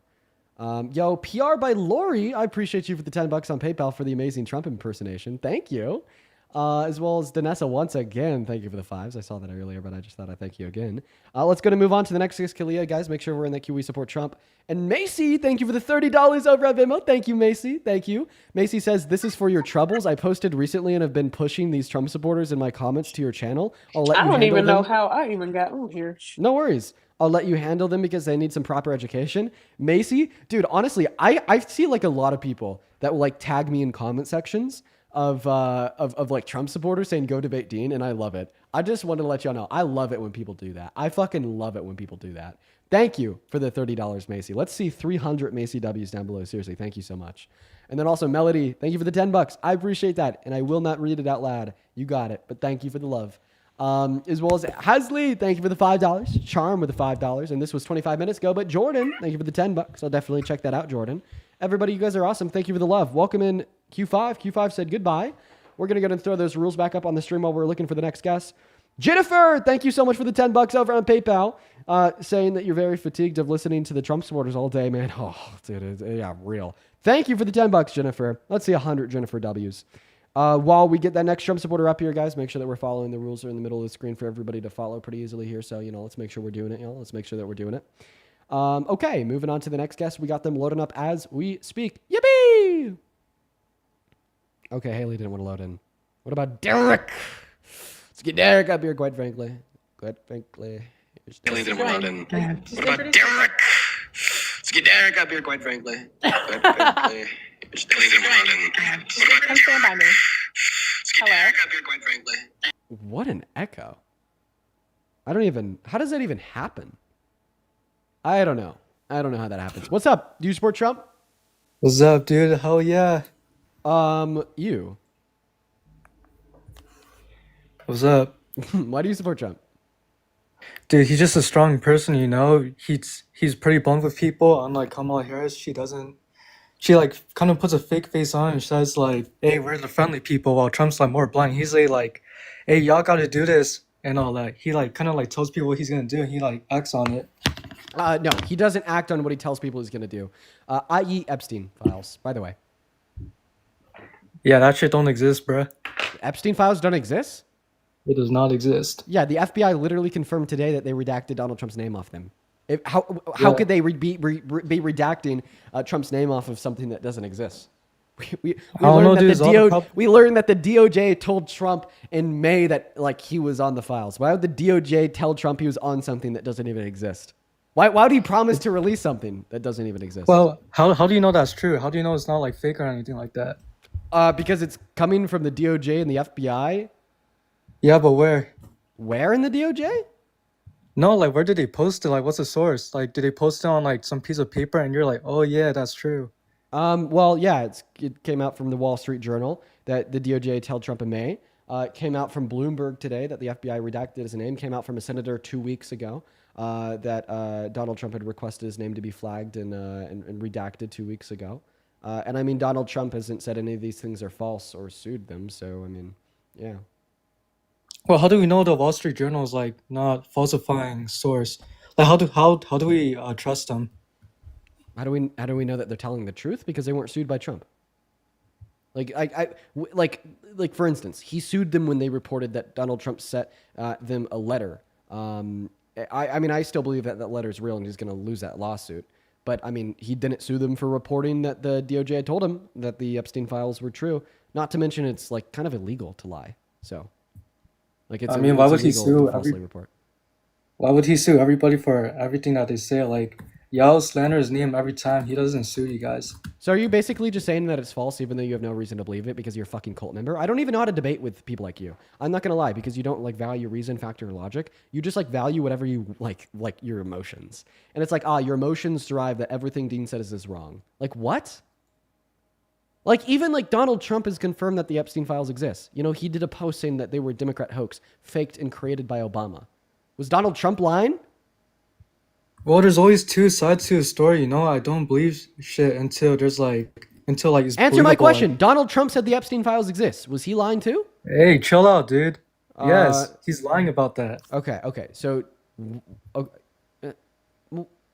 what's the shape of the Earth? You know, it's a sphere. I'm not a flat earther. I'm not stupid. It's a fucking... I mean, you definitely are stupid. In fact, you're literally so stupid, I'm going to kick you. I'm sorry, bro.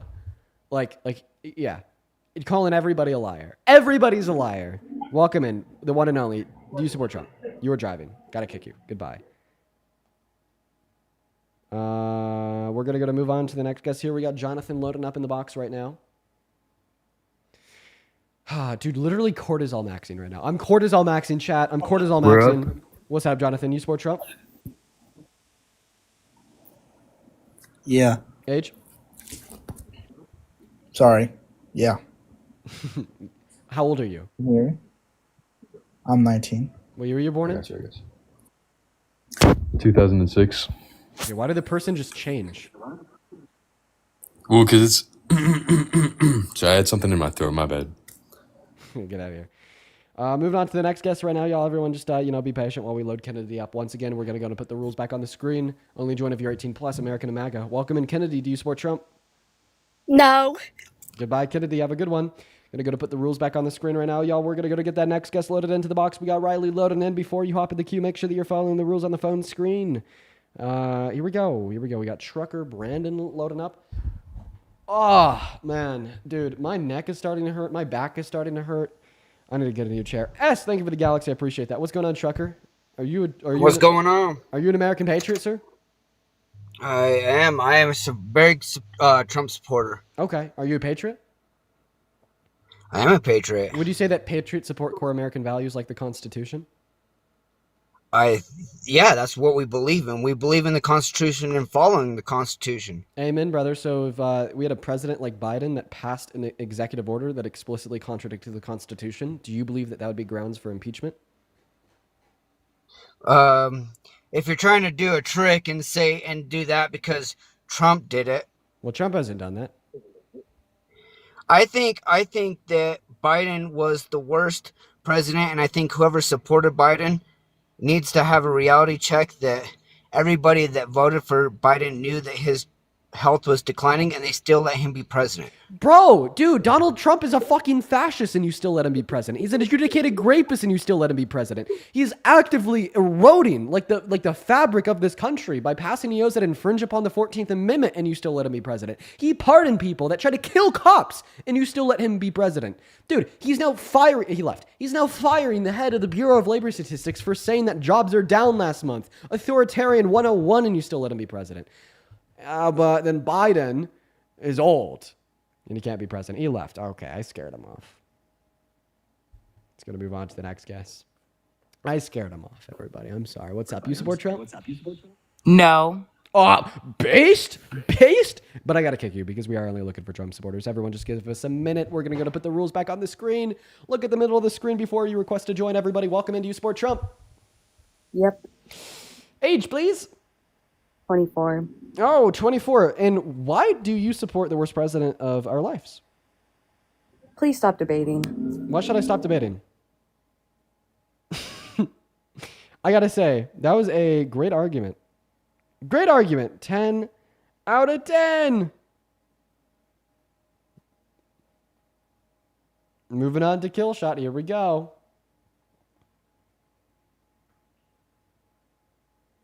Hello, do you support Trump? He was pissing? I don't know. Sounded like it. I hope it wasn't. That would have been weird.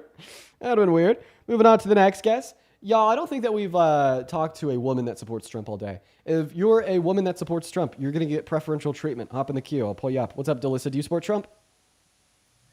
I have a question before I answer that question. I'm so sorry. I'm sorry. I do need a yes or no. Maybe. Is that the answer? No, it's not. It has to be yes or no.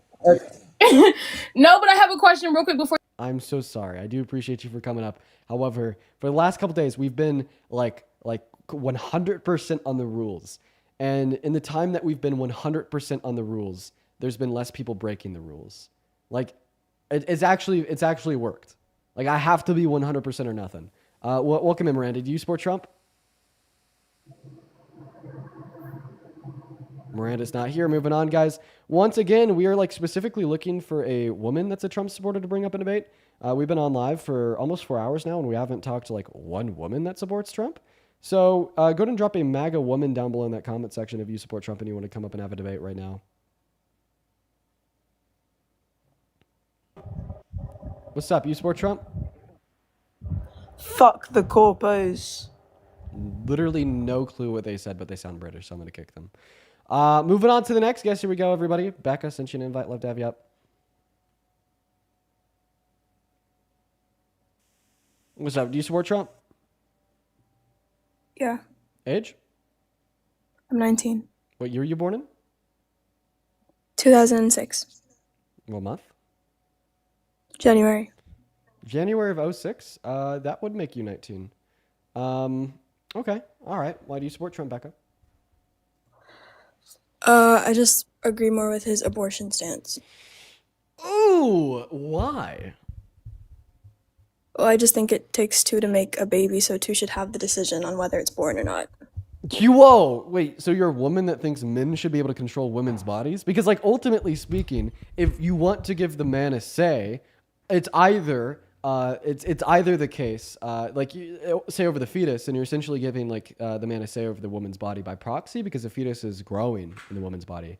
Fun fact. That's how pregnancy works. Now, here's my question. I want to see how far you're willing to take this. If the woman wants to get an abortion and the man does not want her to get an abortion, should she legally be allowed to access abortion? I'm literally so sorry, it just cut out. Can you repeat that? If a woman wants to get an abortion and the man does not want her to get an abortion, should she be allowed to get an abortion?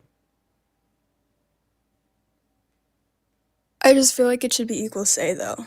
Okay. Well, what happens when they disagree?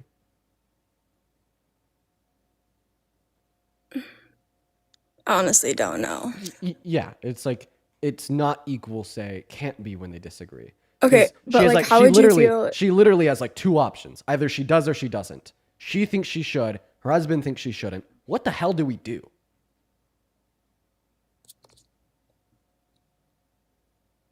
She left. I mean, it's just like such a simple question about the view. We're going to move on to the next guest, you guys.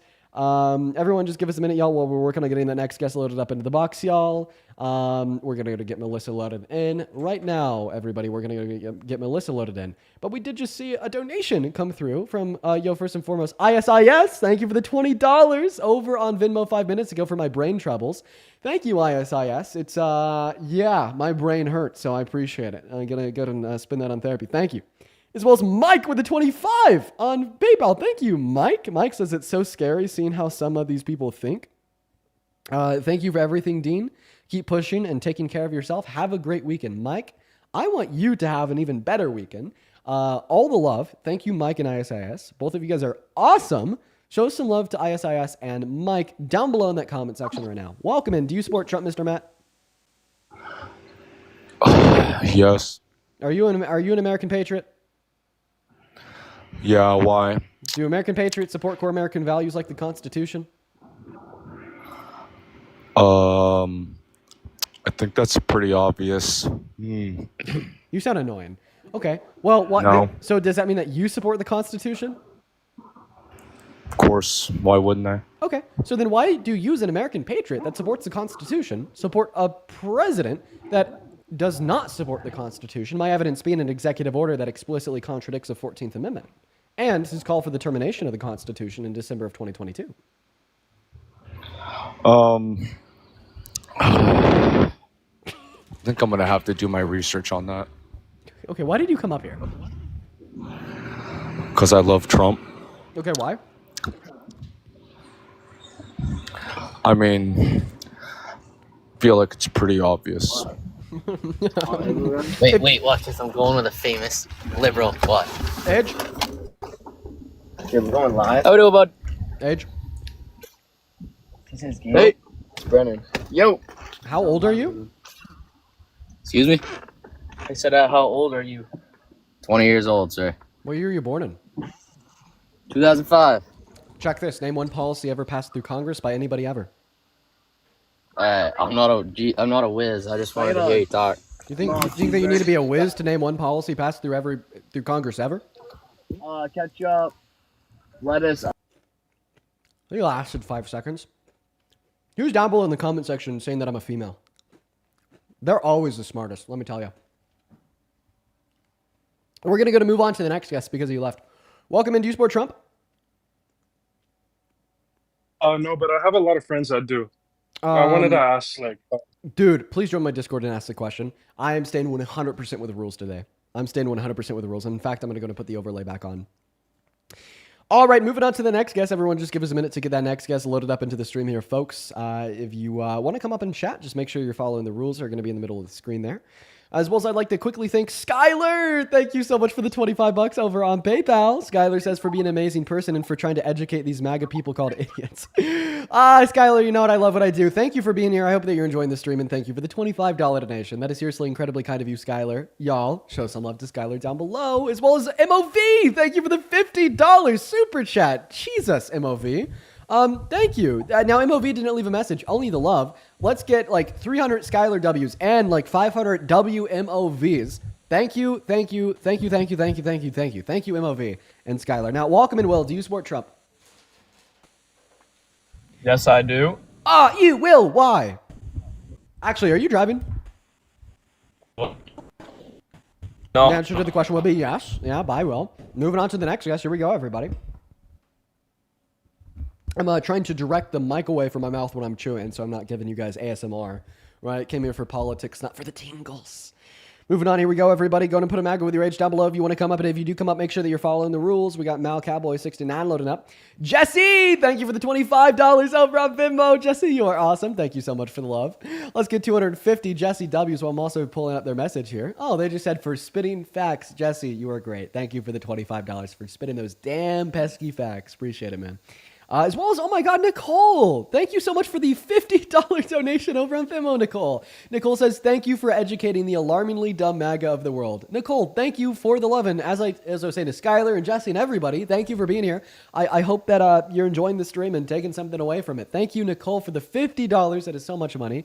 Everybody, please show some love to Nicole. And. Okay, we got Queen Sid back in the live with a $100 super chat over on YouTube. Thank you, Sid. Sid says, hi guys, happy Friday. Been an insane week, but happily get to be here for a bit of it. Hope all is well. Sid, I hope that all is well with you as well. Thank you so much for the $100 super chat, Sid. Thank you so much. Show some love to Sid and Nicole down below while we're hopefully hopping into the next debate of the night here. Mr. Mal Cowboy 69, do you support Trump? I do. Okay, why? I agree with most of his policies, and I agree with the tax rate on making living the American dream and being able to own my own land. Is living the American dream including spending $4 trillion to take money from poor people?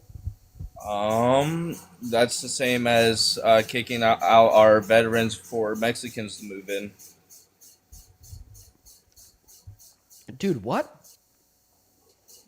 You heard me. I did. I just didn't understand what you said. The what? majority of our homeless shelters are filled in by the illegal immigrations. Okay, so you just use the term like undocumented immigrant and like Mexican interchangeably? Do you think that all undocumented immigrants are Mexican? Yeah. Because that's where a majority of them come from. Wait, do you think that majority is the same as all? Even if that's true? I don't even know if that's true. Do you think that majority is the same as all? I mean, that's how many people ICE is picking up. Ain't that right? Okay, ICE picking people up has nothing to do with like my conceptual question if the term majority is equivalent to the term all. Because you just told us that all undocumented immigrants are Mexican because majority of undocumented immigrants are Mexican. Would you say because majority of your brain is empty that therefore all of your brain is empty? Just like your fucking forehead. Well, so you're trying to call my forehead big, but like the joke doesn't land because it has no correlation to me saying that all of your brain is empty. What? I mean, like you can make a joke about my forehead. It just doesn't like it doesn't conceptually relate to the last thing you said. We're talking shit about Jesus? Yeah, you were. I've been watching your fucking page and shit, and you over here talking shit about Jesus, motherfucker, and lying about the Bible and shit. Wait, when have I lied about the Bible? When have I talked shit about Jesus? I'm actually a big Jesus guy, big fan. He was pretty cool. Like unironically, Jesus was higher. All right, let me tell you. No, but when did I talk shit on Jesus? When was I misrepresenting the Bible? It's right here, fool. It's right here in your goddamn page. Okay, what about it? I've been here watching this shit, and you over here saying shit about that shit, bruh. Can you be a little bit more specific for me, please? Hold on. You talking about like the fucking fuck, hold on.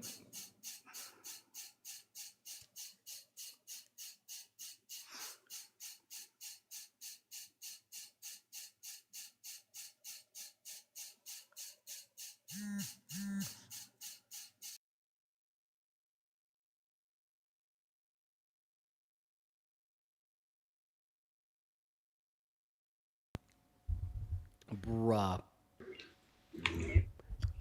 Okay. Well, that's how that conversation went. Went great. Yippee! What's up? You support Trump? Hello. How you doing? You know what? I'm doing fucking great, man. How about you? Good. You're handling these. You're handling these very well. This is great. I appreciate that. Do you support Trump? I would say I'm more conservative leaning, but I wanted to ask you, why do you lean more towards the Democrat side of things? Yeah, I'll answer your question. I'm actually genuinely curious. Like, I don't really want to debate you too much. I'm just curious about your line of thought. Yeah, it's because I agree more with what the Democrats have to say compared to what conservatives have to say. Immigration-wise, like I disagree with like a total mass deportation of everybody. Economically-wise, I think that we should be fighting for like low and middle-income Americans. Socially-wise, I think that all women and girls should have access to abortion. I could go on and on and on. What about spending and like taxes? What are your stances there? I agree with like lower, more lower spending, more fiscal responsibility. Right now, the left are the lower spenders and the more responsible ones. Really? Oh yeah, big time. Trump administration spent half of what the Biden-Harris administration spent half of what Trump spent in his first term, and then now Trump has spent $4 trillion with one bill in the first 175 days, marking the most expensive bill in American history, of course. I mean, but in general, though, like you're looking at a very specific period of time, but in general, the Republicans are known for conserving a bit more of the money than the Democrat side of things. Like, I mean, like, even when it like comes even to like social support, when it comes to all those types of things. yeah, when it comes to social support, but tax cuts for the rich, absolutely not. Right? Yeah, like specifically in helping poor people, the conservatives do save a little bit more, but overall, you know what? absolutely not. But you know like, what's the and then you said that I was biggest- like hyperfixated in like modern American history. Well, of course I should. I think that like what being a liberal means like changes over time. I think that what being a progressive means changes over times. And when I tell you that right now I align more with progressive politics, I'm telling you that when I make an observation of modern American history and like what the party lines have like drawn insofar as like agreed upon beliefs inside of the parties, I agree more with the left than the right. Now, are you Canadian? But here's the thing. Can I say one? Let me just try to say one thing. This is actually a really good discussion because I am genuinely Are you curious about Canadian? your- Are you Canadian? Yes, I'm Canadian. But I have an actual question that I want to know. So you're saying that you don't believe in the government sponsoring the rich and paying more money to the rich and putting more money into the pockets of the rich, but What happened? I just broke it. oh, I don't know, the internet broke or something. Drink some maple syrup. I'm just kidding. All right, we're gonna move on to the next guest. Got to be an American if you're in that queue, everybody. Let's go get that next guest, Brandon Lupp in the box. Here we go, y'all. Make sure that we're following those rules. Whoa, what's going on? Do you support Trump? I do. Are you driving? No. Okay, why do you support such a bad, terrible, shitty, poopy president? Yeah.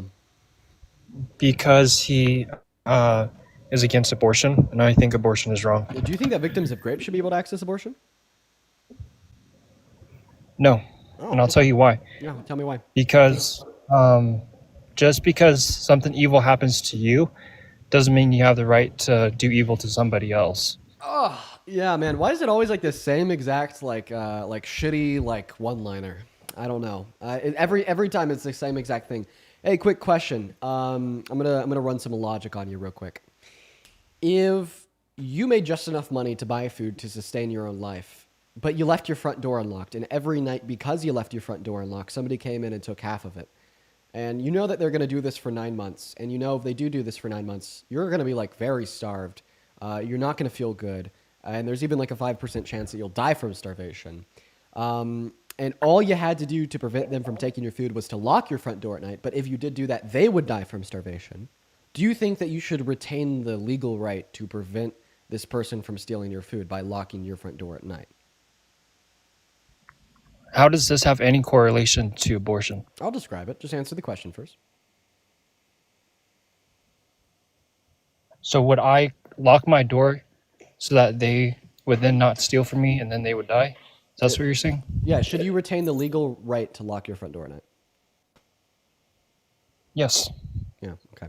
So you're basically saying that you have absolutely no obligation to provide for this individual's needs, right? Even if you not providing for their needs will kill them. Okay. Well, victims of rape have no obligation to provide the bodily resources in which are required as a need of a fetus.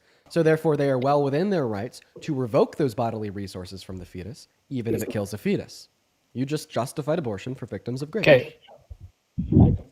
No, I didn't. Because here's the thing. The person that comes in to my house and steals food from me, they have choice. The human being inside the woman does not have choice and cannot make decisions. Okay, so you're basically saying they chose to There's come into your house two- and steal it. Okay, so what about... Exactly, yes. What if the person stealing the food from your house in the middle of the night was sleepwalking? Okay. But what are the chances they're going to be sleepwalking every single night for the next 9 months, or whatever you just said? Yeah, like near impossible. It's not going to happen. It's not technically impossible. That's why it's hypothetical.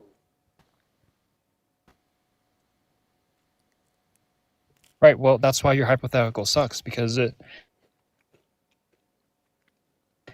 doesn't correlate to anything that I just said about why abortion. Listen, hypotheticals don't need to be like super possible for them to be used to test the logical consistency of a position. Like for existence, like I'll give you an example. Hypothetically, how would you feel if in the next 5 seconds a waiter burst out of your bathroom and gave you a plate of caviar, cheese, and crackers? How would that make you feel?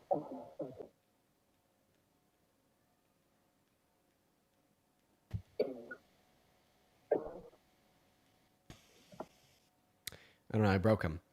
Well, so I mean, I'll just like continue to describe the analogy here. Well, I mean, he could answer that hypothetical, right? Like he could answer the hypothetical. He could say that, oh, he'd feel great if a waiter burst out of his bathroom in the next 5 seconds with caviar, cheese, and crackers because he loves caviar, cheese, and crackers. Or could he say he wouldn't feel great? Why is this person in this home and he's not a big fan of caviar and he hates cheese, right? But like, how possible is it that somebody's going to do that, burst out of his bathroom with caviar, cheese, and crackers in the next 5 seconds? Like fucking impossible, okay? But he's still able to hear out the hypothetical, engage with the hypothetical, and give it a response. Right, so this is just kind of like an analogy to demonstrate how hypotheticals don't need to be like super realistically possible in order to like deploy inside of debate, because we're testing the logical consistency of your position, and the logical consistency of your position isn't like super concerned with what's like possible in like reality. Now, I'm gonna ask you the question again: if somebody was sleepwalking and stealing food from your house every night, should you retain the legal right to lock your front door at night to prevent them from stealing your food, even if they die as a result?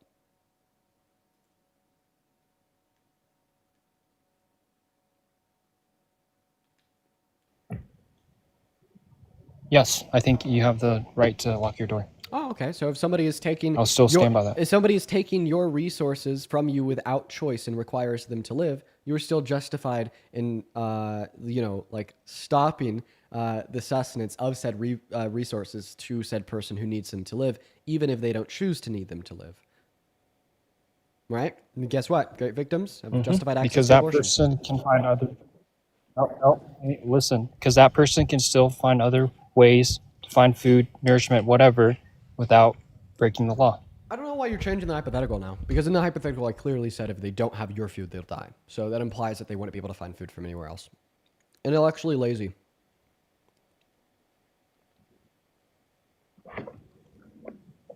Okay.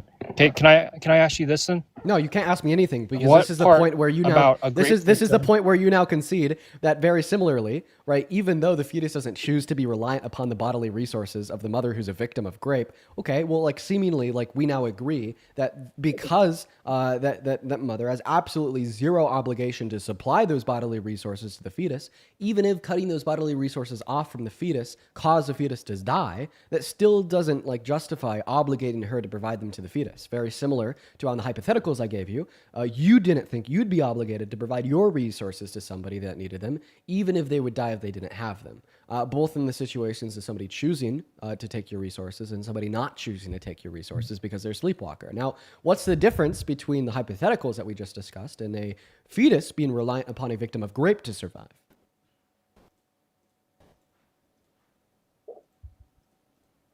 I just He's getting cooked so hard, I'm literally frying his router. hold to two different views on two different hypotheticals because the hypothetical you're not. And the other point is what part of carrying a baby. I gotta kick him. Sorry guys, the lag was too bad. I tried to just like let it slide and figure out a way to debate him around it, but it was just too bad. Yo, YRL, thank you for the 10 CHF over on YouTube saying, take my Swiss money and embrace the 40% tariffs on our chocolate and cheese. Dude, that shit pisses me off. Okay, Swiss chocolate, best in the world. Now I'm going to have to pay significantly more than that. I don't know if I've ever bought Swiss chocolate, but all I'm saying, there will be a day where I want to, and that day I'm going to be pissed off. Rachel, thank you so much for the $15 over on PayPal. They say low-key fell asleep and woke up to the abortion debate. I wanted to know what your favorite cheese is. I kind of like 18-month aged Gouda from Holland in the Netherlands, but I'm also a big fan of like goat cheese from Holland as well. Holland, I think that the best cheese in the world comes from Holland. Big fan of like aged Gouda and goat brie. Goat brie is the best. Then Adeline, thank you for the $5 on PayPal. Olivia with the 5 and Liana with the 5 as well. I appreciate you guys. What's going on? Rachel? Richard? Which one is it? I honestly don't know who I brought up. It's Richard. Richard. How you doing? Doing all right. Do you support Trump? I supported Trump earlier on in 2016 through 2020. I still somewhat support him due to more on the crypto side, for the financial side. I know it's a little weird. You suffered some losses today, right? I did. Oh yeah, no, I definitely did. Me too. But really, I'm sorry. I know we're having the whole conversation. What did you how bad did you suffer? Like, what were you in? Oh, just Ethereum. So I was like down to 3%. Gotcha. So I was going on over that abortion debate. Can we go back to that? And I want to hear what your analogy was. Do you agree with the last guest that victims of rape shouldn't be able to access abortion? No. So for me, this is how I think of it. So I think in those situations, when those like very severe situations, the woman should have that option for that in that instance. And I also think that a woman should have the ability to get the abortion if it's life-threatening to the mother. But in for me elective personally, circumstances, you think it should be banned? I don't.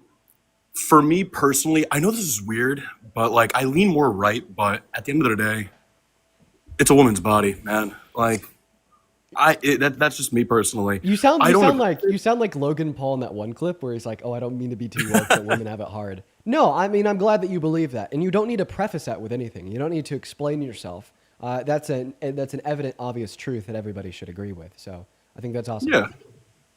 Yeah, no, and also I've seen a lot of videos about you. I've seen a lot of like things that have been taken out of context, and I've just been watching the live for a little while. And what you're saying, it makes sense. You're not a bad guy, all right? I'm just trying to be honest with you. But I appreciate what you're doing right now, and I just want to come in here and show some support to the conversations that are happening between both sides. I lean more right. I know you lean left. Do you want to have a conversation about any reasons that you have that make you support the current president? I'd love to hear you out. Oh man, let's think. I honestly, I didn't think I would actually get in here. To be honest with you, I thought there was gonna be a lot more people ahead of me. But you know, I'm currently in the military. I'm in the Air Force. There's a lot of things about the current administration that I don't agree with, but there are some things I do agree with. Mainly the crypto, because the bills that have been getting passed in the Senate have been very, very, very beneficial for us at the end of the day. The Genius Act, I'm trying to think of the other ones right now. I can't think of them at the top of my head, but Genius Act is the main one. So yeah, I agree. The Genius Act was good, and that's why it was bipartisan. It was actually written by 2 Republicans and 2 Democrats. It was a truly bipartisan piece of legislation. And I mean, I also think that would have passed if Kamala Harris won. The reason being is that, you know, if you know anything about crypto, platforms, et cetera, have been demanding regulatory guidelines from the SEC for like years now, right? And things are like finally starting to catch up and shit's starting to get done, and we see bipartisan support for it. So I mean, I don't know if like that's too exclusive to Trump, but I'll agree it's a good bill. Now, something that I want to ask you about here. You said that you're in the military. I actually think that being like staunchly against Trump for people in our military is like the easiest thing ever. Can I tell you why? No. I'm gonna actually go off of that. I'm in the Air Force right now. I'm actually currently in Airman Leadership School, and a lot of the people in my class are active duty. I'm in the Guard, but you know, I don't want to get into all of that.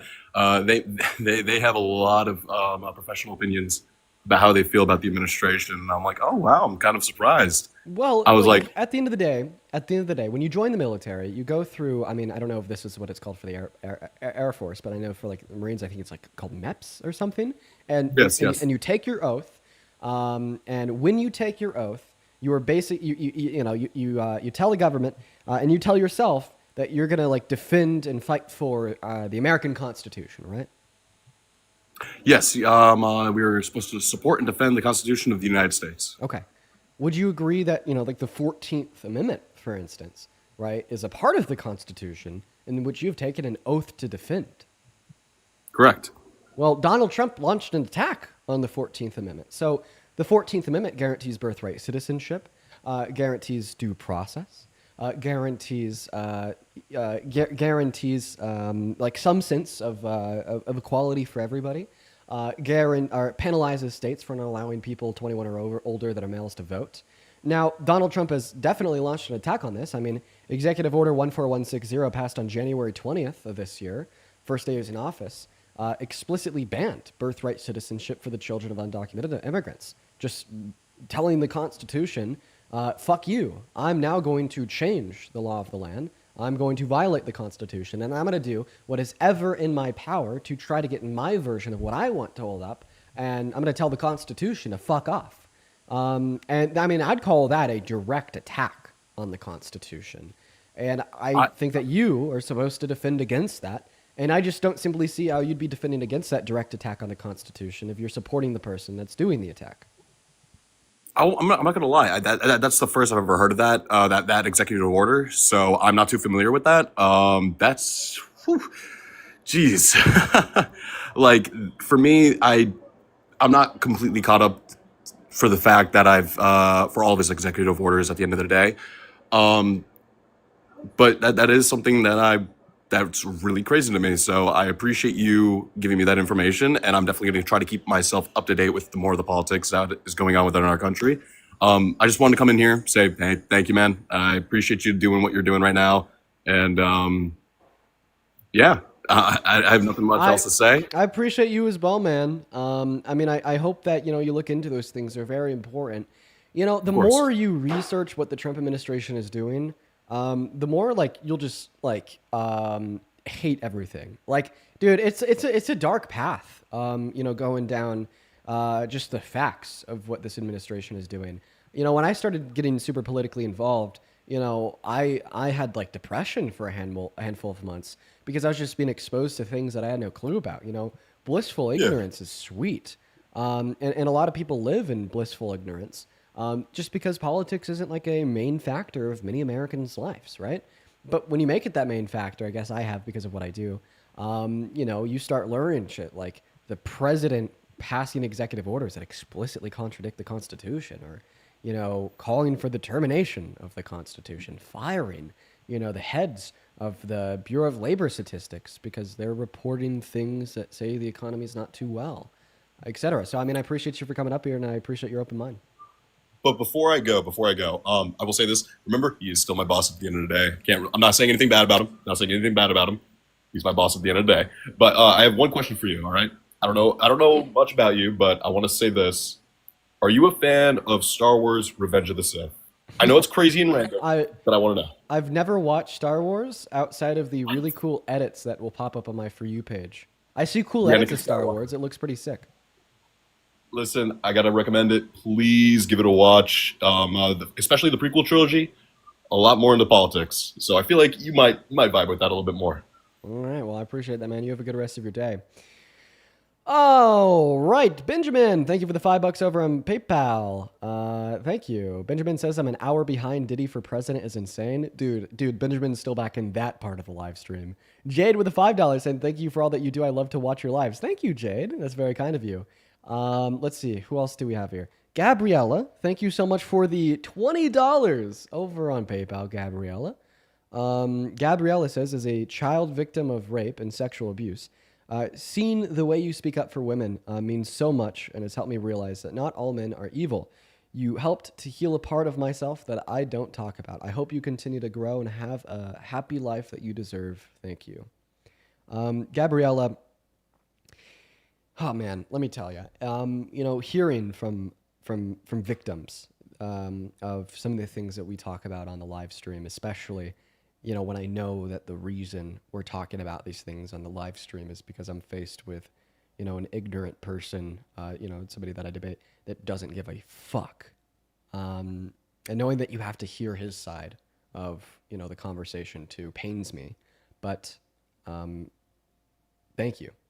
Thank you so much for your very kind words, and I speak for everybody when I say you're very strong for being a survivor, Gabriella. Very strong. Thank you for the $20. Let's see who else here. Leanna, thank you for the $5. Leanna says, I was 12 when I was raped, and they were 24, and I needed an abortion. Please tell him to fuck himself. Also in reference to the guest that was arguing that victims of rape shouldn't be able to access abortion. I'll say the same thing I just said to Gabby to you as well, Liana. Everything that I said to her also applies to you. I'm really sorry that happened to you.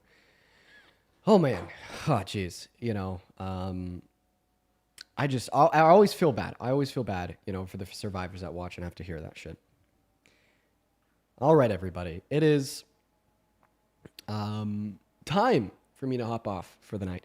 I actually went a little bit over today. We were live for close to 5 hours. I had a lot of fun, though, so I appreciate everyone so much for pulling through. We actually have somebody that we can raid for every single one of you guys to go to if you are still in the mood for some debates and your plate isn't quite cleared. Our friend Parker is live right now, so go show Parker some love. I'm gonna go ahead and put the account that he's on. Oh, he ended? No, he is live. He just restarted. Guys, we're gonna shoot him a massive raid. We're gonna shoot Parker a massive raid. I'm gonna put his @ in the middle of the screen on TikTok. It's just rockin.librarian on TikTok. Rockin.librarian. There you go. @rockin.librarian right there, everybody. Go show Parker some love. Go show Parker some love, y'all. Go show Parker some love. Same thing over on YouTube. He's at Parker Get a Job, so y'all already know where to go. I really appreciate everyone so much for pulling through today. One thing I will say, if you have a girlfriend, make sure to show her some love. You know what today is? National Girlfriend's Day. Go show your girlfriend some love, y'all. You better fucking do it. If you have a girlfriend, go do that shit. Go show your girlfriend some love, okay? All right? All right? Yeah, you go do that. Now, wait, somebody in the chat said it's August 2nd? For me? Oh, yeah, like it's okay. Like your time ends. All right, go to Parker's stream, everybody. I'm going to go in for the night. Love you all. Make sure to drop a follow. Bye-bye. Like and follow.